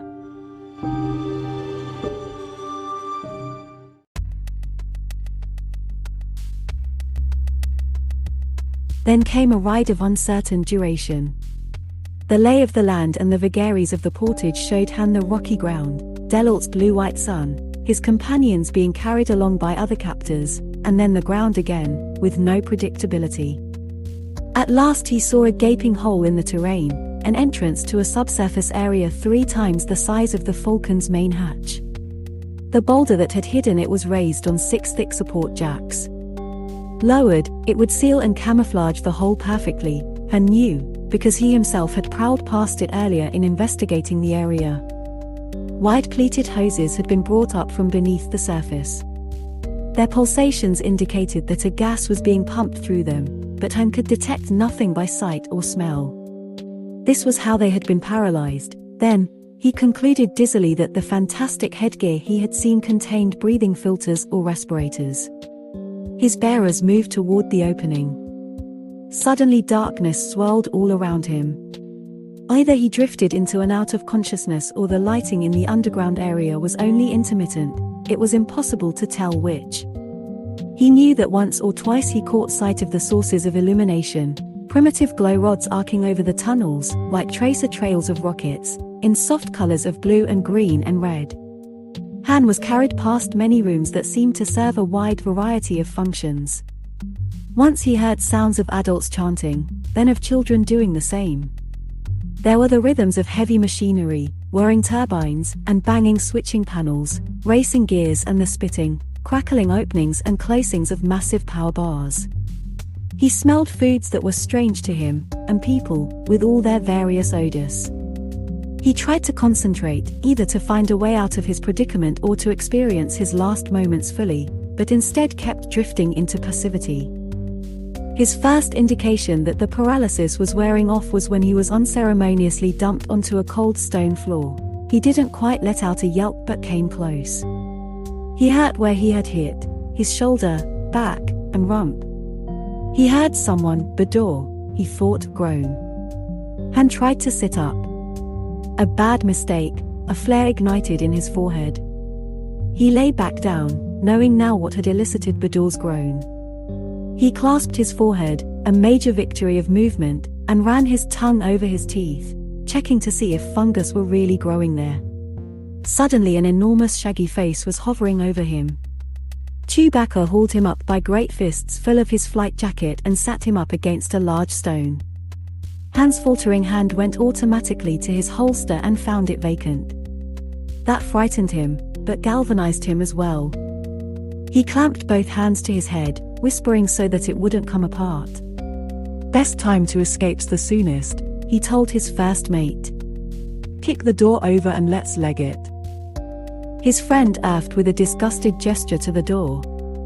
Han made a major effort and looked up, setting off little shooting stars on the periphery of his vision. The door was barely discernible, an oblong of stone fitted into the wall so tightly that barely a hairline crack showed. There was a glow rod on either side of it, but the rest of the room was unlit. Han frisked himself, no tools, no weapons, not even a toothpick. Bador and Hasty had been dumped together. Skinks was still rolled in a tight ball, but of Borlux there was no sign. The Wookiee plucked Han to his feet, and the pilot moved to one of the glow rods and pulled it from its socket. The filament retained enough power to run independently for some time. Han moved farther into the chamber, waving the light as he explored. His partner trailed behind, huge fists ready. Check the size of this place. Han found the breath to whisper. The Wookiee grunted. The stone ceiling arced away into the gloom beyond the light. Han came upon row after long row of low stone monoliths, about the height of his sternum, twice as wide as they were high. He couldn't see an end to them. A voice behind them made both partners jump. Where are we? It was Hasty, who had just recovered enough to rise and follow. And what are those things? Shelves. Work tables. Runways? Han added, wincing at the throbbing in his head. Paperweights? Who knows? Let's look the rest of this granite gymnasium over. At least, he thought, moving about would help counteract the paralysis. Best to let the others rest for now. But a search of the gargantuan room, which was about the size and shape of a medium spacecraft hangar, yielded no other doors, No other features at all, simply a vast space filled with the stone slabs. The whole mountain's probably hollow, Han conjectured, keeping his voice low. but I don't see how those hopping halfwits we saw could have done it. They started back toward the door. Chewbacca uttered a low sound. Han translated. He's saying how dry it is in here. You'd expect it to be damp, from condensation if nothing else. Their footsteps clacked and echoed. By that time Bador was sitting up and Skinks had uncurled. Interrupting one another with several simultaneous conversations and frequent crossovers, they established the bare facts of what had happened. What will they do with us? Skinks asked, not concealing his trembling. Who knows? Han responded. But they took Borlux and Max. I hope those two lads don't end up as drill bits and belt buckles. He regretted now his own and Chewbacca's abuse of the aircraft mock-ups on the landing field, and wondered if this was the standard treatment of vandals, recalling the swimmer Shazin's comment that few travelers made it through the mountains. Anyway, they haven't killed us out of hand, that's one thing in our favor, right? Skinks did not seem comforted. I'm thirsty, Hasti announced, and hungry as a Wookiee. I'll summon room service, offered Han. Marinated range squab for 4. We'll get the place redecorated while we're at it. She snorted. You should get the auto valet, Solo, and feed yourself into it. You look like a jet juicer just off an 8-day twister. Amused, Han glanced at her, giving her a long-suffering smile. Then he sighed and sat down with his back against one of the stone slabs. Chewbacca lowered himself next to Han. Hey, partner, forward guard to your center's flanking slot, 6 win-lose units. Chewbacca fell into deep concentration, chin on fist, envisioning the game board match they would be playing on the Falcon. Without computer assistance, playing was much more difficult and involved, but it might help pass the time. Hasti went to stand before the chamber's single door. Han looked up and saw that her shoulders were shaking, as was the glow rod she held in her hand. He got up and went to comfort her, assuming she was weeping, but she pushed his hand away, and it dawned on him that she was trembling in anger. Without warning, the girl flung herself at the door, swinging the glow rod. It burst into splinters and a shower of sparks and blazing shards. She pounded the stone with the stump of the glow rod, kicking it and beating it with her free hand, ranting maledictions she had learned in a life among the mining camps and factory worlds of the Tion hegemony. Han and Bador approached her when the worst of her rage seemed spent. Nobody's locking me under some old mountain to rot, she yelled. She swung randomly at the men with the battered stump of the glow rod, and they found it more politic to duck than to grapple. Part of that treasure's mine, and nobody better try to cut me out of it. Chewbacca had watched the proceedings curiously. Hasti dropped the glow rod stump and sat down next to the Millennium Falcon's first mate. Han was about to say something, if only to comment on the intensity of her avarice, when a glissando from Skinks's flute sounded through the room. The Rurian still wore his instruments. They had been cradled to his middle, concealed by his woolly coat, when he had curled up. He was tuning them in an absorbed way, shutting out his current distress, and went to listen while Bador stayed at the door to study it with the remaining glow rod. In the half-light, Skinks played a haunting tune full of longing and loneliness. Han dropped down next to Hasti and together they listened. The music made strange play with the acoustics of the vast space. Skinks paused. This is a song of my home colony, you see. It's called By the Banks of the Warm, Pink Zedgag. It's played at cocoon weaving time, when the cycle's crop of larvae gather to go chrysalis. At the same time the previous cycle's cocoons open and the chroma wings come forth to exude their pheromones, which draw them to one another. The air is sweet and light then, gaiety is there. A large globule of emotion secretion gathered at the corner of each facete red eye. This adventuring has been educational, but most of it is nothing more than danger and hardship a very long way from home. If I were ever to come to the banks of the Zedgag again, I would never leave. He resumed playing the sad melody. Hasti, gazing vacantly into the darkness, was disheveled, but looked attractive nonetheless, nearly as pretty as when she had been gowned and primped on board the Falcon. Han slipped an arm around her and she leaned against him, scarcely noticing him. Don't fold until the hand's over, he encouraged her quietly. She turned to him with a labored smile, brushing her dirty fingers against his stubble of beard, tracing the raw scar across his chin. You know, this is an improvement, Solo. You're not slick now, not so smooth and careless. He leaned toward her and she didn't turn away. And then he kissed her. There was some question as to who was more surprised. Without parting, they settled into a more comfortable embrace, and gave the kiss serious attention. Skinks's music carried them along. She shoved herself free at last. Han, stop it, please, stop. He retreated, confused. The last thing I need is to get involved with you. Sounding wounded, he asked, "What's wrong with me?" You run all over people and you never take anything seriously, for starters. You joke through life with that silly smirk on your face, so sure of yourself I want to bounce a rock off your skull. She kept him at arm's length. Solo, my sister Lani inherited Dad's guild book, so she had pilot status here in the Tion. But I had to work any job I could get. Mess hand, house girl, Senate crew, I've done them all in the camps, the mines, the factories. I've seen your type all my life. Everything's a big laugh, and you can charm the daylights out of people when you feel like it, but you're gone the next day and you never look back. Han, there are no people in your life. He protested. Chewie is your friend, she cut him off, but he's a Wookiee. And you've got that pair of mechanical cohorts, Max and Bollocks, and that hotshot starship of yours, but the rest of us are temporary cargo. Where are the people, Han? He started to defend himself, but she overrode him. Chewbacca, intrigued, forgot about his next game board move. I'm sure you drive the portside girls wild, Solo. You look like you just stepped out of a holo thriller. But I'm not one of them, never was, never will be. She softened a bit. I'm no different from Skinks. On my birth world there's a stretch of land my parents used to own. I'm going to get my cut of the treasure, I swear on my blisters, and buy it back if I have to purchase the whole planet. I'll build a home and take care of Bador, because he took care of Lani and me. I'll have things of my own and a life of my own. I'll share it if I meet the right man, but I'll live without him if I don't. Solo, light housekeeping in a starship isn't my idea of a dream come true.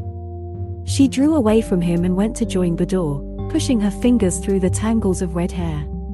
Skinks finished his sad song, then lowered his flute. I wish I could see the home colony one more time, the air filled with the chroma wings and their pheromones and the sounds of their wooing. What would you wish for, Captain Solo? Staring absently after Hasty, Han shrugged. Stronger pheromones. Skinks started. Then, sides rippling, began chortling in the Rurian version of convulsive laughter, issuing chittering, high-pitched giggles. Chewbacca loosed a sustained howl of amusement, slapping his thigh with a huge paw, his manner shaking. That started Han chuckling ruefully. He reached up and gave Skinks a push. The Rurian rolled over onto his back, tittering and kicking his short limbs in the air. A guffaw exploded from Bador, and even Hasty, shaking her head in exasperation, shared the joke. Chewbacca slapped Han's shoulder, whereupon the pilot fell sideways, barely able to breathe for laughing. In the midst of it all, the door swept open. Bollocks was ushered in and the door closed before any of them could do more than gape. In another moment they had congregated around the droid, elbowing one another, their demands for information and their questions interrupting one another's. After a few seconds Bador shouted everyone down. They quieted, realizing he would ask the same questions as they anyway. What's happened? Who are those people? What do they want from us? Bollocks made the strangely human self-effacing sounds he employed in approaching a delicate subject. There's rather a surprising story here. It's somewhat complicated. You see, long ago, there was... Come on, Bollocks! Han shouted, cutting through the cybernetic rhetoric. What are they going to do with us? The droid sounded dismayed. I know it sounds absurd in this day and age, sir, but unless we can do something, you're all about to become a human sacrifice.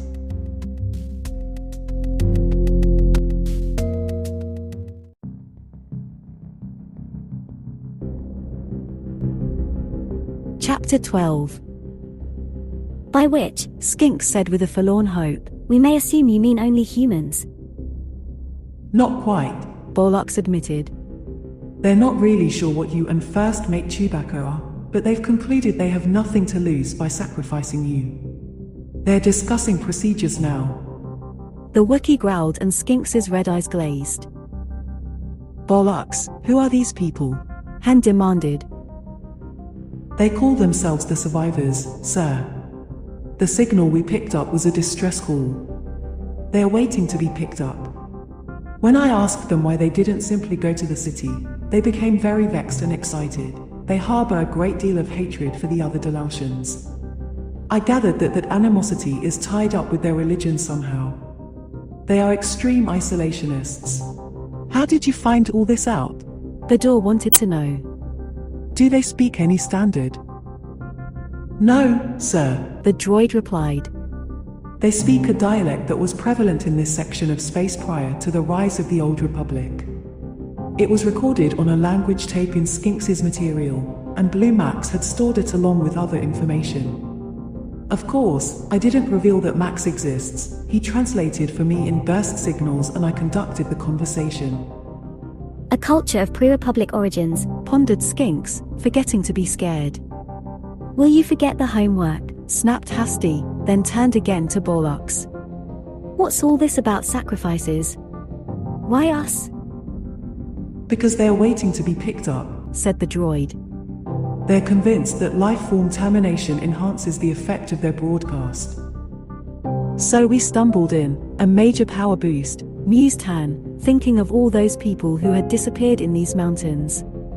When's the big send-off? Late tonight, sir. It has something to do with the stars and is accompanied by considerable ritual. We've got just one trump card left, Han thought, then said, I think that'll work out just fine. Their captors wasted no food or drink on them, which Han loudly proclaimed an indication that they had fallen into the hands of a low-class outfit. But they still had plenty of time to question Bollocks. The Mountain Warren was indeed a large complex, though it apparently housed what Bollocks estimated to be no more than 100 people living in a complicated family clan group. Asked why he had been separated from them all, the droid could only say that the survivors appeared to understand what automata were and held them in some awe. They had been adamant about the need to go forward with the sacrifice, but had bowed to his demands that he be permitted to see his companions. On the details of the sacrifice, Bollocks was less clear. Ceremonial objects and equipment were being moved to the surface even as they spoke. The sacrifice was to take place on the mock-up landing field. Although the droid had been unable to locate the confiscated weapons, the captives decided that any attempt at escape would have a better chance of success if made on the surface. Han revealed his plan to the others, vague as it was. There are a lot of things that could go wrong, Hasty protested. Han agreed. The worst of which is getting sacrificed, which will happen anyway.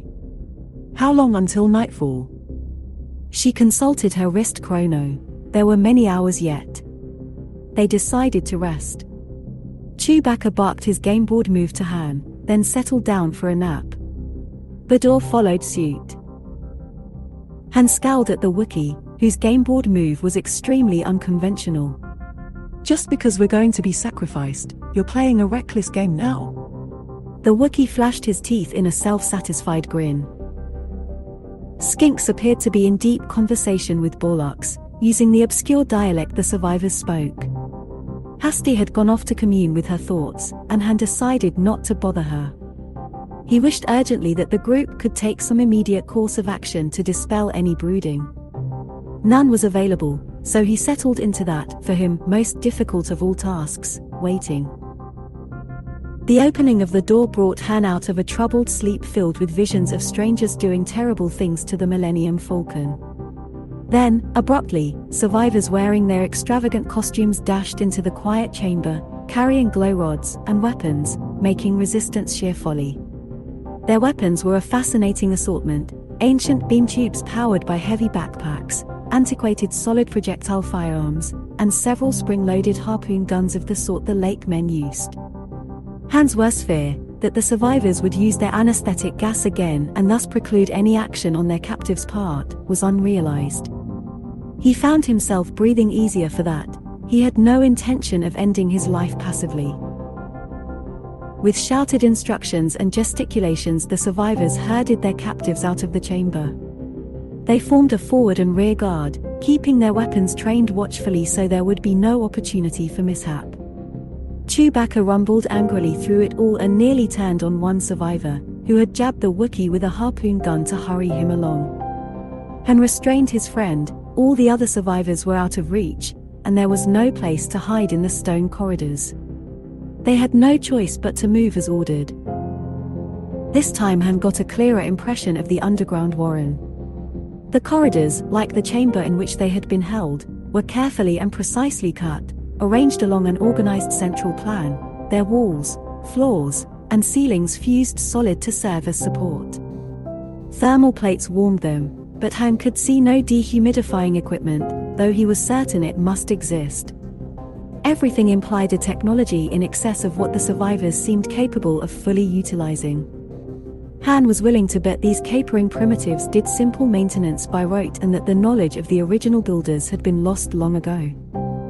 He saw non-helmeted survivors for the first time, main-breed humans who, aside from an unusual number of congenital defects, were unremarkable. The prisoners passed heated, well-lit hydroponic layouts. The glow rods and thermal plates in them made Han wonder about the power source, something suitably ancient, he presumed, perhaps even an atomic pile. Bador's thoughts had been paralleling his own. Regression, The old man said. Maybe the base was built by stranded explorers, or early colonists. That wouldn't explain their unreasoning shunning of the other Delautians, Skinks put in. They must have taken elaborate precautions to avoid notice all this time, even in these desolate. He was silenced when a survivor singled him out with the end of a beam tube, gesturing with unmistakable fury. Conversation stopped. Han saw that Bollocks had been right. The warren had clearly been built for many more people than now occupied it. In some stretches light and heat had been shut down to conserve power or had failed altogether. They passed a room from which odd, rhythmic sounds issued. For just an instant when he drew even with the doorway, Han had a view of the interior. Colored lights strobed in the darkness, flashing on the walls and ceiling in arresting swirls and patterns. Someone was chanting in the survivor's tongue. Underscoring the chant was the pulsing of a transonic synthesizer, as much felt as heard.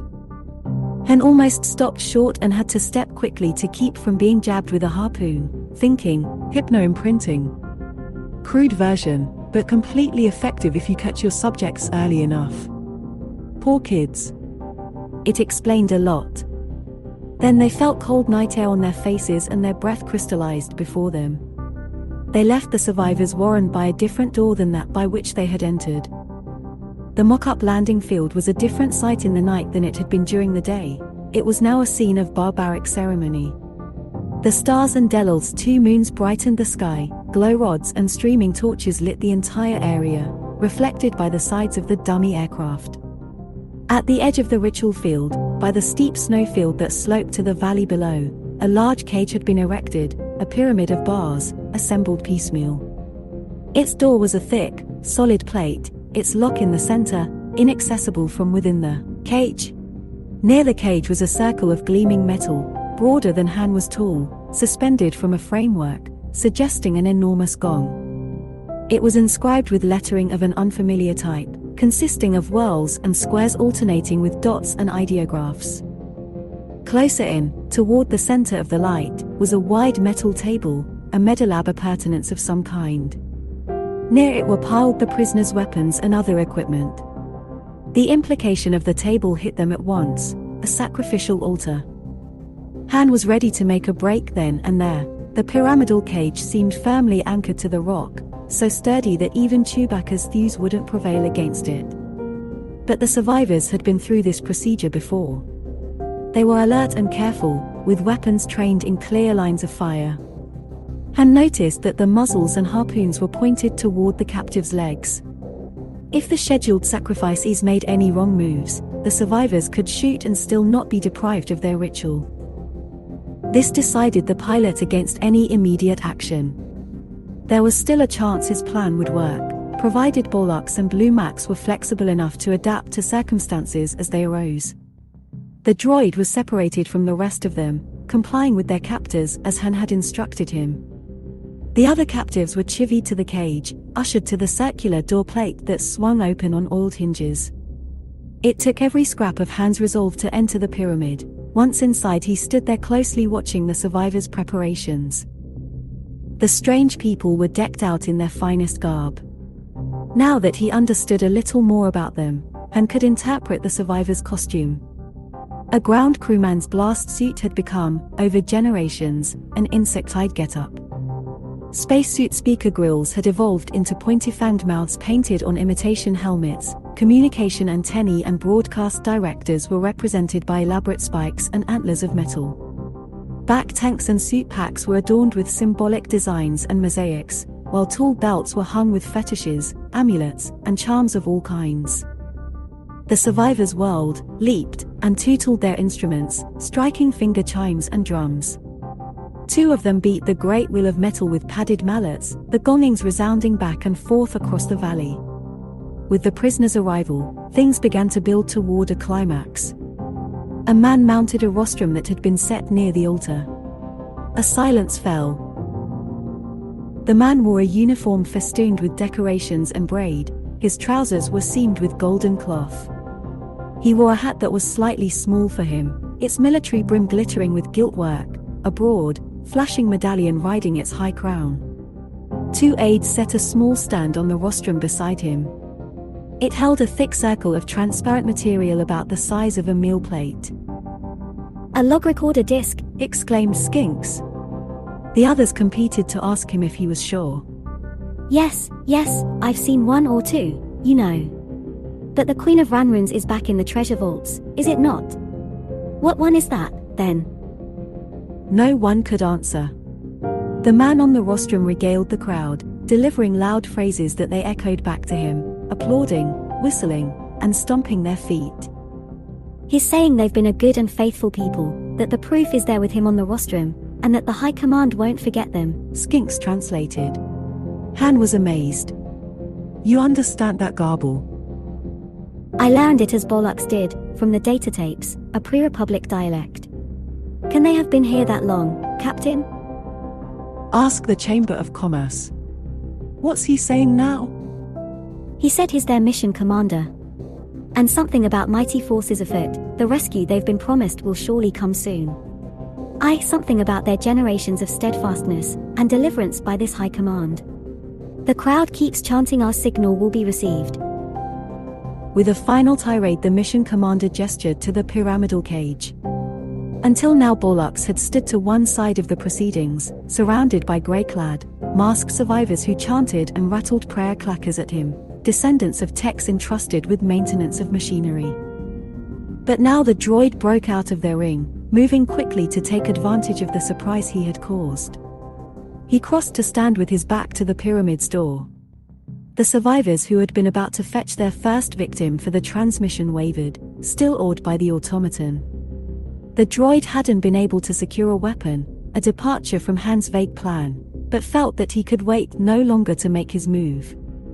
Even in the rush of events, Han wondered about the origin of the survivors' reverence for mechanicals. Surely there had never been a droid or robot through these mountains before. The mission commander was exhorting his followers. Bollocks, his photoreceptors glowing red in the night, slowly opened the halves of his chest plastron. Blue Max, carefully coached by the labor droid, activated his own photoreceptor, playing it across the crowd. Han heard sounds of indrawn breath among the survivors. Max switched from optical scanning to holoprojection mode.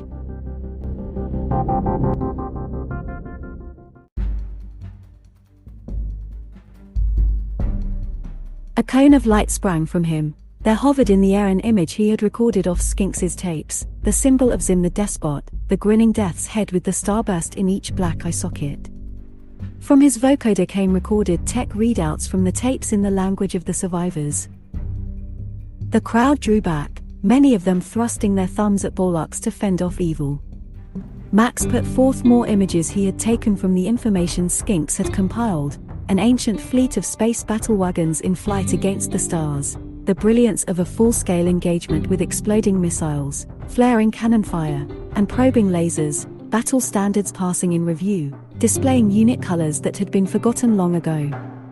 The entire time, the droid was surreptitiously edging to the pyramidal cage's door. While the crowd was riveted to Max's performance, Borlox manipulated the door's handle behind his back. A yell went up from the assembled survivors just as Borlox succeeded in throwing the bolt on the stubborn lock. Blue Max had projected a halo of the war robot's cranial turret that Skinks had brought on board the Millennium Falcon. Max held the image, capitalizing on their response, rotating it to show all sides. The survivors jabbered animatedly among themselves, moving back from the frightening ghost holo. Borlox stepped away from the cage door. Max began running through all the other visual information he had stored about Zim's war robots.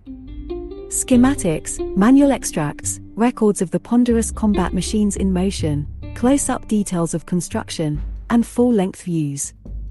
All the while, Borlox moved slowly forward. Step by step the crowd yielded ground, seemingly hypnotized by Max's projections. In the excitement and poor light, nobody noticed that the cage door was now unlocked. "He may not be able to hold them much longer," Han whispered. Borlox was now at the center of a near circle of survivors. "Time to jump," Bedor said. Han agreed. "Make your way to the edge of the field. Nobody stops for anybody else, understood?" Hasty, Bedor, and even Skinks nodded. Unarmed, they could do little except run from the survivors. Each individual would be responsible for his own life. Stopping to give aid would be suicidal and expected of no one. Han swung the door open slowly and stepped through. Shouting, gesticulating survivors were still occupied with Borlox. The mission commander had left his rostrum to try to make his way through the crowd to Borlox, but was having trouble making headway through the press of his own people. Han waited while the others emerged. Chewbacca slipped through the door and moved off like a shadow. Bedor moved with less agility, then hasty. Skinks exited and set off at once for the edge of the field. Low to the ground, he was nearly impossible to see. The Rurian didn't pause or look back. He adhered to Han's directions completely, having acquired some of the necessary makeup of an adventurer. Han moved around the end of the cage to bring up the rear. He nearly backed into Hasty. "Where's Bedor?" she mouthed silently. They couldn't spot him at first, then made out the old man as he nonchalantly strolled around the edge of the crowd, heading for the abandoned altar where the weapons lay. No one paid him any heed. All of them were transfixed by Max's holos of a war robot being put through its paces, firing weapons, and lumbering through basic infantry tactics. "He's going for the guns," Han whispered. Chewbacca, who had also paused, stood with them, watching the old man's progress. "We can't help him now. He either makes it or not. We'll wait at the edge of the field as long as we can." He didn't know if he was happy Bedor was trying for their weapons, feeling naked and helpless without his blaster, or dismayed that the old man was risking his life. Just then a survivor sentry, coming in off his post, stepped out of the darkness and nearly stumbled over Skinks. The Rurian chirped in fear and went into reverse. The guard's eyes bulged in amazement at the woolly, mena-legged creature, then he fumbled for the flame rifle at his shoulder, crying out in alarm.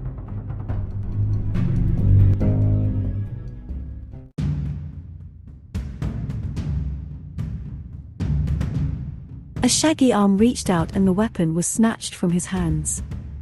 Chewbacca's fist shot through the air and the guard was lifted, stretched out stiff as a post, to fall on the landing field, his left foot quivering. People on the fringe of the crowd had heard the guard and repeated the alarm. Heads turned, In a moment the shout was taken up by many voices.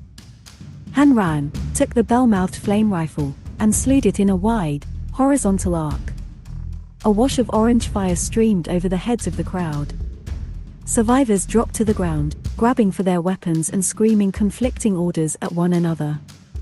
Han could hear the shrieking mission commander trying futilely to bring order out of chaos. Bador, having reached the altar, was out of the crowd's immediate line of sight. He shouldered Chewbacca's bowcaster and bandolier of ammunition and began tucking weapons into his belt. Shots were now being pegged across the field at them. "Keep out of the way," hollered Han, elbowing Chewbacca behind him. He backed slowly, covering the withdrawal and creating a diversion for Bador. He directed his discharges into the ground between himself and the massed survivors, making puddles of fire to spoil their aim and sending intermittent streamers of flame over them to force their heads down. A line of tracer bullets chewed up the field a meter or two to his right, and a pale particle beam barely missed his head. The escapees needed cover badly, but their section of the field was open and offered none. Chewbacca, with sudden inspiration, ran for the gong and, back and arm muscles swelling with effort, lifted it from its support hooks, his widespread arms grabbing it by two carrying handles welded to its back. The slugs, beams, and flames of the firefight dissected the air. The survivors' shots were gaining in accuracy, though they weren't used to such a pitched battle.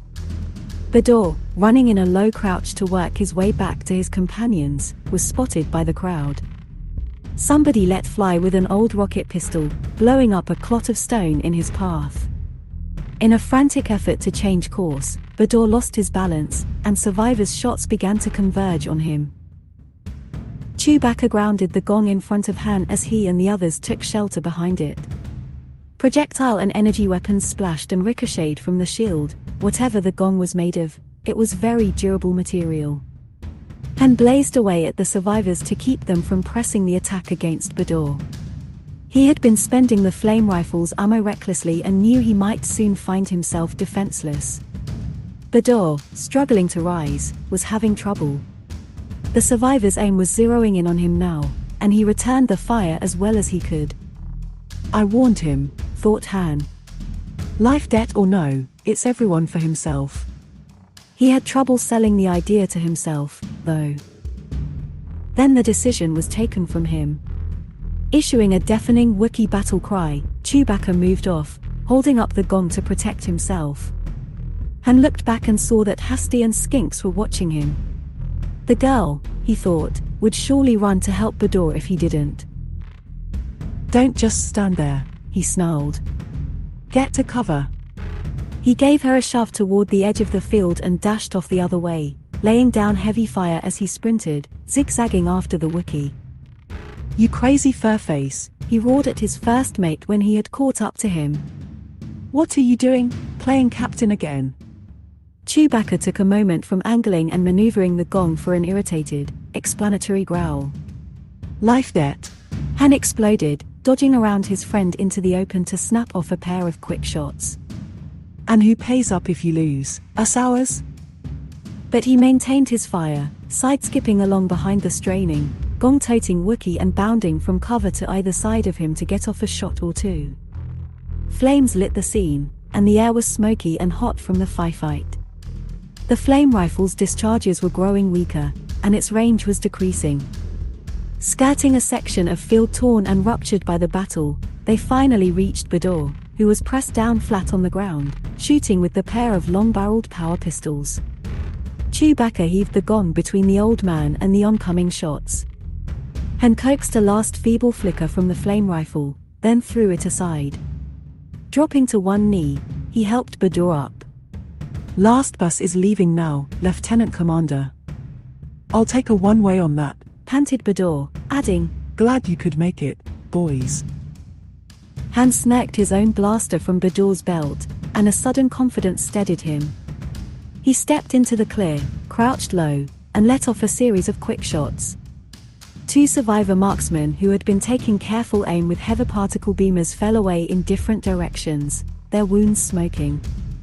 Han ducked back, waited a beat, then stepped into the open again on the same side of the gong. eluding the aim of those who had been waiting to see him emerge on the opposite side. His bolts dropped 2 more enemies from the ragged firing line. But survivor flankers could be seen in the wavering light, fanning out to either side in an effort to cut off retreat. Let's jump, Han cried. Chewbacca began backpedaling, still holding the gong, and headed for the field's edge as Bador and Han kept up the most intense fire they could, pinning down the survivors facing them and impeding the flankers. Their energy weapons lit the night, answered by bullets, blaster bolts, needles, harpoons, particle beams, and gushes of flame. Han occasionally assisted the Wookiees' progress with a judicious shove. Someone came toward them. Bador nearly burned the silhouetted form before Han batted the power pistol aside. Bollocks! Over here! The droid somehow made it to the gong's cover. They withdrew step by hotly contended step. A group of survivor flankers was nearly in position to enfilade them, crouching by the antenna mast. Bador held both long-barreled weapons up side by side and fired at the flankers. Men fell and the instrument shorted out, the mast's power supply was drained in a swirl of energy, and the mast fell, wreathed in crackling discharges. It crashed into the rostrum and rostrum, frame, and log recorder disc went up in flames. Han heard his name called. Skinks and Hasty crouched at the edge of the field. Firing and scrambling, the others joined them. We can't retreat down that snowfield, it's too steep, Hasty declared, and even Chewbacca couldn't carry that gong down. We'd make perfect targets out there. Han dealt out a few more shots, pondering her reasoning and their lack of alternatives. Then Chewbacca, surveying the situation, barked a quick scheme to him. Partner, you are crazy, Han exclaimed, not without a certain respect. But he saw no non-fatal alternative. What's keeping us? He pulled the others closer and explained the plan. They readied themselves, having no time for fear or doubts. Then Han yelled, Chewie! Go! The Wookiee backpedaled to the edge of the field, whirled, stooped, and laid the concave gong down, its curved surface indenting the hard, icy snowfield. Han fired furiously. Bador dropped awkwardly onto the gong and grabbed a carrying handle. Bollocks climbed onto the opposite side of the rim, locking servo grips onto 2 more handles. Skinks swarmed aboard and clung tightly around the droid's neck, antennae flailing. Hasty braced herself next to Bador, and Chewbacca had to brace his broad feet in the snow at the tug of the gong's weight. Han still stood, keeping up a heavy volume of fire. He shouted, I'll pile on last. Chewbacca didn't take time to argue. He swept out one long arm, gathered his friend in like a child, and threw himself onto the gong. Shots from the survivor flankers crisscrossed overhead. The Wookiees' impetus and weight gave them a quick start. The gong gathered speed, spinning and sliding as it cut along the icy slope. Chewbacca lifted his head and uttered a foghorn-like hoot of elation, to which Skinks added a wee-hee. The gong tilted and rotated to the left as it swished across the snow. Chewbacca threw his weight the other way. They bounced and slid on a fairly even keel for a few seconds, then hit a small rock outcropping in the snowfield. They were airborne, all hands seeking a grip and flailing to stay aboard. To fall from the gong now and slide the rest of the way without protection would mean severe laceration by ice shards and shattered bones from the hardened patches and rocks. They came down again with a breath-stealing jolt. Everyone, miraculously, contrived to cling to the bucking, jarring gong. Han grabbed Hasty, who, in helping Bador, had nearly lost her own grip. The Falcon's master encircled her waist with his free arm while she clenched a handful of Bador's flight jacket. Bador, in turn, had locked legs with Chewbacca, helping the Wookiee steer by leaning and tugging at the handles. Chewbacca, like the others, could barely see. Their headlong speed through the icy air had stung everyone's eyes to tears and was numbing their exposed skin. In leaning abruptly to the side, the Wookiee succeeded in guiding their mad descent around a prow of stone that would have smashed them all, but in the process he lost his balance. Bollocks quickly shifted his central torsional member and secured his legs around the Falcon's first officers. Bador held on to Chewbacca, too, reaching out with a free hand to help steady the Wookiee. But in doing so he saw he was about to lose Chewbacca's bowcaster and bandolier.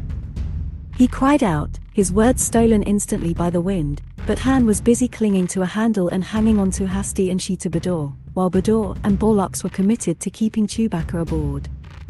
Meanwhile, the Wookiee devoted all his attention to what could only in the most ludicrous sense be termed steering. And so Skinks, facing the fact that only he was free to act, released his grip on the droid with all but his last set of limbs. He was dragged around at once, very nearly snapped like a whip, reaching with his free extremities. Just as Bador's scrabbling efforts to hang onto the bowcaster failed, Skinks got close enough to grasp the weapon and was abruptly thrown in the other direction as the gon changed course again. The small Rurian now clung to his only mainstay, Borlox, by the digits of his lowermost limbs, which clenched precariously on the droid's shoulder pauldron. But he determinedly hung onto the weapon and ammunition, knowing they might be needed badly and that there was no one to catch them if he failed.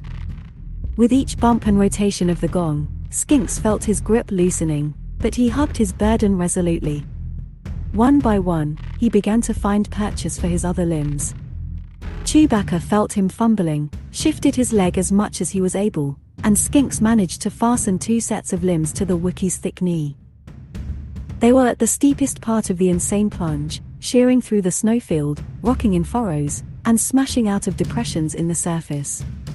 Several times Han saw energy beams of various hues register hits in the snow, but always far wide of their mark. As targets go, we must be pretty fast and furious. He clung doggedly, fingers, ears, and face numbed by the cold, eyes streaming a constant flow of tears. My fingers are slipping, cried Hasti with unmasked fear. I can't feel them. Han knew with a sense of utter futility that he could do little to help her. He gripped her as tightly as he could, hoping that his frozen fingers would hold. Bador yelled, "We're slowing down!" Chewbacca bellowed pure joy. Hasti began to half laugh, half sob. The gong had reached a gentler portion of the slope close to the foot of the snowfield and was losing speed moment by moment. The bumps and jolts became less dramatic, the spinning less pronounced. In seconds they were coasting. "An excellent job, first mate Chewbacca," Borlox was saying, when suddenly the gong's rim hit a slab of rock that lifted it into the air like a jump ramp. Frozen hands, servo grips, Rurian digits, and Wookiee toes, all lost their final struggle. The gong threw them free. Human bodies, the tubular Skinks, a yowling Chewbacca, and gleaming Borlox sailed through the air on assorted trajectories, cartwheeling, tumbling, spinning, and falling.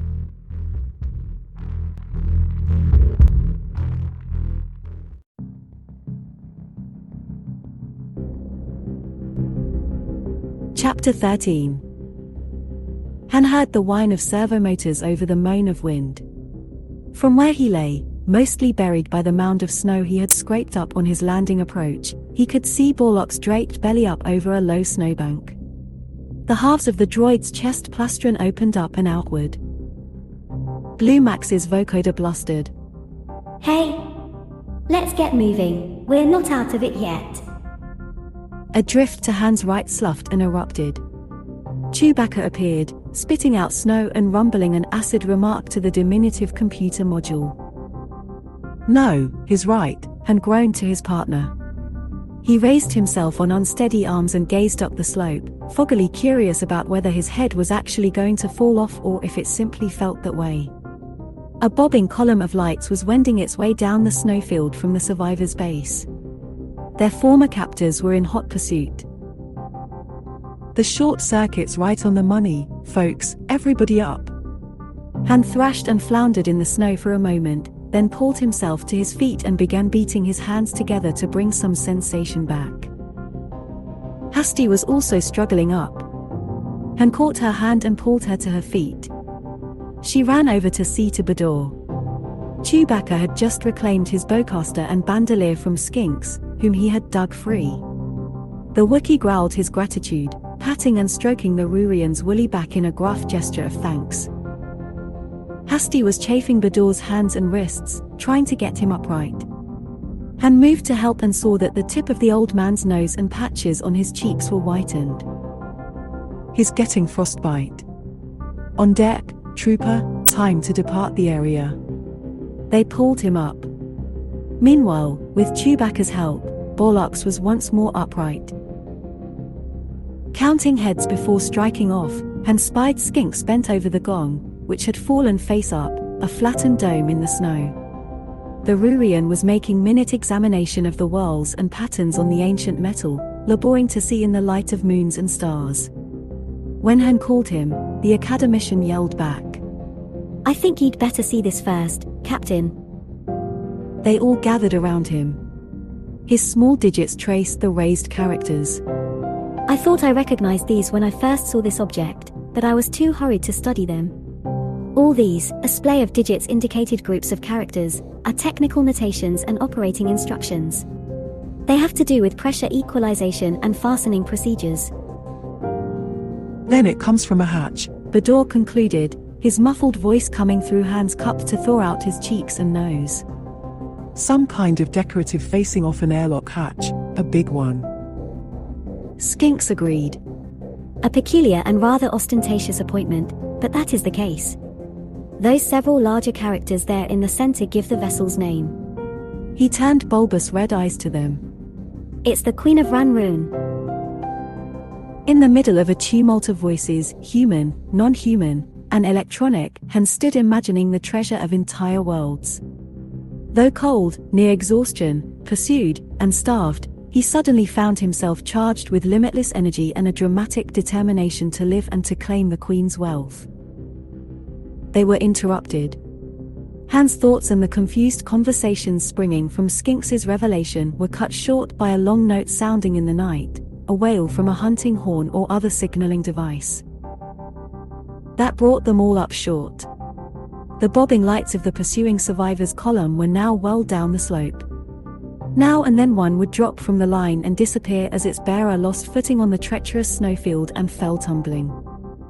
Led by Han, the escapees set out in a staggering string, helping one another as well as they could. Fortunately, the snow wasn't very deep. They reached down to scoop up handfuls of the stuff to melt in their mouths, trying to relieve the dehydration of their captivity. Beating his gloved hands together, Han considered what the hatch cover might mean. Were the survivors guarding Zim's treasure in their mountain warren? What had become of the Queen of Ranroon? Hasty caught up to him in the struggling line of march. Solo, I've been doing some thinking. The congregation back there isn't just tooting their horns to hear the echoes and let us know they're coming. I think they have patrols out and are calling the forces out on us. He stopped, deriding himself for having been preoccupied with the treasure. Hasty repeated her reasoning to the others. We're not too far from the snow line, Bador observed. Perhaps that's the limit to their territory. Han shook his head. We messed up church for them and left quite a few of them in some pain. They're coming for blood and they won't stop just because the snow does. We'd better take up a better formation. Chewie, walk the point. The Wookiee padded off quietly. Cold and snow didn't bother him. Protected by his thick pelt, he slipped off, keeping to the cover of the increasingly frequent rocks and boulders. The others followed more slowly in his wake, slowed because they were bereft of his giant, supportive strength. But within minutes the Wookiee was back to draw them down into the cover of a particularly large boulder and tell Han, in quick gutturals, what he had encountered. There are more of them, coming up this way, Han translated.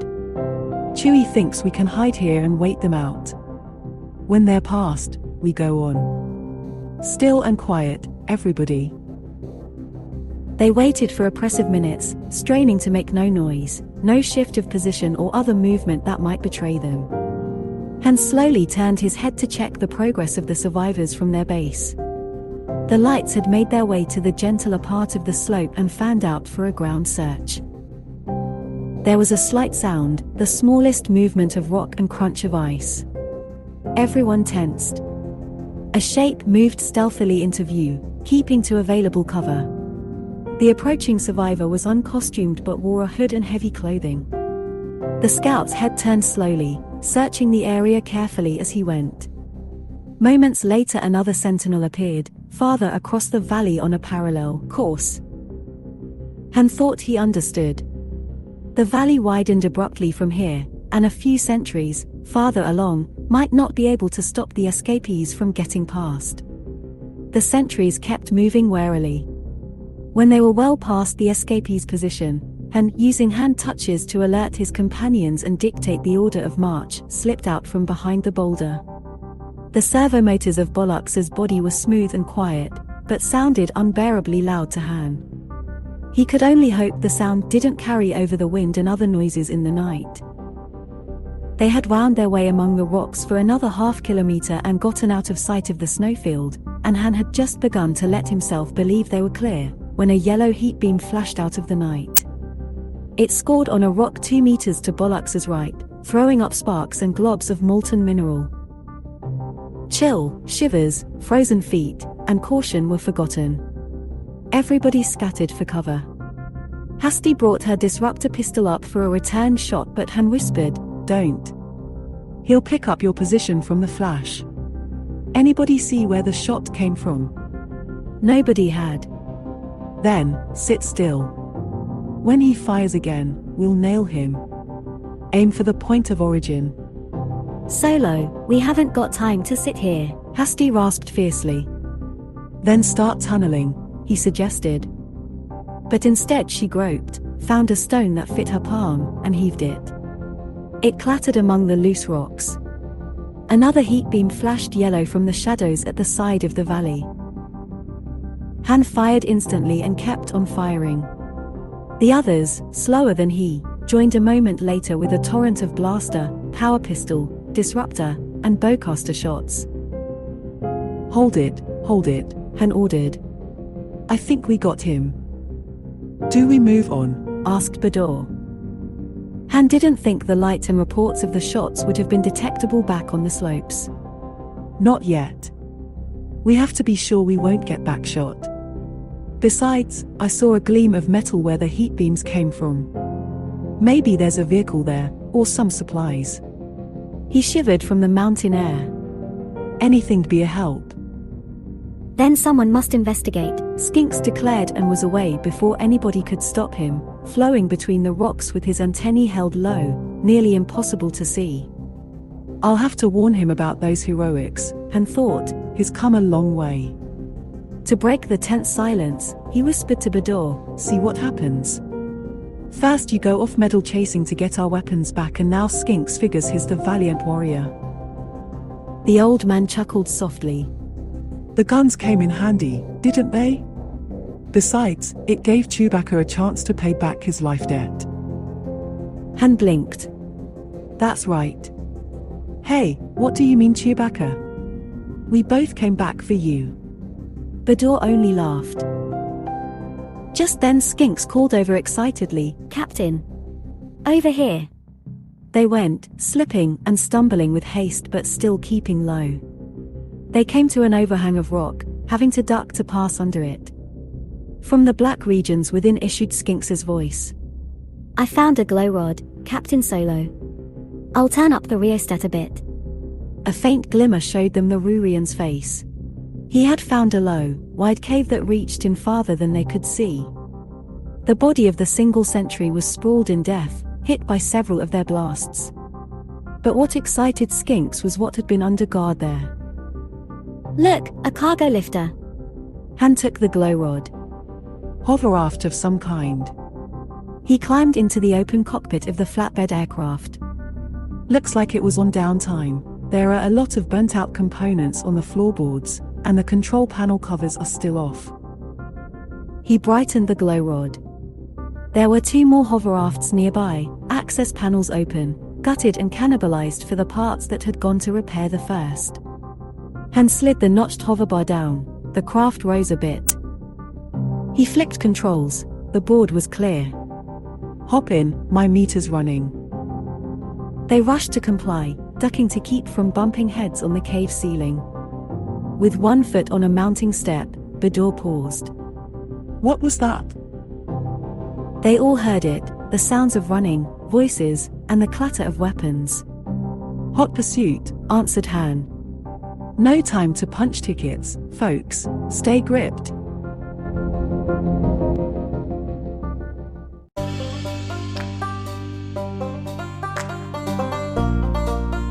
He rammed up the impeller control, red zoning the engine. The hovercraft shot out of the cave, nearly losing Borlox, who had been in the process of boarding. Bador and Chewbacca dragged him aboard. The survivors were closer than Han had thought. They had assumed positions around the cave and were closing in on it. The hover raft zoomed from the cave near ground level, engines complaining. 1 or 2 survivors had the presence of mind to shoot as the raft flashed by, but most either stood frozen or sought a lower elevation to keep from being run down.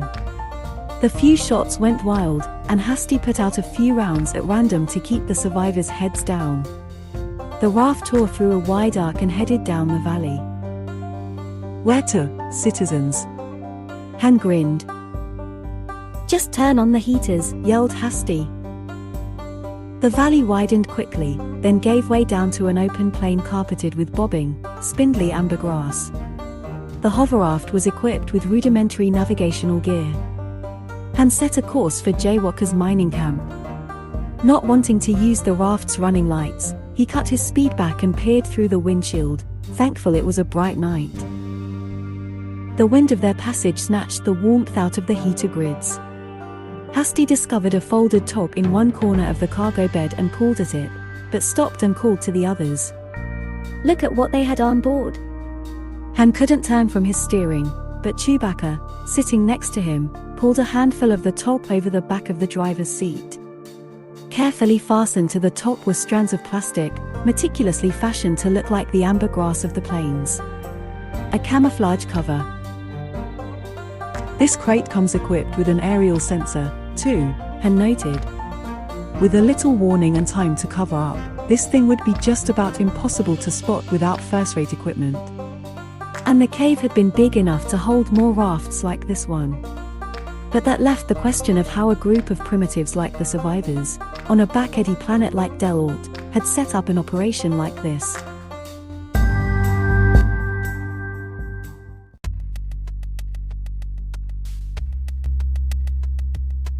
Han slowed just enough for Chewbacca to wrestle the collapsible canopy into place. They crowded onto the short couches of the cramped pilot-passenger compartment, lit by the glow of the dashboard instruments and Bollux's photoreceptors. Outside, the moons and stars lit a sea of waving grassland as it blurred under the raft's darkened bow. Eventually the heaters made some headway, and Han opened his flight jacket. Bador sighed. If that was the Queen's log recorder disc back there, we can write it off. The antenna mast destroyed it completely. Han posed the question, but how did the survivors get it in the first place? I thought it was back in the vaults. They were talking like it's been theirs all along, Hasty put in, shifting in a futile attempt to find more room between Borlox and Bador in the back seat.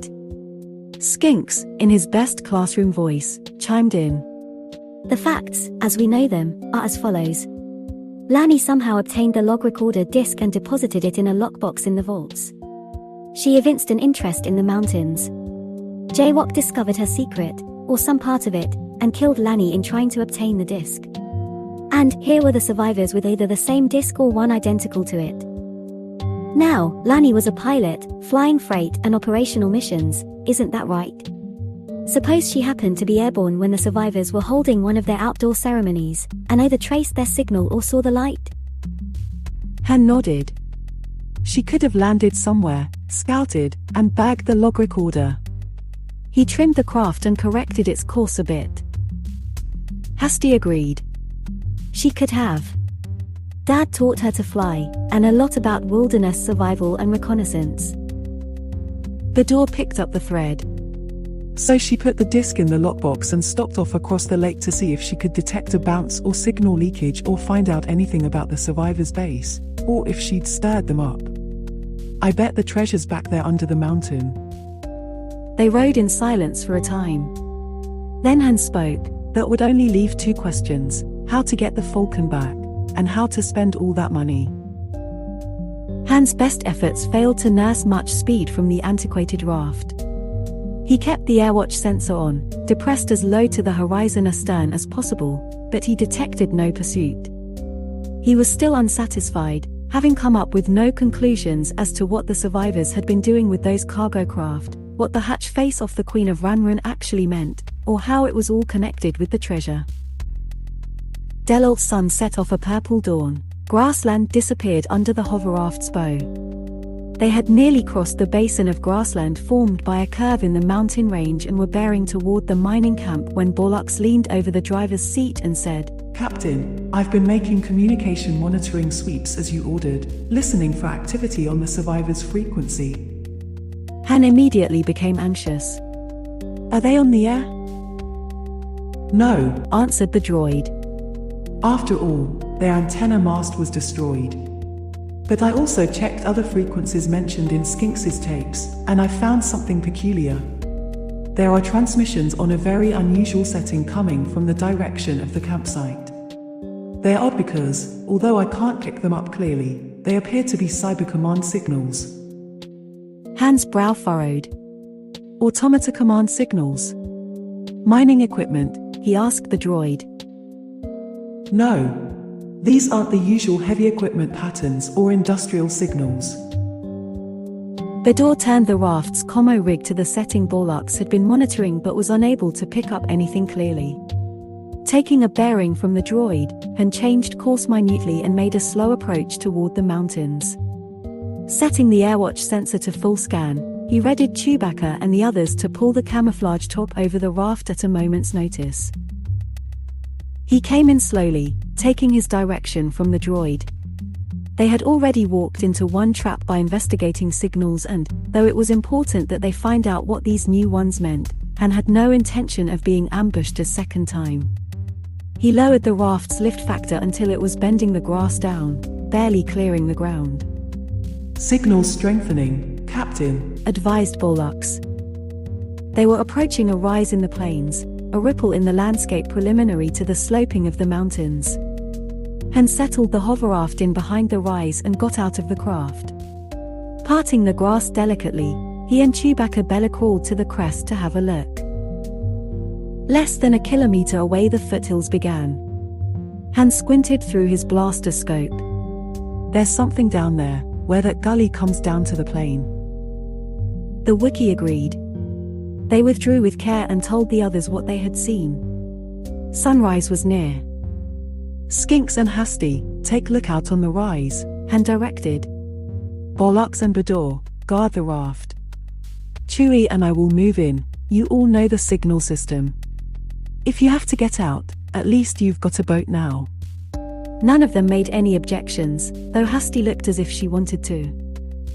The Millennium Falcon's captain and first mate split off to the right and left of the rise, moving stealthily through the tall, amber grass, each of them keeping careful count in his mind. They had worked together so often that they automatically orchestrated their moves, without benefit of chrono or signal. Han swept left, approaching the anomaly in the terrain that had attracted his attention. As he had thought, the lumps at the base of the foothills were a cluster of camouflage covers, a little too sudden and consolidated to be a part of the landscape. He saw no sentries or patrols, no surveillance of any kind, and so changed course to his right. He heard something in the grass that might have been a small insect's buzz. The sound scarcely traveled a few meters. Han assumed his partner's signal had been sounding for a while. He homed to it, parted a tuft of grass, and met his co-pilot with a grin. They talked in quick hand motions. Chewbacca's reckon had yielded the same results as Han's, with one addition. There was a guard, evidently a survivor, walking a slow post. They made their plan and moved forward again. Han's first inclination was to use the stun gun carried by Bador, but there was too much chance that someone would hear the discharge or see the blue light of the shot. The sentry was dressed in common Delaution mode rather than in survivor garb. He strolled along his circuit carelessly, armed with a Kel Mark II heavy assault rifle. He carried the Kel at a sloppy shoulder arms. Like sentries in most of the places Han had ever seen, the man was convinced that nothing would happen and that he was walking guard for no good reason. He sauntered past, thinking thoughts of no great consequence, which was just as well. Those idle thoughts were dispelled a moment later when a hulking shape rose out of the grass behind him and expertly tapped him behind the ear with a bowcaster butt. The guard fell face first into the grass. Han retrieved the heavy assault rifle, and the two partners made a hasty scout of the area. There were no more guards, but the thing that had attracted Han's attention through the blaster scope proved most interesting. All manner of ground effect surface vehicles, all of them cargo models, were gathered there under camouflage covers, secured. A quick series of random checks revealed no cargo aboard any of them. What did they need 20 flatbeds for? Han wondered aloud as he waved his companions forward. Plus 2 or 3 back at the mountain base. The others came up behind them. Bador explained that they had secured the stolen hovercraft with its own camouflage cover, behind the rise. They helped Han and Chewbacca in a precautionary smashing of the fleet's communication equipment.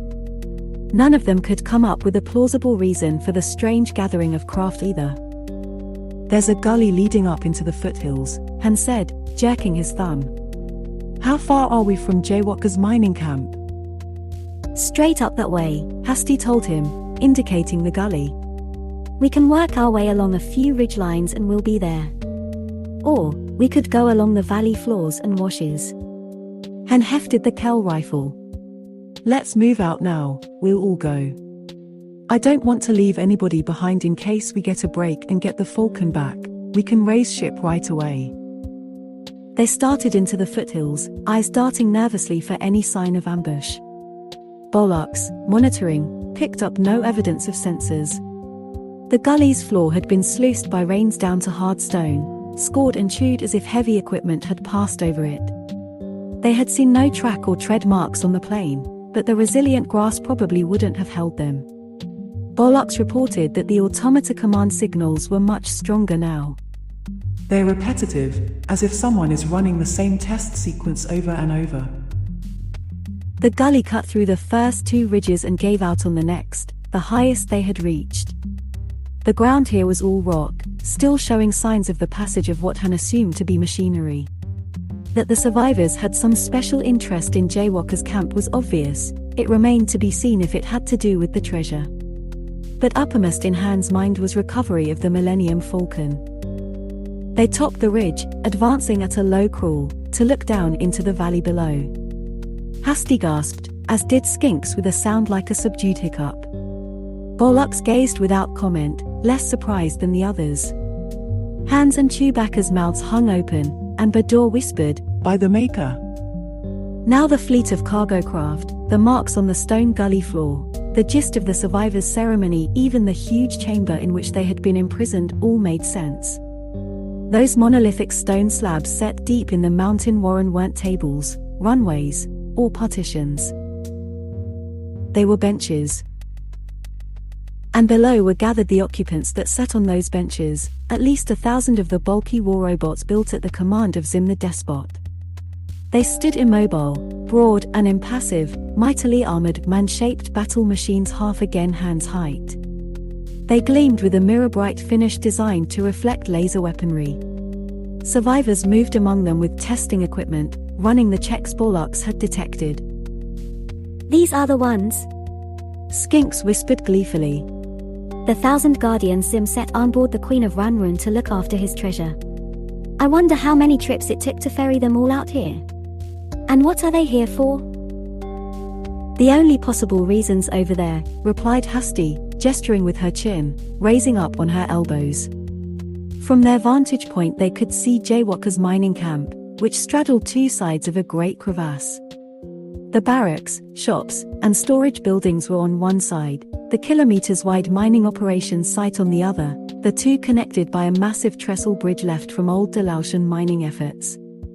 The camp seemed to be operating as usual, its heavy equipment tearing away at the ground. And on the side of the site, Han saw something that nearly made him whoop out loud. He pounded the Wookiee's shoulder, pointing. There, the Millennium Falcon sat on her triangle of landing gear. The starship seemed intact and operational. But she won't be, Han caught himself up short, if those ground pounders of Zims get at her. At that moment there was a flurry of activity among the survivors below. Their testing sequences were done. They scurried out from among the irregularly placed robots and gathered at a gleaming golden podium that had been set up on one side of the valley. A transmission horn projected from the podium, which was adorned with Zim's death's head emblem. The survivor on the podium touched a control.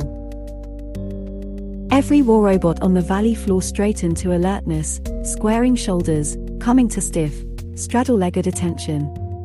Cranial turrets swung, optical pickups came to bear on the podium. The survivor on the podium spoke. "He's calling the Corps Commander forward," Skinks explained in a muted voice. "I know that man on the podium," Hasty whispered slowly. Then more quickly, "I recognize the white blaze in his hair. He's the assistant to the steward of the treasure vaults." From the masked robot stepped their leader, identical to the others in his corps but for a golden insignia glittering on his breastplate. His rigid, weighty tread shook the ground, the epitome of military precision, his movements revealing immense power. He halted before the podium. From his aged vocoder came a deep, resonant question. Skinks translated in whispers. "What do you require of the Guardian Corps?" The machine intoned. "That with which you were entrusted is now in jeopardy," answered the survivor on the podium, the steward's assistant. "What do you require of the Guardian Corps?" repeated the robot, uninterested in details. The survivor pointed. "Follow the gully trail as we've marked it for you. It will bring you to your enemies. Destroy all that you find there. Kill everyone you encounter." The armored head regarded him for a moment, as if in doubt, then replied, "You occupy the control platform, the Guardian Corps will obey. We will pass in review, as programmed, then go forth." The Corps commander's cranial turrets rotated as he issued the squeals of his signalry. The war robots began moving, forming an irregular line, moving just as their commander had. Without cadence or formation, they grouped to one side of the podium. But as they passed it, the transmission horn's command circuitry automatically directed them to assume their review mode. From a massed group, they separated into ranks and files as they passed the podium, 10 abreast, heavy feet rising and falling in step. With their corps commander at their head, the 1,000 war robots marched, completing a circuit of the little valley. Even the survivors were hypnotized by it. The sight of their ancient charges walking again was nothing less than magical to them. Metal feet beat the canyon floor, arms as thick as a man's waist swung in unison. Han wondered if Jaywalker's people wouldn't be able to hear their approach even over the sound of mining operations. At some unseen signal from their corps commander, the robot stopped. The commander came around to face the podium with a rocking motion. From his vocoder boomed the words, "We are ready." The survivor on the podium instructed the robots to stand fast for a time. "We go now to a vantage point, from which we will observe your attack. When we are in place you may proceed against the enemy." He and the other survivors hurried off to watch the carnage. Presently the air was still, the war robots waiting patiently, the only sound the distant buzz of the mining camp. "We've got to get to the camp first," Han declared as they drew back from the ridge and got to their feet. "Are you completely vacuum happy?" Hasty wanted to know. "We'll get there just in time to go through the meat grinder." "Not if we hurry. Those wind-up soldiers down there will have to go the long way around. We can run the ridgeline if we're careful and get there first. The Falcons are only way off this mud ball. If we can't get to her, we're going to have to tip Jaywalk that the robots are on their way, or they'll rip my ship apart." He wished he could figure out why the survivors were intent on destroying the mining camp and slaughtering its personnel. "Everyone keep up. I'll go first, then Hasty, Skinks, Bador, Borlux, and Chewie on rearguard." Han put the heavy assault rifle across his shoulders and set off, the others falling into their assigned places. But when Chewbacca beckoned Borlux, the labor droid hesitated. "I'm afraid I'm not functioning up to specifications, First Mate Chewbacca. I'll have to come along as best I can." The Wookiee was torn by indecision for a moment, then trotted off after the rest, making it clear with hand motions and growls that Borlux was to come along as quickly as he could. The droid watched Chewbacca disappear from view, then opened his chest plastron so that he and Blue Max could speak in vocal normal mode, as they preferred. Now, my friend, He drawled to the little computer module. perhaps you'll explain why you wanted us to stay behind. I practically had to lie to First Mate Chewbacca to do it. We may very well be left behind. Max, who had taken in the situation via direct linkage with Borlox, answered simply. I know how to stop them. The war robots, but we'd have to destroy them all to do it. We needed time to talk it over, Borlox. And Blue Max related the plan he had conceived. The labor droid responded even more slowly than usual. Why didn't you mention this before, when Captain Solo was here? Because I didn't want him to decide. Those robots are doing what they were built to do, just like we are. Is that any reason to obliterate them? I wasn't even sure I should tell you. I didn't want you to blow your primary stacks in a decisional malfunction. Wait, what are you doing? The labor droid's chest plastron was swinging shut as he towed the edge of the ridge. Seeking alternatives, He explained, stepping off. Borlox slid and stumbled and plowed his way down the slope to the valley floor, working with heavy-duty suspension of arms and legs to keep from being damaged. At last he came to an awkward stop at the bottom amid a minor avalanche. Standing erect, he approached the war robots, who waited in their gleaming, exact formation. The Corps Commander's cranial turret rotated at Borlox's advance. A great arm swung up, weapons apertures opening. Halt. Identify or be destroyed. Borlox replied with the recognition codes and authentication signals he had learned from Skinx's ancient tapes and technical records. The Corps Commander studied him for a moment, debating whether this strange machine ought to be obliterated, recognition codes or no. But the war robot's deliberative circuitry was limited. The weapon arm lowered again. Accepted. State your purpose. Borlox, with no formal diplomatic programming to draw upon and only his experience to guide him, began hesitantly. you mustn't attack. You must disregard your orders, they were improperly given. They were issued through command signalry of the podium. We must accept. We are programmed, we respond. The cranial turret rotated to face front again, indicating that the subject bore no further discussion. Borlox went on doggedly. Zim is dead. These orders of yours are wrong, they do not come from him, you cannot obey them. The turret swung to him again, the optical pickups betraying no emotion. Still, brother, we are the war robots of Zim. No alternative is thinkable. Humans are not infallible. If you follow these orders, they will lead to your destruction. Save yourselves. He could not admit that it would be by his own hand. The vocoder boomed.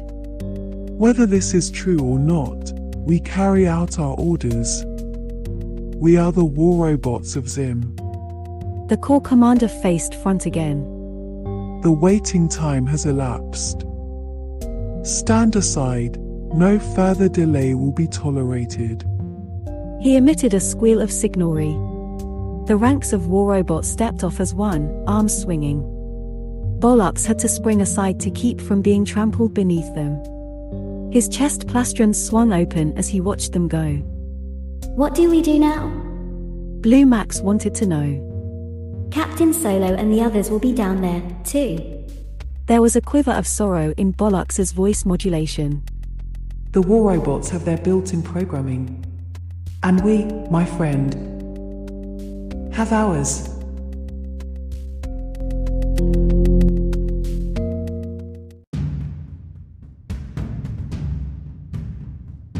Chapter 14. They had worked their way to a ridge overlooking the outer perimeter of the mining camp before Han discovered Borlox wasn't with them. Han, incensed, slipped around a spire of rock for a look at the camp. I told that low-gear factory reject we needed him to monitor for sensors. Well, we're just going to have to be extra. Sirens began ululating through the camp. The travelers all hit the ground at once, but Han risked a peek around the spire. Now that they had been detected, information was more important than concealment. The mining camp was swarming like an insect nest. Humans and other beings were running every which way to take up emergency stations. Those employees trusted by Jaywalk were being issued arms and taking up defensive positions. Contact laborers were ordered by their overseers to retire across the bridge to the isolation and effective confinement of the plateau barracks area. Han couldn't spot the sensor net he had tripped, but it was apparent that it had him pinpointed. Several reinforced fire teams were dashing to bunkers fronting Han's hiding place. Han saw that grounded near the Millennium Falcon and the gigantic mining lighter was another vessel, a small starship with the sleek lines of a scout. Suddenly a response squad started up the hill to engage them, 2 human males with disruptor rifles, a horn-plated WIRE scuttling on its 6 legs and bearing a grenade thrower, and an oiler-skinned drawl, its red hide gleaming, lugging a gas projector. Half kneeling, half crouching by the spire, Han dragged the old Kel Mark II around by its balance point carrying handle. Knowing of the outdated weapon's powerful recoil, he braced himself before thumbing the firing stud. Blue energy sprang from the Kel's muzzle, tracing a broad line across the rock wall below. He was nearly knocked over backward by the Mark II's kick, but Chewbacca braced him. The rock sizzled, smoked, and shot sparks, then cracked, fragments and shards falling downslope. The response squad sought cover with gratifying freneticism. That should keep them off our necks until we can talk, Han judged. Cupping hand to mouth, he called out, Jaywalk. It's Solo. We have to talk, right away. The woman's voice, amplified by a loudhailer, rose from one of the bunkers. Give me that log recorder disc and throw down your guns, Solo. Those are the only terms you'll get from me. But she saw that we didn't have the disc, Bador muttered. Didn't she guess that we couldn't get it from the lockbox? Han shouted down, We've got no time to debate this, Jaywalk. You and your whole camp are about to come under attack. He pulled back suddenly as a barrage of small arms fire opened up. Huddling back from it, the travelers clutched their heads in protection while energy and projectile-searching fire probed the hillside. Rocks bubbled and exploded, shrapnel and splinters flew while explosive concussion battered their ears. I don't think she's going to be reasonable about this, predicted Bador. She's got to be, Han snapped, thinking of what would happen to his starship if the robots overran the camp. The firing slowed for a moment, then, at some command they didn't hear, resumed even more heavily. Face it, Solo, Husky called to him over the din. They want our hides and nothing less. The only way we'll get to the Falcon is if we can get to her while the robots are hitting the camp. When they're mixing it up with Jaywalker's people, we wouldn't get 2 meters. At that moment the firing stopped again and a voice called his name from below. Hasty was gazing at him alarmed. Solo, what's wrong? You just went pale as permafrost. He paid her no attention but saw by Chewbacca's expression that the Wookiee, too, recognized the voice of Galandro the gunman. Solo. Calm down and negotiate like a reasonable fellow. We have a great deal to discuss, you and I. The voice was calm, amused. Han realized that sweat was beginning to bead his brow despite the cold. A sudden suspicion hit him, and he threw himself up into the clear for an instant, just enough to ease the Mark II Sparrow over the crest. The response squad was on the move and another was rushing to link up with it. Han thumbed the trigger and hosed the barrel back and forth randomly. The heavy assault rifle was a product of Dra 3, made for the heavier, stronger inhabitants of that world, with its standard plus gravity. The Mark II's recoil forced him back a second time, but not before the play of its extremely powerful beam drove the advancing squads to cover once more. Spread out along the ridge or they'll outflank us, Han ordered. His companions hurried to comply as Galandro's voice came again. I knew you wouldn't have died in something as foolish as that uneven ship-to-ship action back at the city, Solo. And I knew the Millennium Falcon would draw you here in time, no matter what. You know just about everything, don't you? Hen riposted. Except where that log recorder is. Come, Solo, I've struck a bargain with the delightful Jaywalk here. Do the same, don't make things difficult. And don't make me come up there after you. Come on, what's stopping you, Galandro? There'll be nothing left of you but those little mustache beads. Chewbacca and the others had taken up sniping at the response squads, pinning them down for now, but Han was worried about the armed aircraft in the mining camp. The thought had no sooner formed than, scanning the sky, he saw a quick, dangerous shape swooping down at them. Everybody down! The spaceboat, twin to the one that had been destroyed in the city by the lighter, made a quick preliminary pass at the ridge, its chin pod spitting. Anti-personnel rounds threw out clouds of flechettes, and could feel the craft's afterblast as it darted by. He raised his head to see what damage it had done. By some fortune the first pass, being hasty, had resulted in no one's being hit. But they were badly exposed there on the ridge, the next pass might well finish them all. Han pulled the heavy assault rifle to him with a grunt of effort, pushed himself upright, and rushed out into the open on the back side of the ridge. At the camp below, Galandro conferred with Jaywalk. Madam, recall your boat, I'll trouble you to remember our deal. He spoke with a hint of impatience, as close to emotion as he ever let himself come. Solo is mine, not to be killed by air attack. Peering out of the bunker, she dismissed the objection with a wave of her hand. What does it matter, as long as he's eliminated? My brother's using anti-personnel rounds. The log recorder won't be damaged. The gunman smiled, reserving his retaliation for a more convenient moment.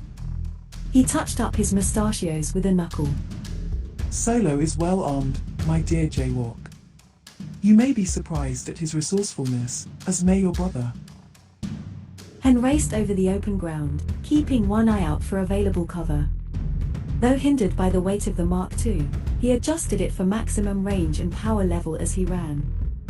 He had thought about handing the weapon over to the Wookiee to let him shoot at the boat, but the Falcon's first mate had little liking or affinity for energy weapons, preferring his bowcaster. Han heard the boat begin its second pass. Jaywalker's brother, Aul, dove at the exposed, fleeing man. Han threw himself into a trough-like depression in the rock, the Mark II clattering down next to him.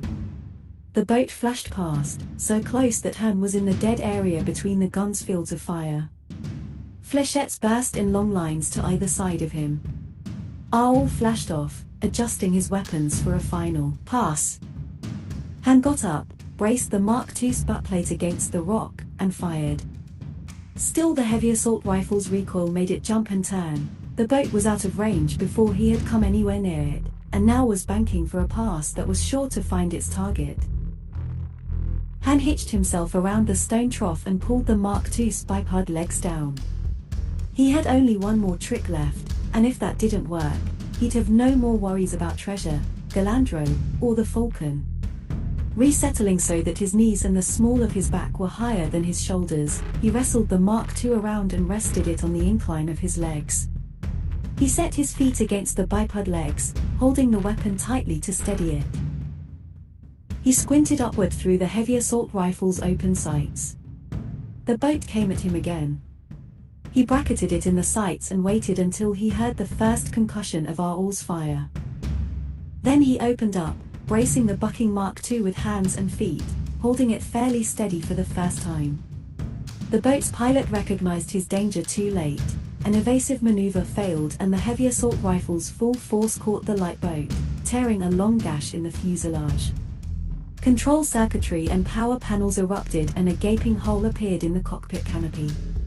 The boat wallowed and shook, out of control, and disappeared in a steep dive, trailing smoke and flame. A moment later the ground shook with impact. Aul! Jaywalk screamed to her dead brother as she clawed her way out of the bunker. The boat had exploded on impact, scattering burning debris over a long, wide swath of ground. Galandro caught her arm. Aul is gone, said the gunman with no particular sympathy.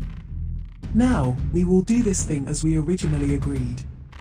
Your ground forces will encompass Solo's position, and will force him out into the open and capture him alive. She wrenched her arm away, seething with rage. He killed my brother. I'll get Solo if I have to blow these mountains apart.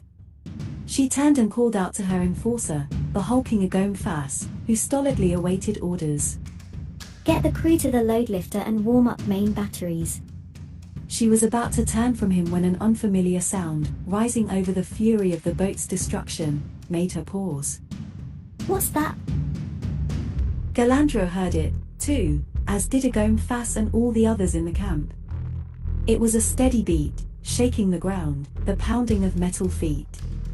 The column of Zim's war robots appeared at a spot farther along the mining camp's perimeter, having finished their roundabout march from their mustering place. They came in glittering ranks, arms swinging, unstoppable. When their corps commander gave the signal that freed them from lockstep, they spread out across the site to begin their devastation. Jaywalk stared in astonishment, not quite believing what she saw. Galandro, fingering one of the gold beads that held his mustache, tried to remain calm. So, Solo was telling the truth after all. Up on the ridge, Chewbacca hooted to the exhausted Han, indicating the camp. Han wearily moved to the ridge and joined his companions in looking down on a scene of utter chaos. Their own presence had been forgotten by the response squads, fire teams, and other camp defenders. The war robots, faithful to their instructions, moved to obliterate everything in their path. First to feel the battle machine's power was a domed building that housed repair shops. Han saw a robot smash through the dome's personnel door while a half-dozen of his comrades set to work wrenching off the rolling doors. Pieces of lock slab gave way like soggy pulp, and a group of Zim's perfect guardians moved into the dome, demolishing work areas and heavy equipment, ripping down hoisting gear, and firing with the weapons built into their metal hands. Heat beams and particle discharges flashed, throwing weird shadows within the dome. The building flared, pitted in a score of places. The robots fire-lanced the dome, probing the sky. More of them pressed in to tear apart everything they encountered. It was the same elsewhere in the vast mining site. The war robots, with their limited reasoning capacity, were taking their orders literally, devoting as much attention to devastating buildings and machinery as to attacking camp personnel. Whole companies of the war machines were moving among the abandoned mining auto-hoppers and land gougers, tow motors, and excavators. The robots blasted and sprayed fire everywhere, making full use of their tremendous strength. One of them was sufficient to reduce a small vehicle to rubble in moments. For larger equipment, groups cooperated. Tracks were wrenched from crawlers, whole vehicles lifted off the ground, their axles snapped, wheels ripped off, cabs torn loose, and engines yanked out of their compartments like toys. A battalion moved toward a barge shell that contained the latest shipment of refined ore. The robots tore into it, swinging and firing, wrecking everything they encountered and hurling the pieces aside. Meanwhile, others engaged the camp personnel in determined combat, turning the camp into a scene of unbelievable chaos. War robots flooded through the operation site. They're headed for the Falcon, Han bellowed, then charged down the ridge. Bador's shouted warnings went unheeded. Chewbacca went racing after his partner. Bador took off, too, followed by Hasty. Skinks was left alone, staring after them. Although going after his companions seemed a good way to ensure that he would never see the chrysalis stage, he realized that he had become a part of the oddly met group and felt acutely incomplete without them. Abandoning good Rurian prudence, he flowed off after the others.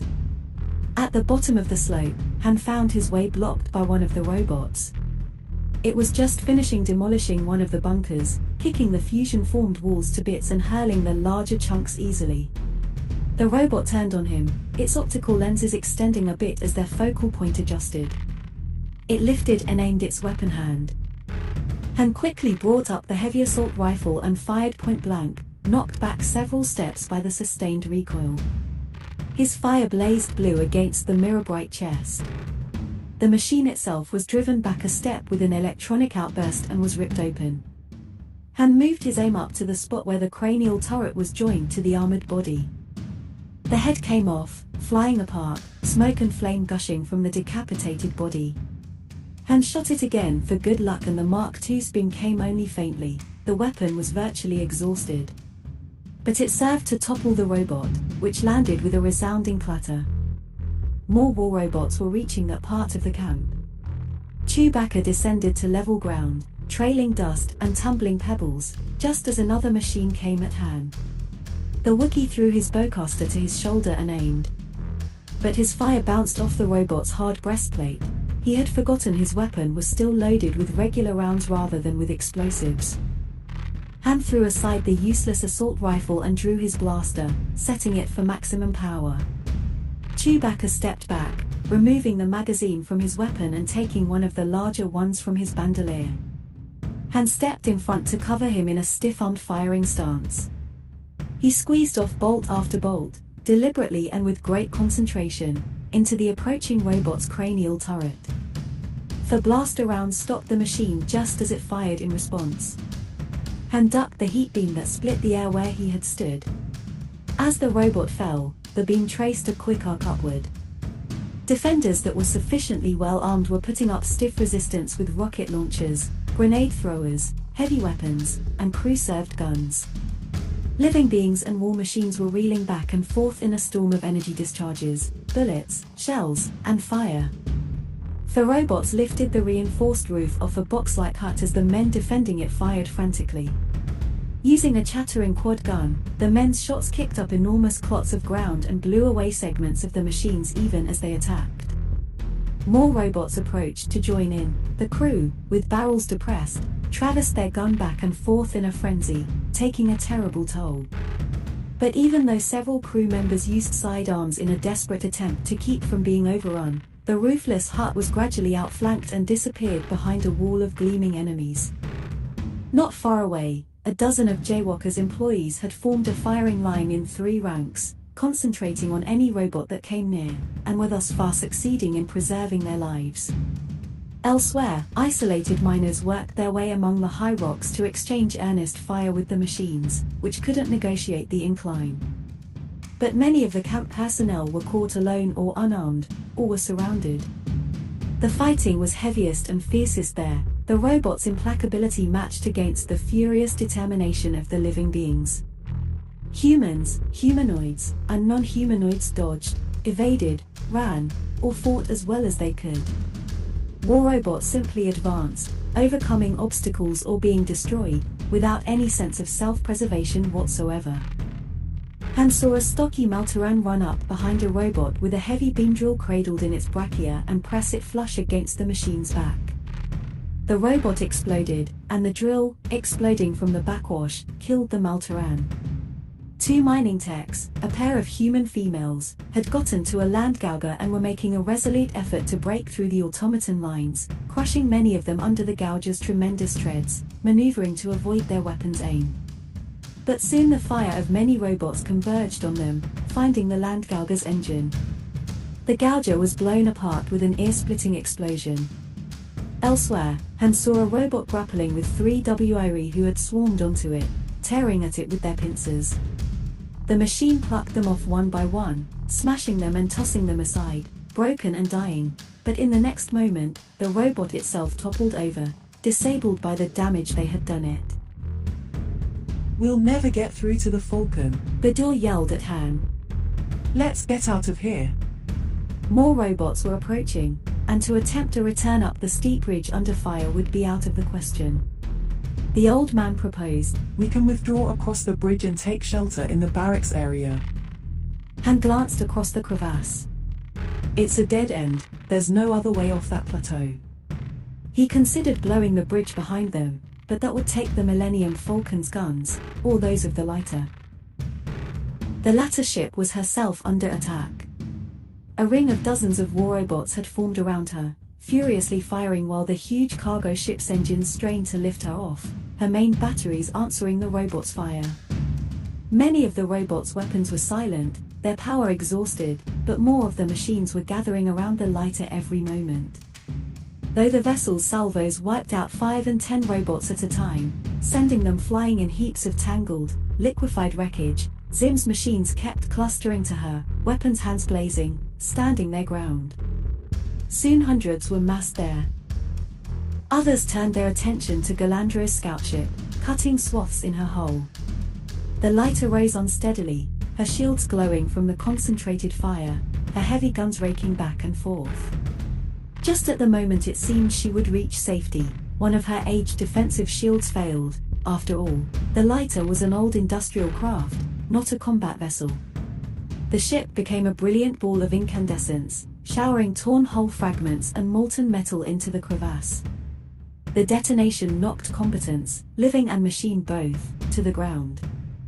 Han was on his feet again in an instant, charging toward the Falcon with his blaster in his hand, determined that the same thing would not happen to his beloved ship. So was someone else. Across the battlefield a ring of war robots was closing in on the converted freighter, preparing to demolish her, their arms raised and weapon apertures open. Others were shoving the wreckage of Galandro's scout ship toward the brink of the crevasse. Another machine, far smaller than they, blocked the way to the Millennium Falcon, seeming fragile and vulnerable. Bollux's chest plastron was open, and Blue Max's photoreceptor gazed forth. From his vocoder tumbled the signals learned from tapes shown him by Skinks, amplified by the gear Bollux had cannibalized from the podium. The advance stopped, the war robots waited in confusion, unable to resolve the conflicting orders. The Corps commander appeared, the death's head insignia of Zim gleaming on his breastplate. He loomed over Bollux. Stand aside, everything here is to be destroyed. Not this vessel. Max told him in the command signalry. This one is to be spared. The towering robot studied the two-in-one machines. Those were not our orders. Max's voice, directed through the podium's scavenged horn, was high. Orders may be amended. The thick arm came up, and Bollux prepared for the end of his long existence.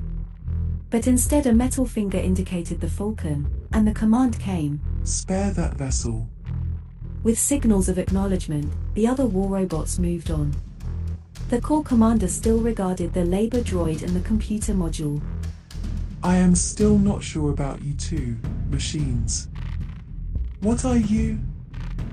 Talking doorstops, if you listen to our captain's opinion, offered Blue Max. The Corps commander stood stock still in surprise. Humor. Was that not humor? What have machines become? What kind of automata are you? We are your steel brothers, Bollux put in. The Corps commander made no further comment, but continued on his way. The waves of robots had thwarted Han's effort to reach his ship. One, stepping over the ruins of a crew-served gun and its slain crew, advanced toward the pilot.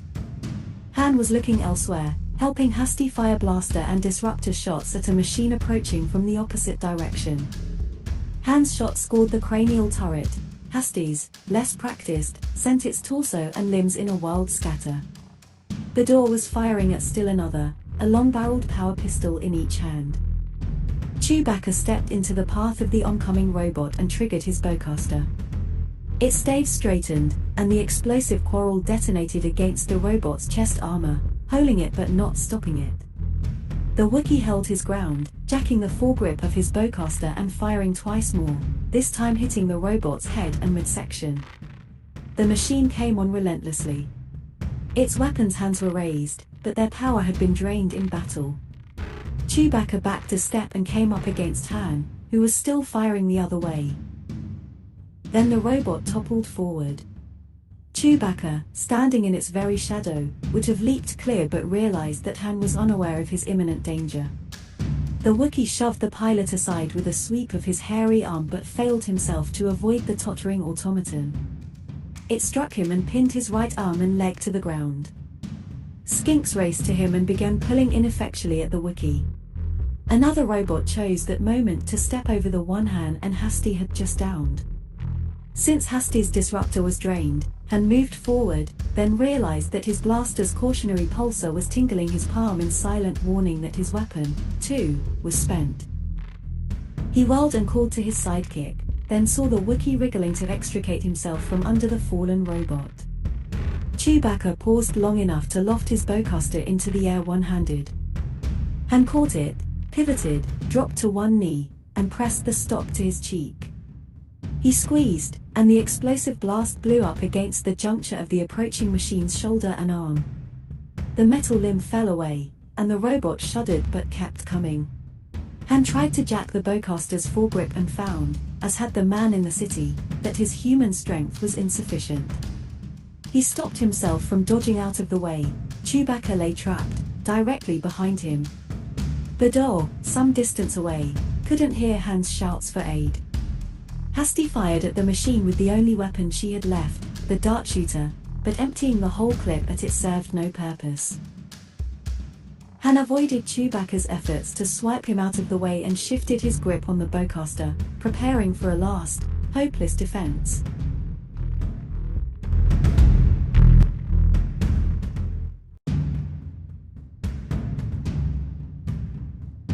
Chapter 15. The war robot seemed to block out the sky, a machine out of a nightmare.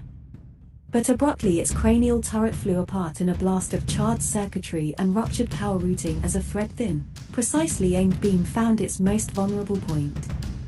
Han scarcely had the presence of mind to take a step back, nearly treading on Chewbacca, as the automaton crashed at his feet like an old tree. He leaped up onto its back and scanned the battlefield. Far across it, a form in grey waved once. Galandro! The gunman gave him a bare, stark smile that held nothing Han could read. Han drew without thinking, then remembered his blaster was empty. Just then a robot appeared behind Galandro, closing in on him, arms wide. Han never made a conscious decision, but pointed and shouted a warning. The gunman was too far away to have heard, but he saw Han's expression and understood. He spun and ducked instinctively. The robot just missed with a blow of enormous power. With an incredible display of agility and reflexes, Galandro seized the arm and rode the robot's recovery backswing, at the same time putting two quick shots into its head. Letting go, he was flung clear to land lightly and put a last bolt into the robot as it fell. Han watched the incident with awe. By far the most dangerous machine there was Galandro. The gunman gave Han a sardonic bow and a mocking grin, then, like a ghost, was gone again in the swirl of battle. The air was hot with the unleashed energies of the battle. With Skinx's and Bador's help, Chewbacca had squirmed free of the fallen robot, while Hasty stood nervous guard. Taking back his bowcaster, the Wookiee made a quick motion toward the robot that had so narrowly missed nailing Han and barked a question. It was him, Galandro, Han told his partner.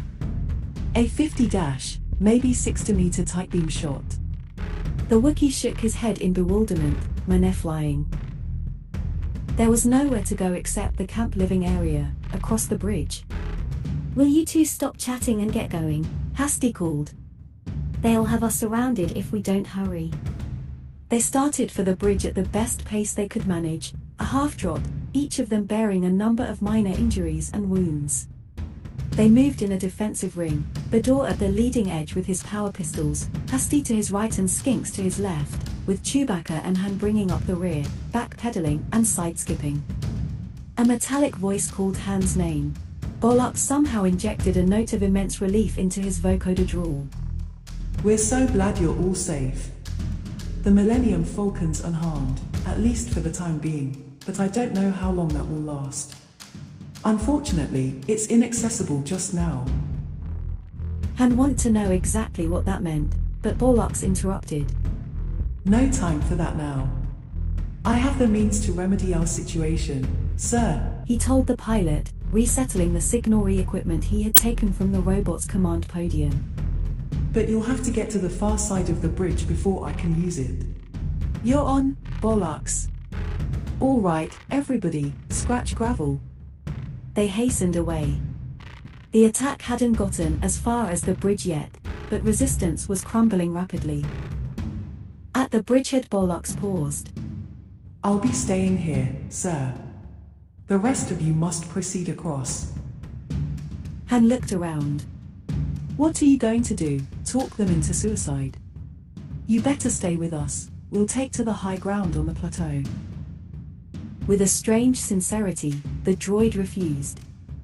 Thank you for your concern, sir. Max and I are flattered.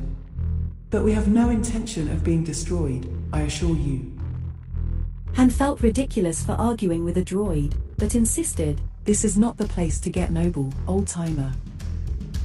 Seeing the war robots converging on them, Borlox persevered. I really must insist that you go. Sir, our basic programming won't permit Max and me to see you come to harm here. They departed unwillingly. Hasty walked with the tired skinks beside her. Bador patted the droid's hard shoulder and trudged off, and Chewbacca waved a paw.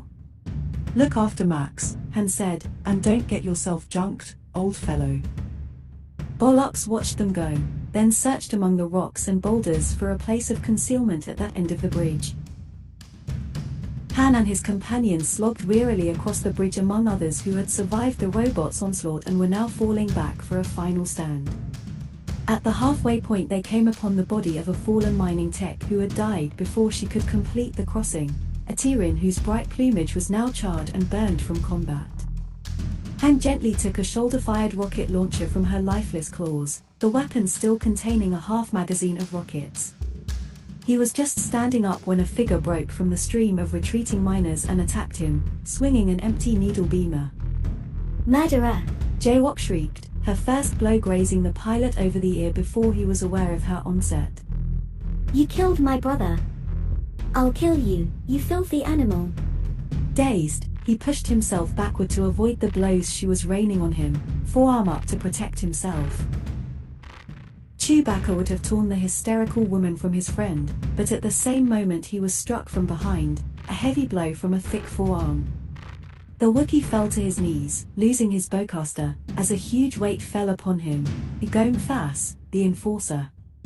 The two huge creatures rolled over and over, wrestling, tearing at one another. Retreating miners skirted the struggles, concerned only with staying alive. Bador, weakened by the ordeal, waved an unsteady power pistol at Jaywalk. But before he could fire, Hasty had thrown herself at the woman who had killed her sister Lanny. They whirled and fought, hacking and kicking at each other, finding reserves of strength in their mutual hatred. Bador pulled Han up just as Jaywalk got her forearm around Hasty's throat. But Hasty writhed free of the hold, dropped and turned, put her head and shoulder against the other's midsection and drove her back with feet churning and driving. Jaywalk was shoved backward against the bridge's waist-high railing and toppled over it. She fell screaming, in a flurry of coveralls, reaching and thrashing. Hasty's momentum had carried her halfway over the rail, too. Bador was there in time to pull her back from the rail, grabbing the material of her clothes. She sobbed for breath, her pulse pounding. Then it came to her that the roaring she heard wasn't in her ears. Chewbacca and Igom Fass had gone to war. It had been the second time Jaywalker's Enforcer had struck the Wookiee from behind. What the Falcon's first mate felt now could only pallidly be described as outrage. Han waved Bador off when the old man would have shot Igom Fass. The two punched and grasped at one another while Han leaned against the rail to watch the honor match. Aren't you going to help him? Hasty puffed, her face showing the scratches and abrasions of her own match. Chewie wouldn't appreciate that, Han told her, keeping one eye on the rallying of robots at the end of the bridge. But he eased a pistol from Bador's belt in case the match didn't go as it should. Igom Fass had gotten a chokehold on Chewbacca. Rather than squirm out of it or apply an infighting trick, the Wookiee chose to lock both hands on his opponent's arm and turn it into a contest of pure strength. Igom Fass was bulkier, Chewbacca more agile, but the question of brute force was still open. Their arms quivered and muscles jumped in the straining backs. Bit by bit the arm was levered away from Chewbacca's throat. The Wookiee showed his fangs in savage triumph, and burst free of the hold. But Igom Fass wasn't done with tests of strength. He lunged at his antagonist for a deadly hug. Chewbacca accepted it. They staggered back and forth, first the Wookiee's feet leaving the bridge, then the Enforcer's. Both applied their full brawn in fearsome constriction. Igomfasa's feet were lifted clear of the bridge and stayed that way as the Wookiee held him aloft, muscles standing out like cables under Chewbacca's pelt. The Enforcer's struggle became more frantic, less aggressive. Panic crept into his movements. Then there was a crack, and Igomfasa's body slumped. Chewbacca let go, and the Enforcer slid limply to the bridge's surface. The Wookiee had to rest a paw on a support to steady himself, and teetered over with the rocket launcher over one shoulder. "You're getting decrepit. Who tries to put away a bum like that?" He laughed and affectionately punched the Wookiee's shoulder. Enough, enough. Skinks protested, tugging at Han's red-seamed trouser leg. The robots are ready to attack. Bollock said we must be across the bridge. Han didn't know how much chance the labor droid stood of stopping the steel horde, but he and the others obeyed Skinks's pleas. There was no one to stand with them at the end of the bridge. The miners who had reached it had gone either to put up barricades in the buildings or to find safe places among the rocks. Han stopped as soon as his boots were off the bridge. He sat on the ground, looking back across the bridge. "We might as well face it here." No one made any objection. Bador gave Hasty one of his pistols, while Chewbacca fitted a new magazine into his bowcaster. Hasty put one arm around Han's neck and kissed his cheek. "That's for a good try," she explained. Bollocks crouched in the jumble of boulders on the far side of the bridge. The mining operations site was now completely razed. Machinery was burned and buildings were flattened, and no living thing could be seen. The Corps commander had mustered all his forces with high-pitched summonses. Other resistance had been crushed. All that remained was to annihilate the barracks area on the far side of the bridge, the successful completion of their first combat action in generations. Bollocks waited and didn't try to interfere. That would have been useless, he knew. They weren't so different from him. The machines gathered around their commander by the hundreds. The Corps commander indicated the way with a long metal arm, gleaming like a statue of death in the blue-white light. He stumped toward the bridge, and his awesome troops crowded after him. And as the war robots drew abreast of him, about to step onto the bridge, Bollocks triggered the command signalry he had brought from the podium. The Corps commander fell into a marching step as the signals reached him. He didn't question them, the commands were automatic, military, geared to a segment of him that didn't doubt or ponder. Such was his construction. Behind their commander, the other war robots responded to the signal as well, falling into ranks of 10, in step with their leader. Funneled onto the bridge, their ranks filled it from side to side. They stepped with meticulous precision. Metal feet tramped, arms swung in time. Will it work? Bollocks asked his friend. Blue Max, tuned in with both their audio pickups, listened carefully, cautioning the droid not to bother him at this critical point. At Max's instruction, Bollocks adjusted the marching tempo, matching the forced vibration of the robot's tread to the bridge's own natural frequency, creating a powerful resonance. The war robots marched in to do battle for an overlord generations dead. The bridge began to quake, dust rising and forming a haze with the unified footfalls. Timbers reverberated, joints and stress members strained. The perfection of their marching made the robots a single, unimaginable power hammer. More of them poured onto the bridge and took up the step, adding to the concussions. At last the bridge itself thrummed under them as Max found the perfect beat. All the robots were on the bridge, with no thought but to get to the other side and attack the enemy. Han and the others rose, waiting. "I guess Bollocks couldn't pull off his plan," Han said.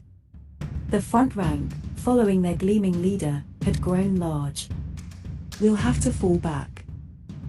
There's not much room for that. Hasty reminded him sadly. He had no answer.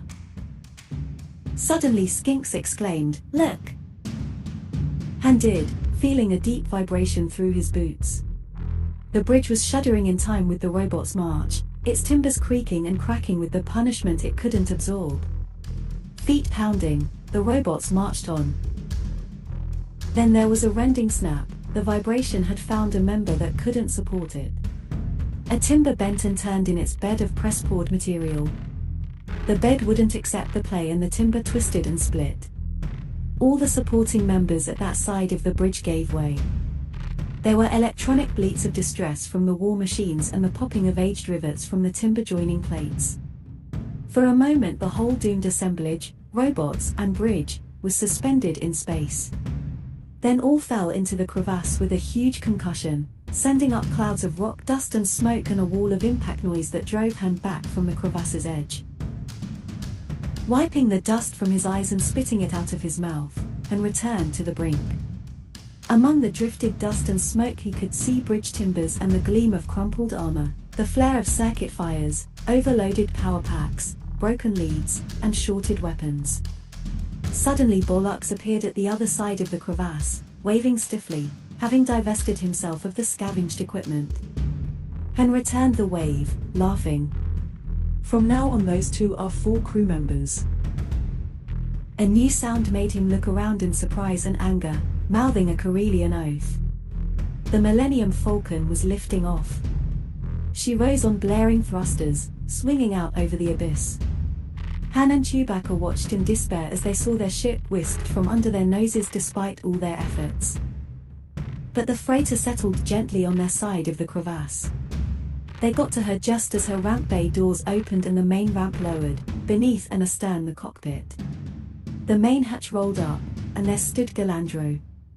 He welcomed them with a smile, his weapon conspicuously holstered. His fine clothing and beautiful scarf were soiled, but other than that, Han reflected, he looked none the worse for someone who had just waded through a horde of war robots. The gunman sketched a mocking bow. I found myself obliged to play dead among the slain. I couldn't get to the ship until the robots had all left, or I'd have been of more assistance. Solo, those droids of yours are priceless. His smile disappeared. And so is Sim's treasure, eh? You're out for high stakes for a change, my compliments. You tracked me all the way from the corporate sector to tell me that. Chewbacca had his bowcaster aimed at Galandro, but Han knew that even that was no guarantee against the man's incredible speed draw. The gunman made a wry twist of his mouth. Not originally. I was rather upset about our encounter there. But I'm a man of reason, I'm prepared to put that aside in view of the amount of money involved. Bring me in for a full cut and we forget the grudge. And you get your ship back. Wouldn't that strike you as a fair arrangement? Han remained suspicious. All of a sudden you're ready to kiss and make up. The treasure, Solo, the treasure. The wealth of Zim would buy affection from anyone. All other considerations are secondary. Surely that's in keeping with your own philosophy, isn't it? Han was confused. Hasty, who had come up behind him, said, "Don't trust him." Galandro turned clear blue eyes on her. Ah, the young lady. If he doesn't accept my offer, you'll be in a bad way as well, my dear. This vessel's weapons are functional. His voice went cold, the play acting evaporating. Decide, he ordered Han crisply. The defenders were beginning to emerge from the barracks, having seen the bridge collapse and the ship land. In another moment, escape might be much more complicated. Han reached out and pushed down Chewbacca's bowcaster. Everybody on board, we're back in business. In moments they had lifted off with Han at the controls, uttering angry maledictions at the techs who had torn the starship apart in search of the log recorder disk and reassembled her so inexpertly. Why did Jaywalk have the ship repaired, anyway? Bador asked. She was either going to keep it for her own use or sell it, explained Galandro. She tried to sell me a lame story about her disagreements with you people, but considering the things I'd already discovered about your movements, the truth wasn't hard to guess.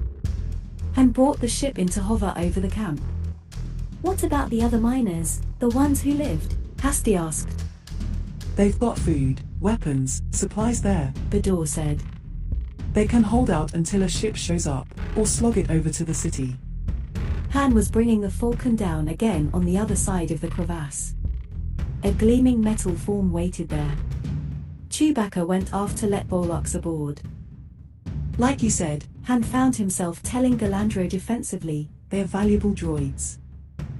I said priceless, Galandro corrected him. Now that we're comrades, I'd never offend you by suggesting you've gone soft. May I inquire what our next move is? Direct collection of intelligence data, and declared, lifting off again. Interrogation of indigenous personnel for tactical information. We're going to make a couple of locals sweat and find out what all this was about. The survivors who had activated the war robots had decided to escape together in one large hovercraft rather than spread out across the plains in a fleet. A few passes and a barrage from the Falcon's belly turret brought them to a halt. They threw down their arms and waited. Han prudently left Chewbacca at the ship's controls.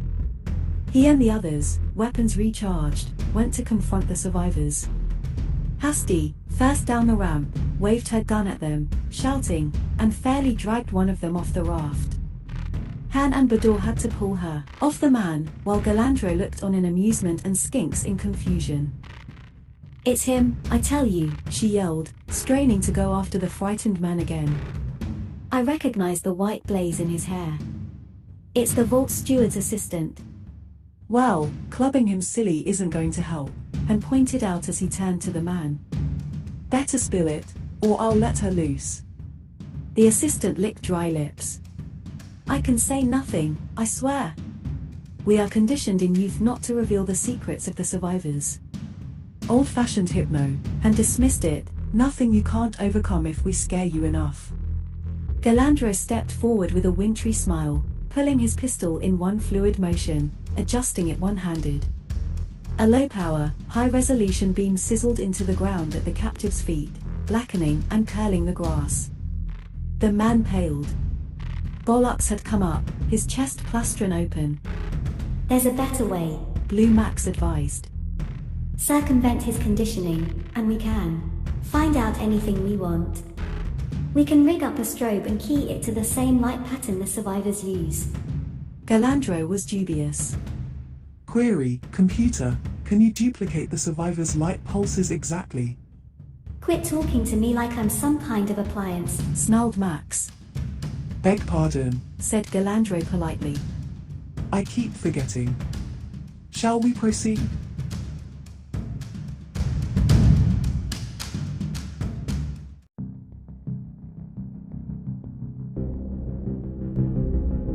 Chapter 16.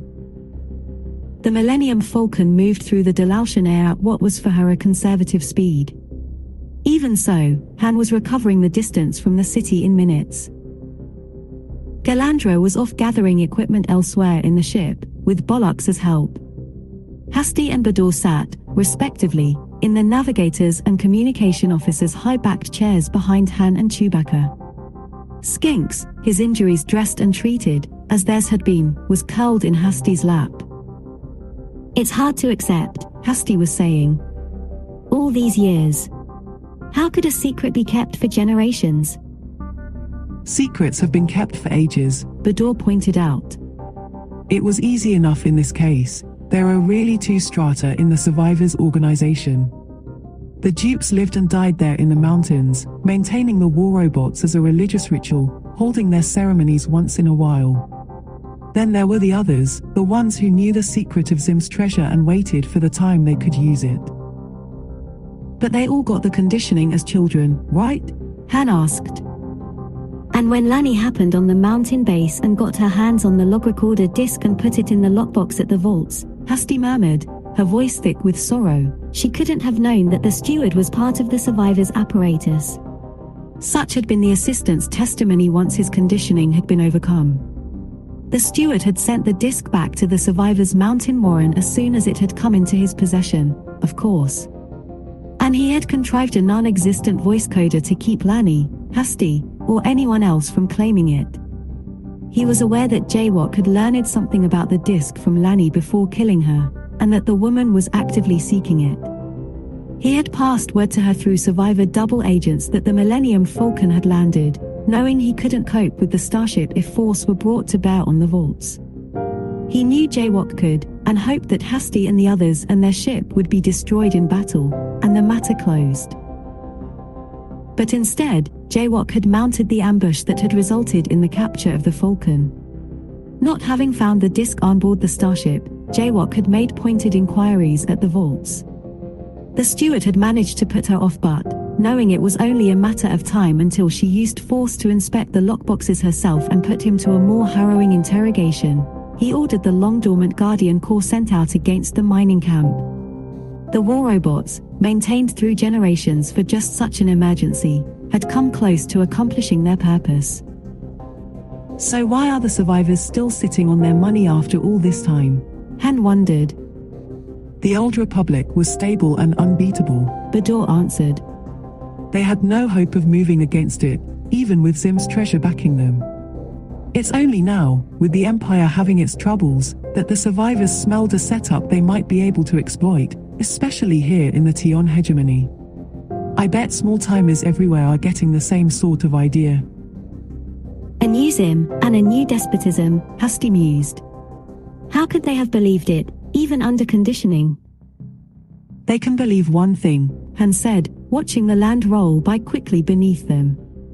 The survivors are about to suffer a capital loss. Shouldn't we have a bigger ship? Husty inquired. Han shook his head. First we make sure the treasure's there, and put what we can in the Falcon. Then we unship a quad battery and some defensive shielding generators. Galandro and I will hold the fort while Chewie and the rest of you go find a bigger ship, about the size of Jaywalker's lighter, say. It won't take too long. And what will you do with your share of the money? Bador asked casually. He saw doubt and confusion cross the pilot's face. I'll worry about that when I've got a stack of credits so high I'll have to rent a warehouse, Han replied at last. Galandro, who had just entered the cockpit, carrying the equipment he had gathered, said, Well put, Solo. Indelicate, but on target. He checked their progress. We'll be there in a moment.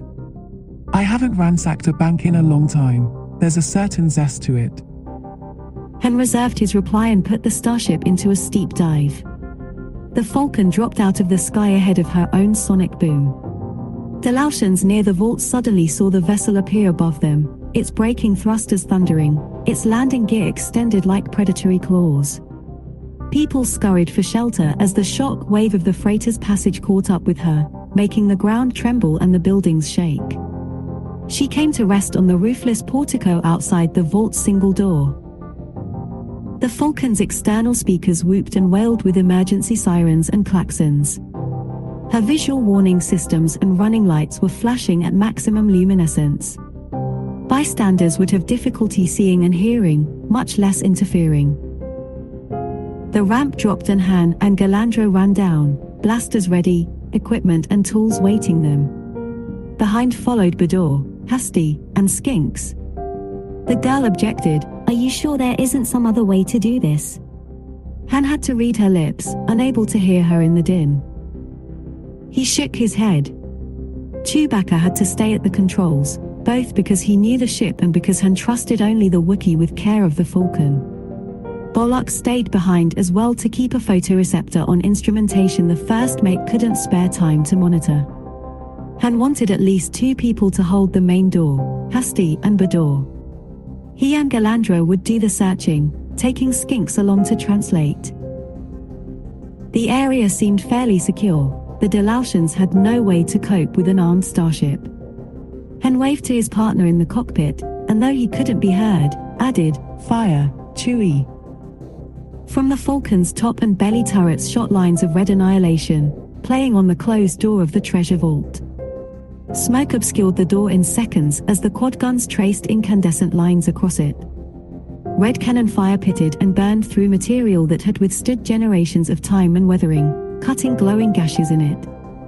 No weapon of its time could have penetrated it so easily, but in moments the door had been breached, pieces of it falling away.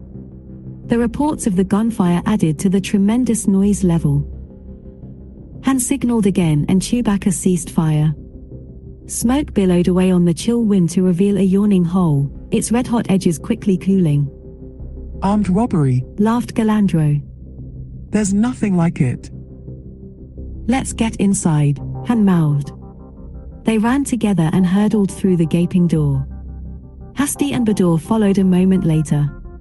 Stay here and make sure you maintain comlink with Chewie, Han told them.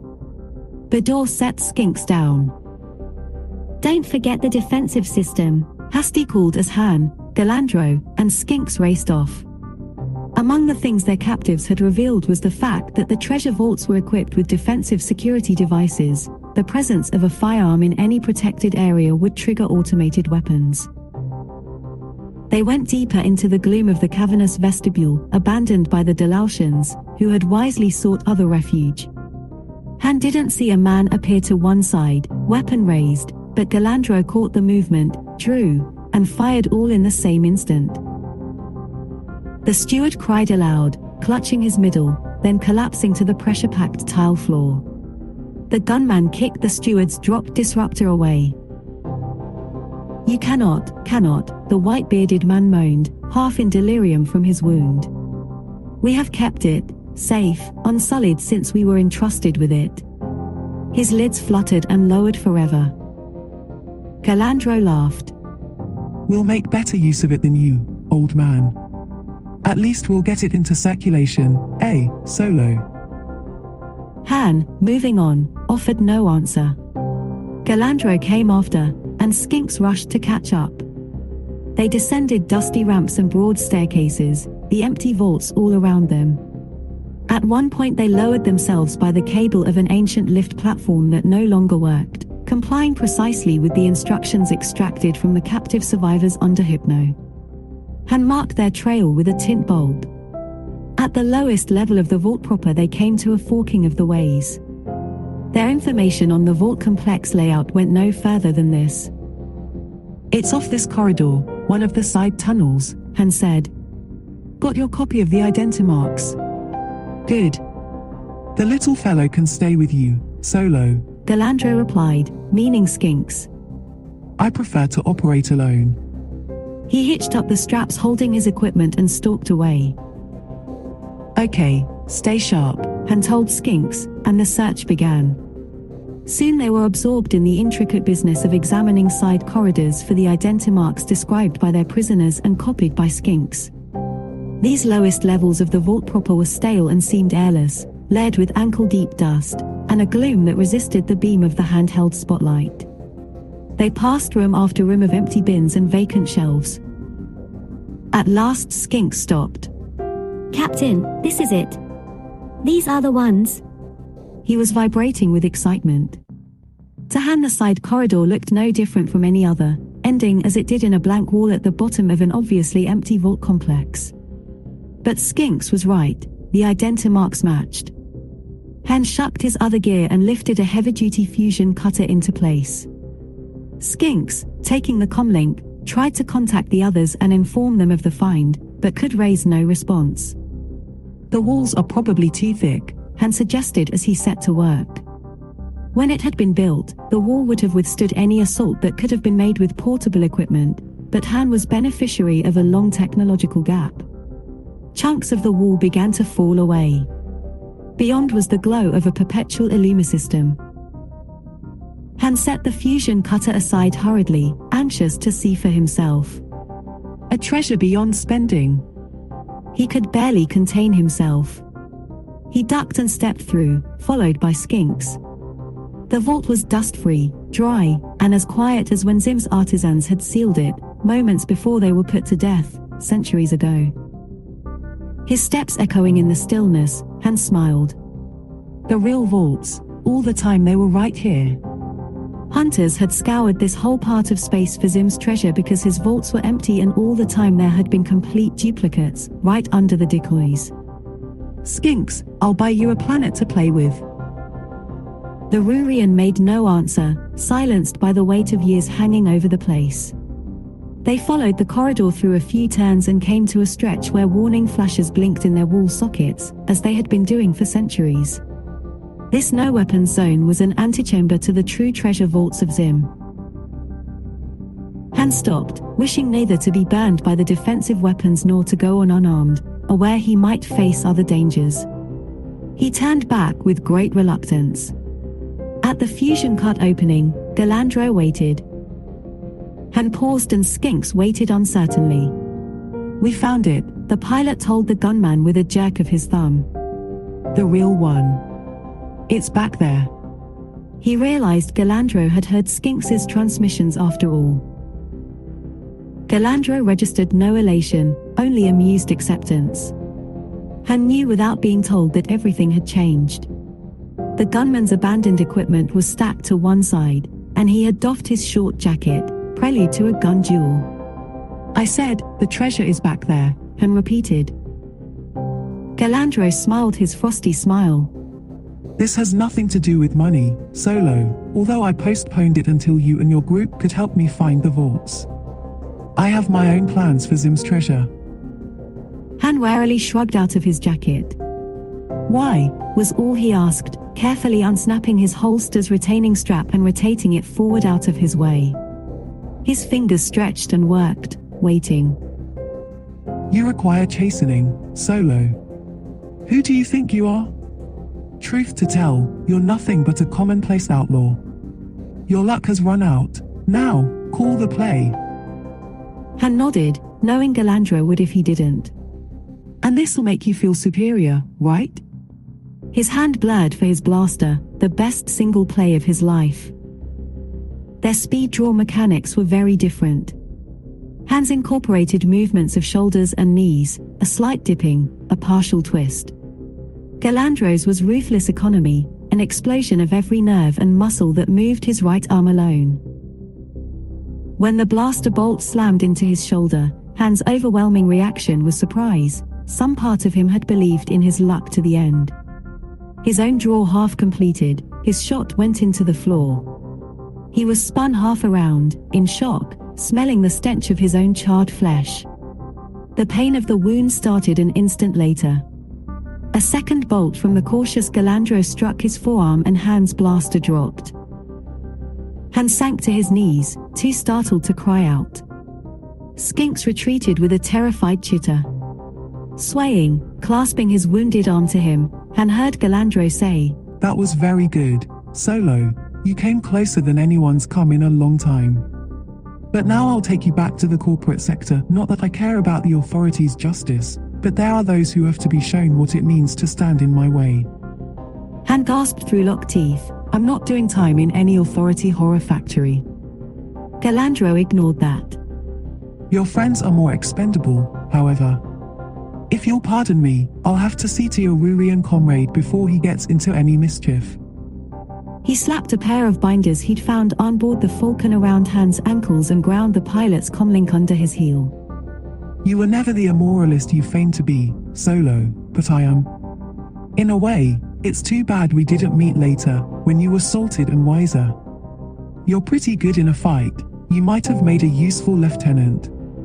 He removed the charge from Han's blaster, tucked it into his belt, and sauntered off after Skinks, who, unable to get past the gunman, had fled back down the corridors toward the treasure vaults. Galandro moved cautiously, knowing the Rurian was unarmed but counting no being harmless when it was fighting for its life. He rounded a corner to see Skinks cowering against the wall some distance along, gazing at him with huge, terrified eyes, paralyzed with fear. Around the far turn of the corridor he could see the reflected warning lights of a no-weapons zone. Gripping his blaster, Galandro smirked. It's a pity, my little friend, but there's too much at stake here. Solo's the only one I can afford to take alive. I shall make this as easy as I can. Hold still. Drawing a bead on Skinks's head, he stepped forward. Energy discharges flashed from hidden emplacements. Even Galandro's fabulous reflexes gave him no edge against the speed of light. Caught in a flaring crossfire of defensive weapons, the gunman was hit by a dozen lethal blasts before he could so much as move. He was the center of an abrupt inferno, then his scorched remains fell to the corridor floor and the smell of incinerated flesh clogged the air. Skinks uncoiled from his spot at the corridor wall bit by bit. He threw aside the warning flashes he had removed from their sockets along the corridor's wall. He gave silent thanks. Galandro hadn't noticed the empty sockets. A prudent Rurian probably would have. Humans, remarked Skinks, then went off to rescue Han Solo. Not much left of him, is there? Han asked rhetorically an hour later as he stood over Galandro's blackened remains. Like the others, he had left his gun outside the no-weapons zone. Bador and Hasty had made temporary repairs to his shoulder and forearm with one of the ship's medipacks. If Han received competent medical attention soon, there would be no lasting effect from Galandro's blaster bolts. Chewbacca was just finishing a careful examination of that corridor and the one beyond, running a thorough check along the walls to search out each weapon's emplacement. He had opened each one with hand tools and deactivated it. Satisfied that there would be no danger in bringing power equipment and tools inside, the Wookiee barked to Han. Let's get busy. I don't like the idea of the Falcon being unmanned. When Skinks had returned with news of the gun duel, Chewbacca had moved the starship so that she blocked the main door, her ramp extended down through it. He had warped the ship's defensive mantle around and set her guns to fire automatically on sensor lock should anyone come too close, one warning volley and then the real item. The Dalatians trapped inside on the starship's arrival had already surrendered and been permitted to leave. The Falcon would protect the treasure hunters for the time being, but Han didn't want to press his already overextended luck. They gathered their gear and moved on. At the end of the next corridor was a metal wall bearing a Wookiee representation of Zim's death's head symbol. Chewbacca lifted the fusion cutter to it and began slicing, splitting the insignia in two amid flying, flashing motes. Then he began carving in earnest. Heat washed back across him. In short order there was a wide opening in the door. Beyond, bathed in the glow of Illuma panels that had been keeping the place bright for generations, was the glittering of gems, the gleam of metals, piles of strongboxes, and racks of storage cylinders in warehouse-sized shelf stacks that stretched from floor to high ceiling and away into the distance as far as they could see. And this was only the first of the treasure rooms. Skinks was quiet, almost reverent. He had made the find of a lifetime, a discovery out of daydreams. Bador and Hasty remained solemn, too, as they considered the size and wealth of the place, the impact it would have on their lives, and the memory of what they had gone through to stand here. Not so Han and Chewbacca. The pilot jumped through the gap in the door, wounded arm held to him by a traction web. We did it! We did it! He shouted in glee. The Wookiee lurched after him, tossing his long-maned head back with an ecstatic ruo. They slapped each other, laughter echoing away into the piles of treasure. Chewbacca's huge feet slapped the floors in a thumping victory dance as Han laughed in joy. Skinks and Bador had gone to open containers with Bollux help, to examine Zim's spoils. Chewbacca offered to assist them. Spread it out here. Han enjoined him. I want to roll around in it. He paused when he noticed Hasty nearby, eyeing him strangely. I always wondered what you'd be like, she told him, when you found your big win, you and the Wook. What now? Han still rode the wave of elation. What now? Why, we'll, he stopped, giving the subject some serious thought for the first time. We'll pay off our debts, get ourselves a first-class ship and crew, Hasty nodded to herself. And settle down, Han, she asked softly. Buy a planet, or take over a few conglomerates and live the life of a good man of business. She shook her head slowly. Your problems are just beginning, rich man. His joy was receding fast, replaced by a tangled knot of doubts, plans, the need for forethought and mature wisdom. But before he could berate Hasty for being a spoilsport, he heard Chewbacca's angry roar. The Wookiee held a metallic ingot, frowning at it in disgust. He dumped a handful of them onto the floor in a chiming avalanche and gave the pile a kick that sent ingots skittering every which way. Han forgot Hasty and went to his friend. What is it? Chewbacca explained with frustrated grunts and moans. Han picked up one of the ingots and saw that his co-pilot was right. This stuff's Kyrium. You can get it anywhere. Skinks, what's it doing in with the treasure? The small academician had located a vault directory screen at the end of the nearest shelf stack, an old televiewer mounted on a low stand. He brought it to flickering life, and columns of ciphers and characters raced across the screen as Skinks answered distractedly. There would seem to be a great deal of it here, Captain. And a huge quantity of mitad crystalline vertices and mountains of enriched Bordhell-type fuel slugs, among other things. Mitad crystals, Han repeated in puzzlement.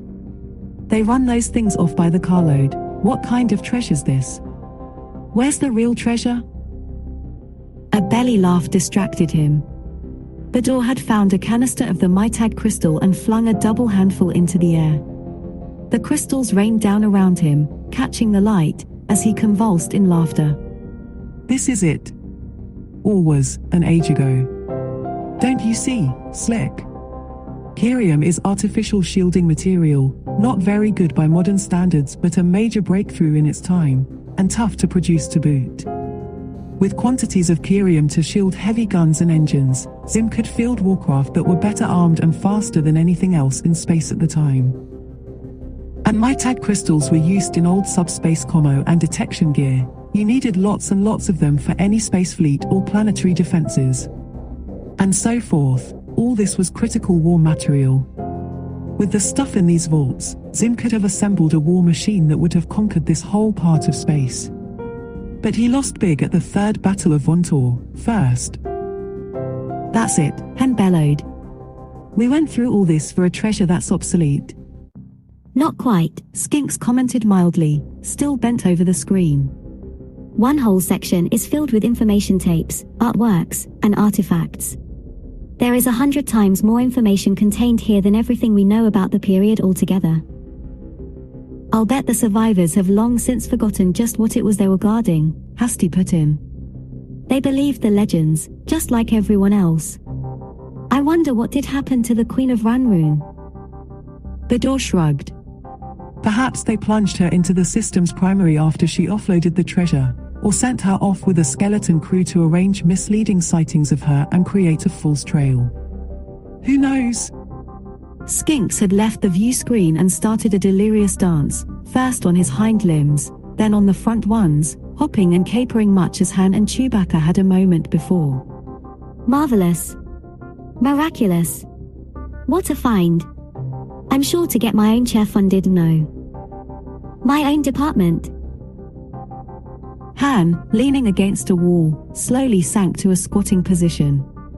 Artworks, Chewie and I can just stroll into the Imperial Museum with a bunch under our arms and start haggling, right? He rested his forehead on his good arm. Chewbacca patted his shoulder solicitously, making mournful sounds. Skinks gradually stopped cavorting, realizing what a disappointment all this was to the two. There are some things of intrinsic value, Captain. If you choose carefully, you could fill your ship with items you could dispose of relatively simply. There would be some profit. He was fighting the urge to hoard the entire find, knowing that the Millennium Falcon could bear away no more than an insignificant part of it. Enough, I suppose, to get your ship repaired properly and have your wounds looked after in a first-class medic enter. What about us? Hasty interposed. Bador and I haven't even got a starship. Skinks pondered for a moment, then brightened. I can write my own ticket with the university, an unlimited budget. How would you two like to work with me? Academic pursuits will be dull after this, I suppose, to a pair of humans. But there'd be generous pay in retirement benefits and quick promotions. We'll be years and years working on this find. I'll need someone to look after all the workers, scholars, and automata. Bador smiled and put an arm around Hasty's shoulders. She nodded. That made Skinks think of something else. Bollocks, would you and Blue Max care for positions? You'd be of great help, I'm sure. After all, you two are the only ones who interacted with the war robots at any length. There's certain to be an effort to study their remains. We have a great deal yet to learn about their thought processes. Blue Max answered for them both. Skinks, we'd like that a lot. If the locals don't march in here and take it all away from you, and reminded them, as Chewbacca helped him to his feet. Seeing their concern, he added, I guess we'll leave you a portable defensive generator and some heavy weapons and supplies out of the Falcon. That'll give us more cargo space. Bador sounded uncharacteristically angry. Han, how gullible do you think the rest of the universe is? You always want to do the right things for the wrong reasons. Well, what will you do the day you run out of excuses, son? Han pretended not to hear. We'll punch through a distress call just before we make our jump out of this system. There'll be a Tion hegemony gunboat here before you know it. Come on, Chewie, let's break out the hand truck and get the ship loaded before anything else happens. Captain, Skinks called. Han paused and looked back. here's a funny thing. I still think this adventuring was basically just danger and hardship a long way from home, but now that it's ended and we're parting company, I find myself saddened.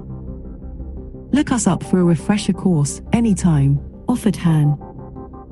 Skinks shook his head. I have much to do here. All too soon I'll be called away by my blood, when it's time to go chrysalis, then live a brief season as a chroma wing. If you wish to see me then, Captain, come and look on Ruria for the flyer whose wing markings are the same as my own banding.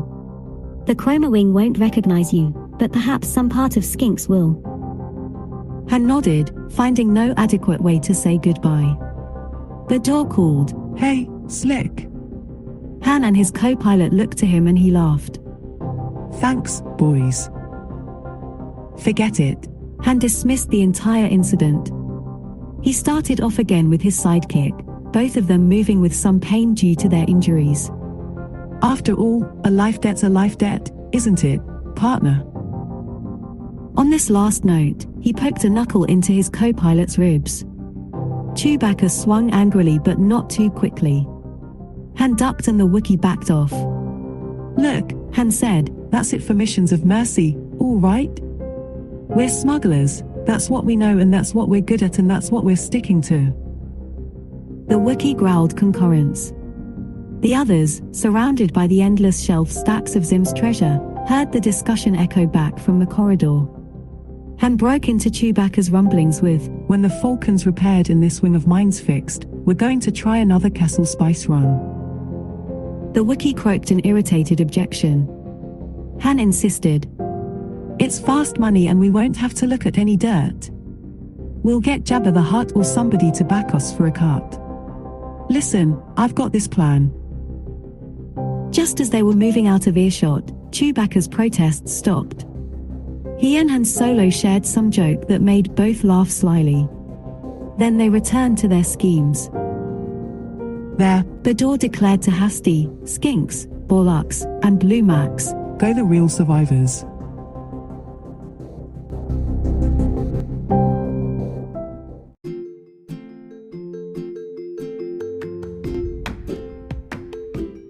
About the author. Brian Daley's first novel, The Doomfarers of Coromond, was published on the first Del Rey list in 1977. It was an immediate success, and Brian went on to write its sequel, The Star Followers of Coromond, and many other successful novels, A Tapestry of Magics, 3 volumes of The Adventures of Hobart Floyd and Alacrity Fitzhugh, and, under the shared pseudonym Jack McKinney, 10 and 1/2 of the 21 Robert H. novels.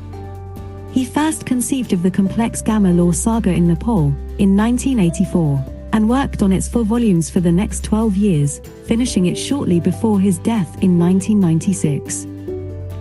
Brian was enthralled by the Star Wars saga and very excited by the possibilities it afforded for popularizing science fiction for a mass audience, so he was very pleased to be chosen as the author for the first Star Wars spin-off novels, the 3 volumes of the Han Solo Adventures. He continued his association with Star Wars by writing the radio plays for Star Wars, The Empire Strikes Back, and Return of the Jedi.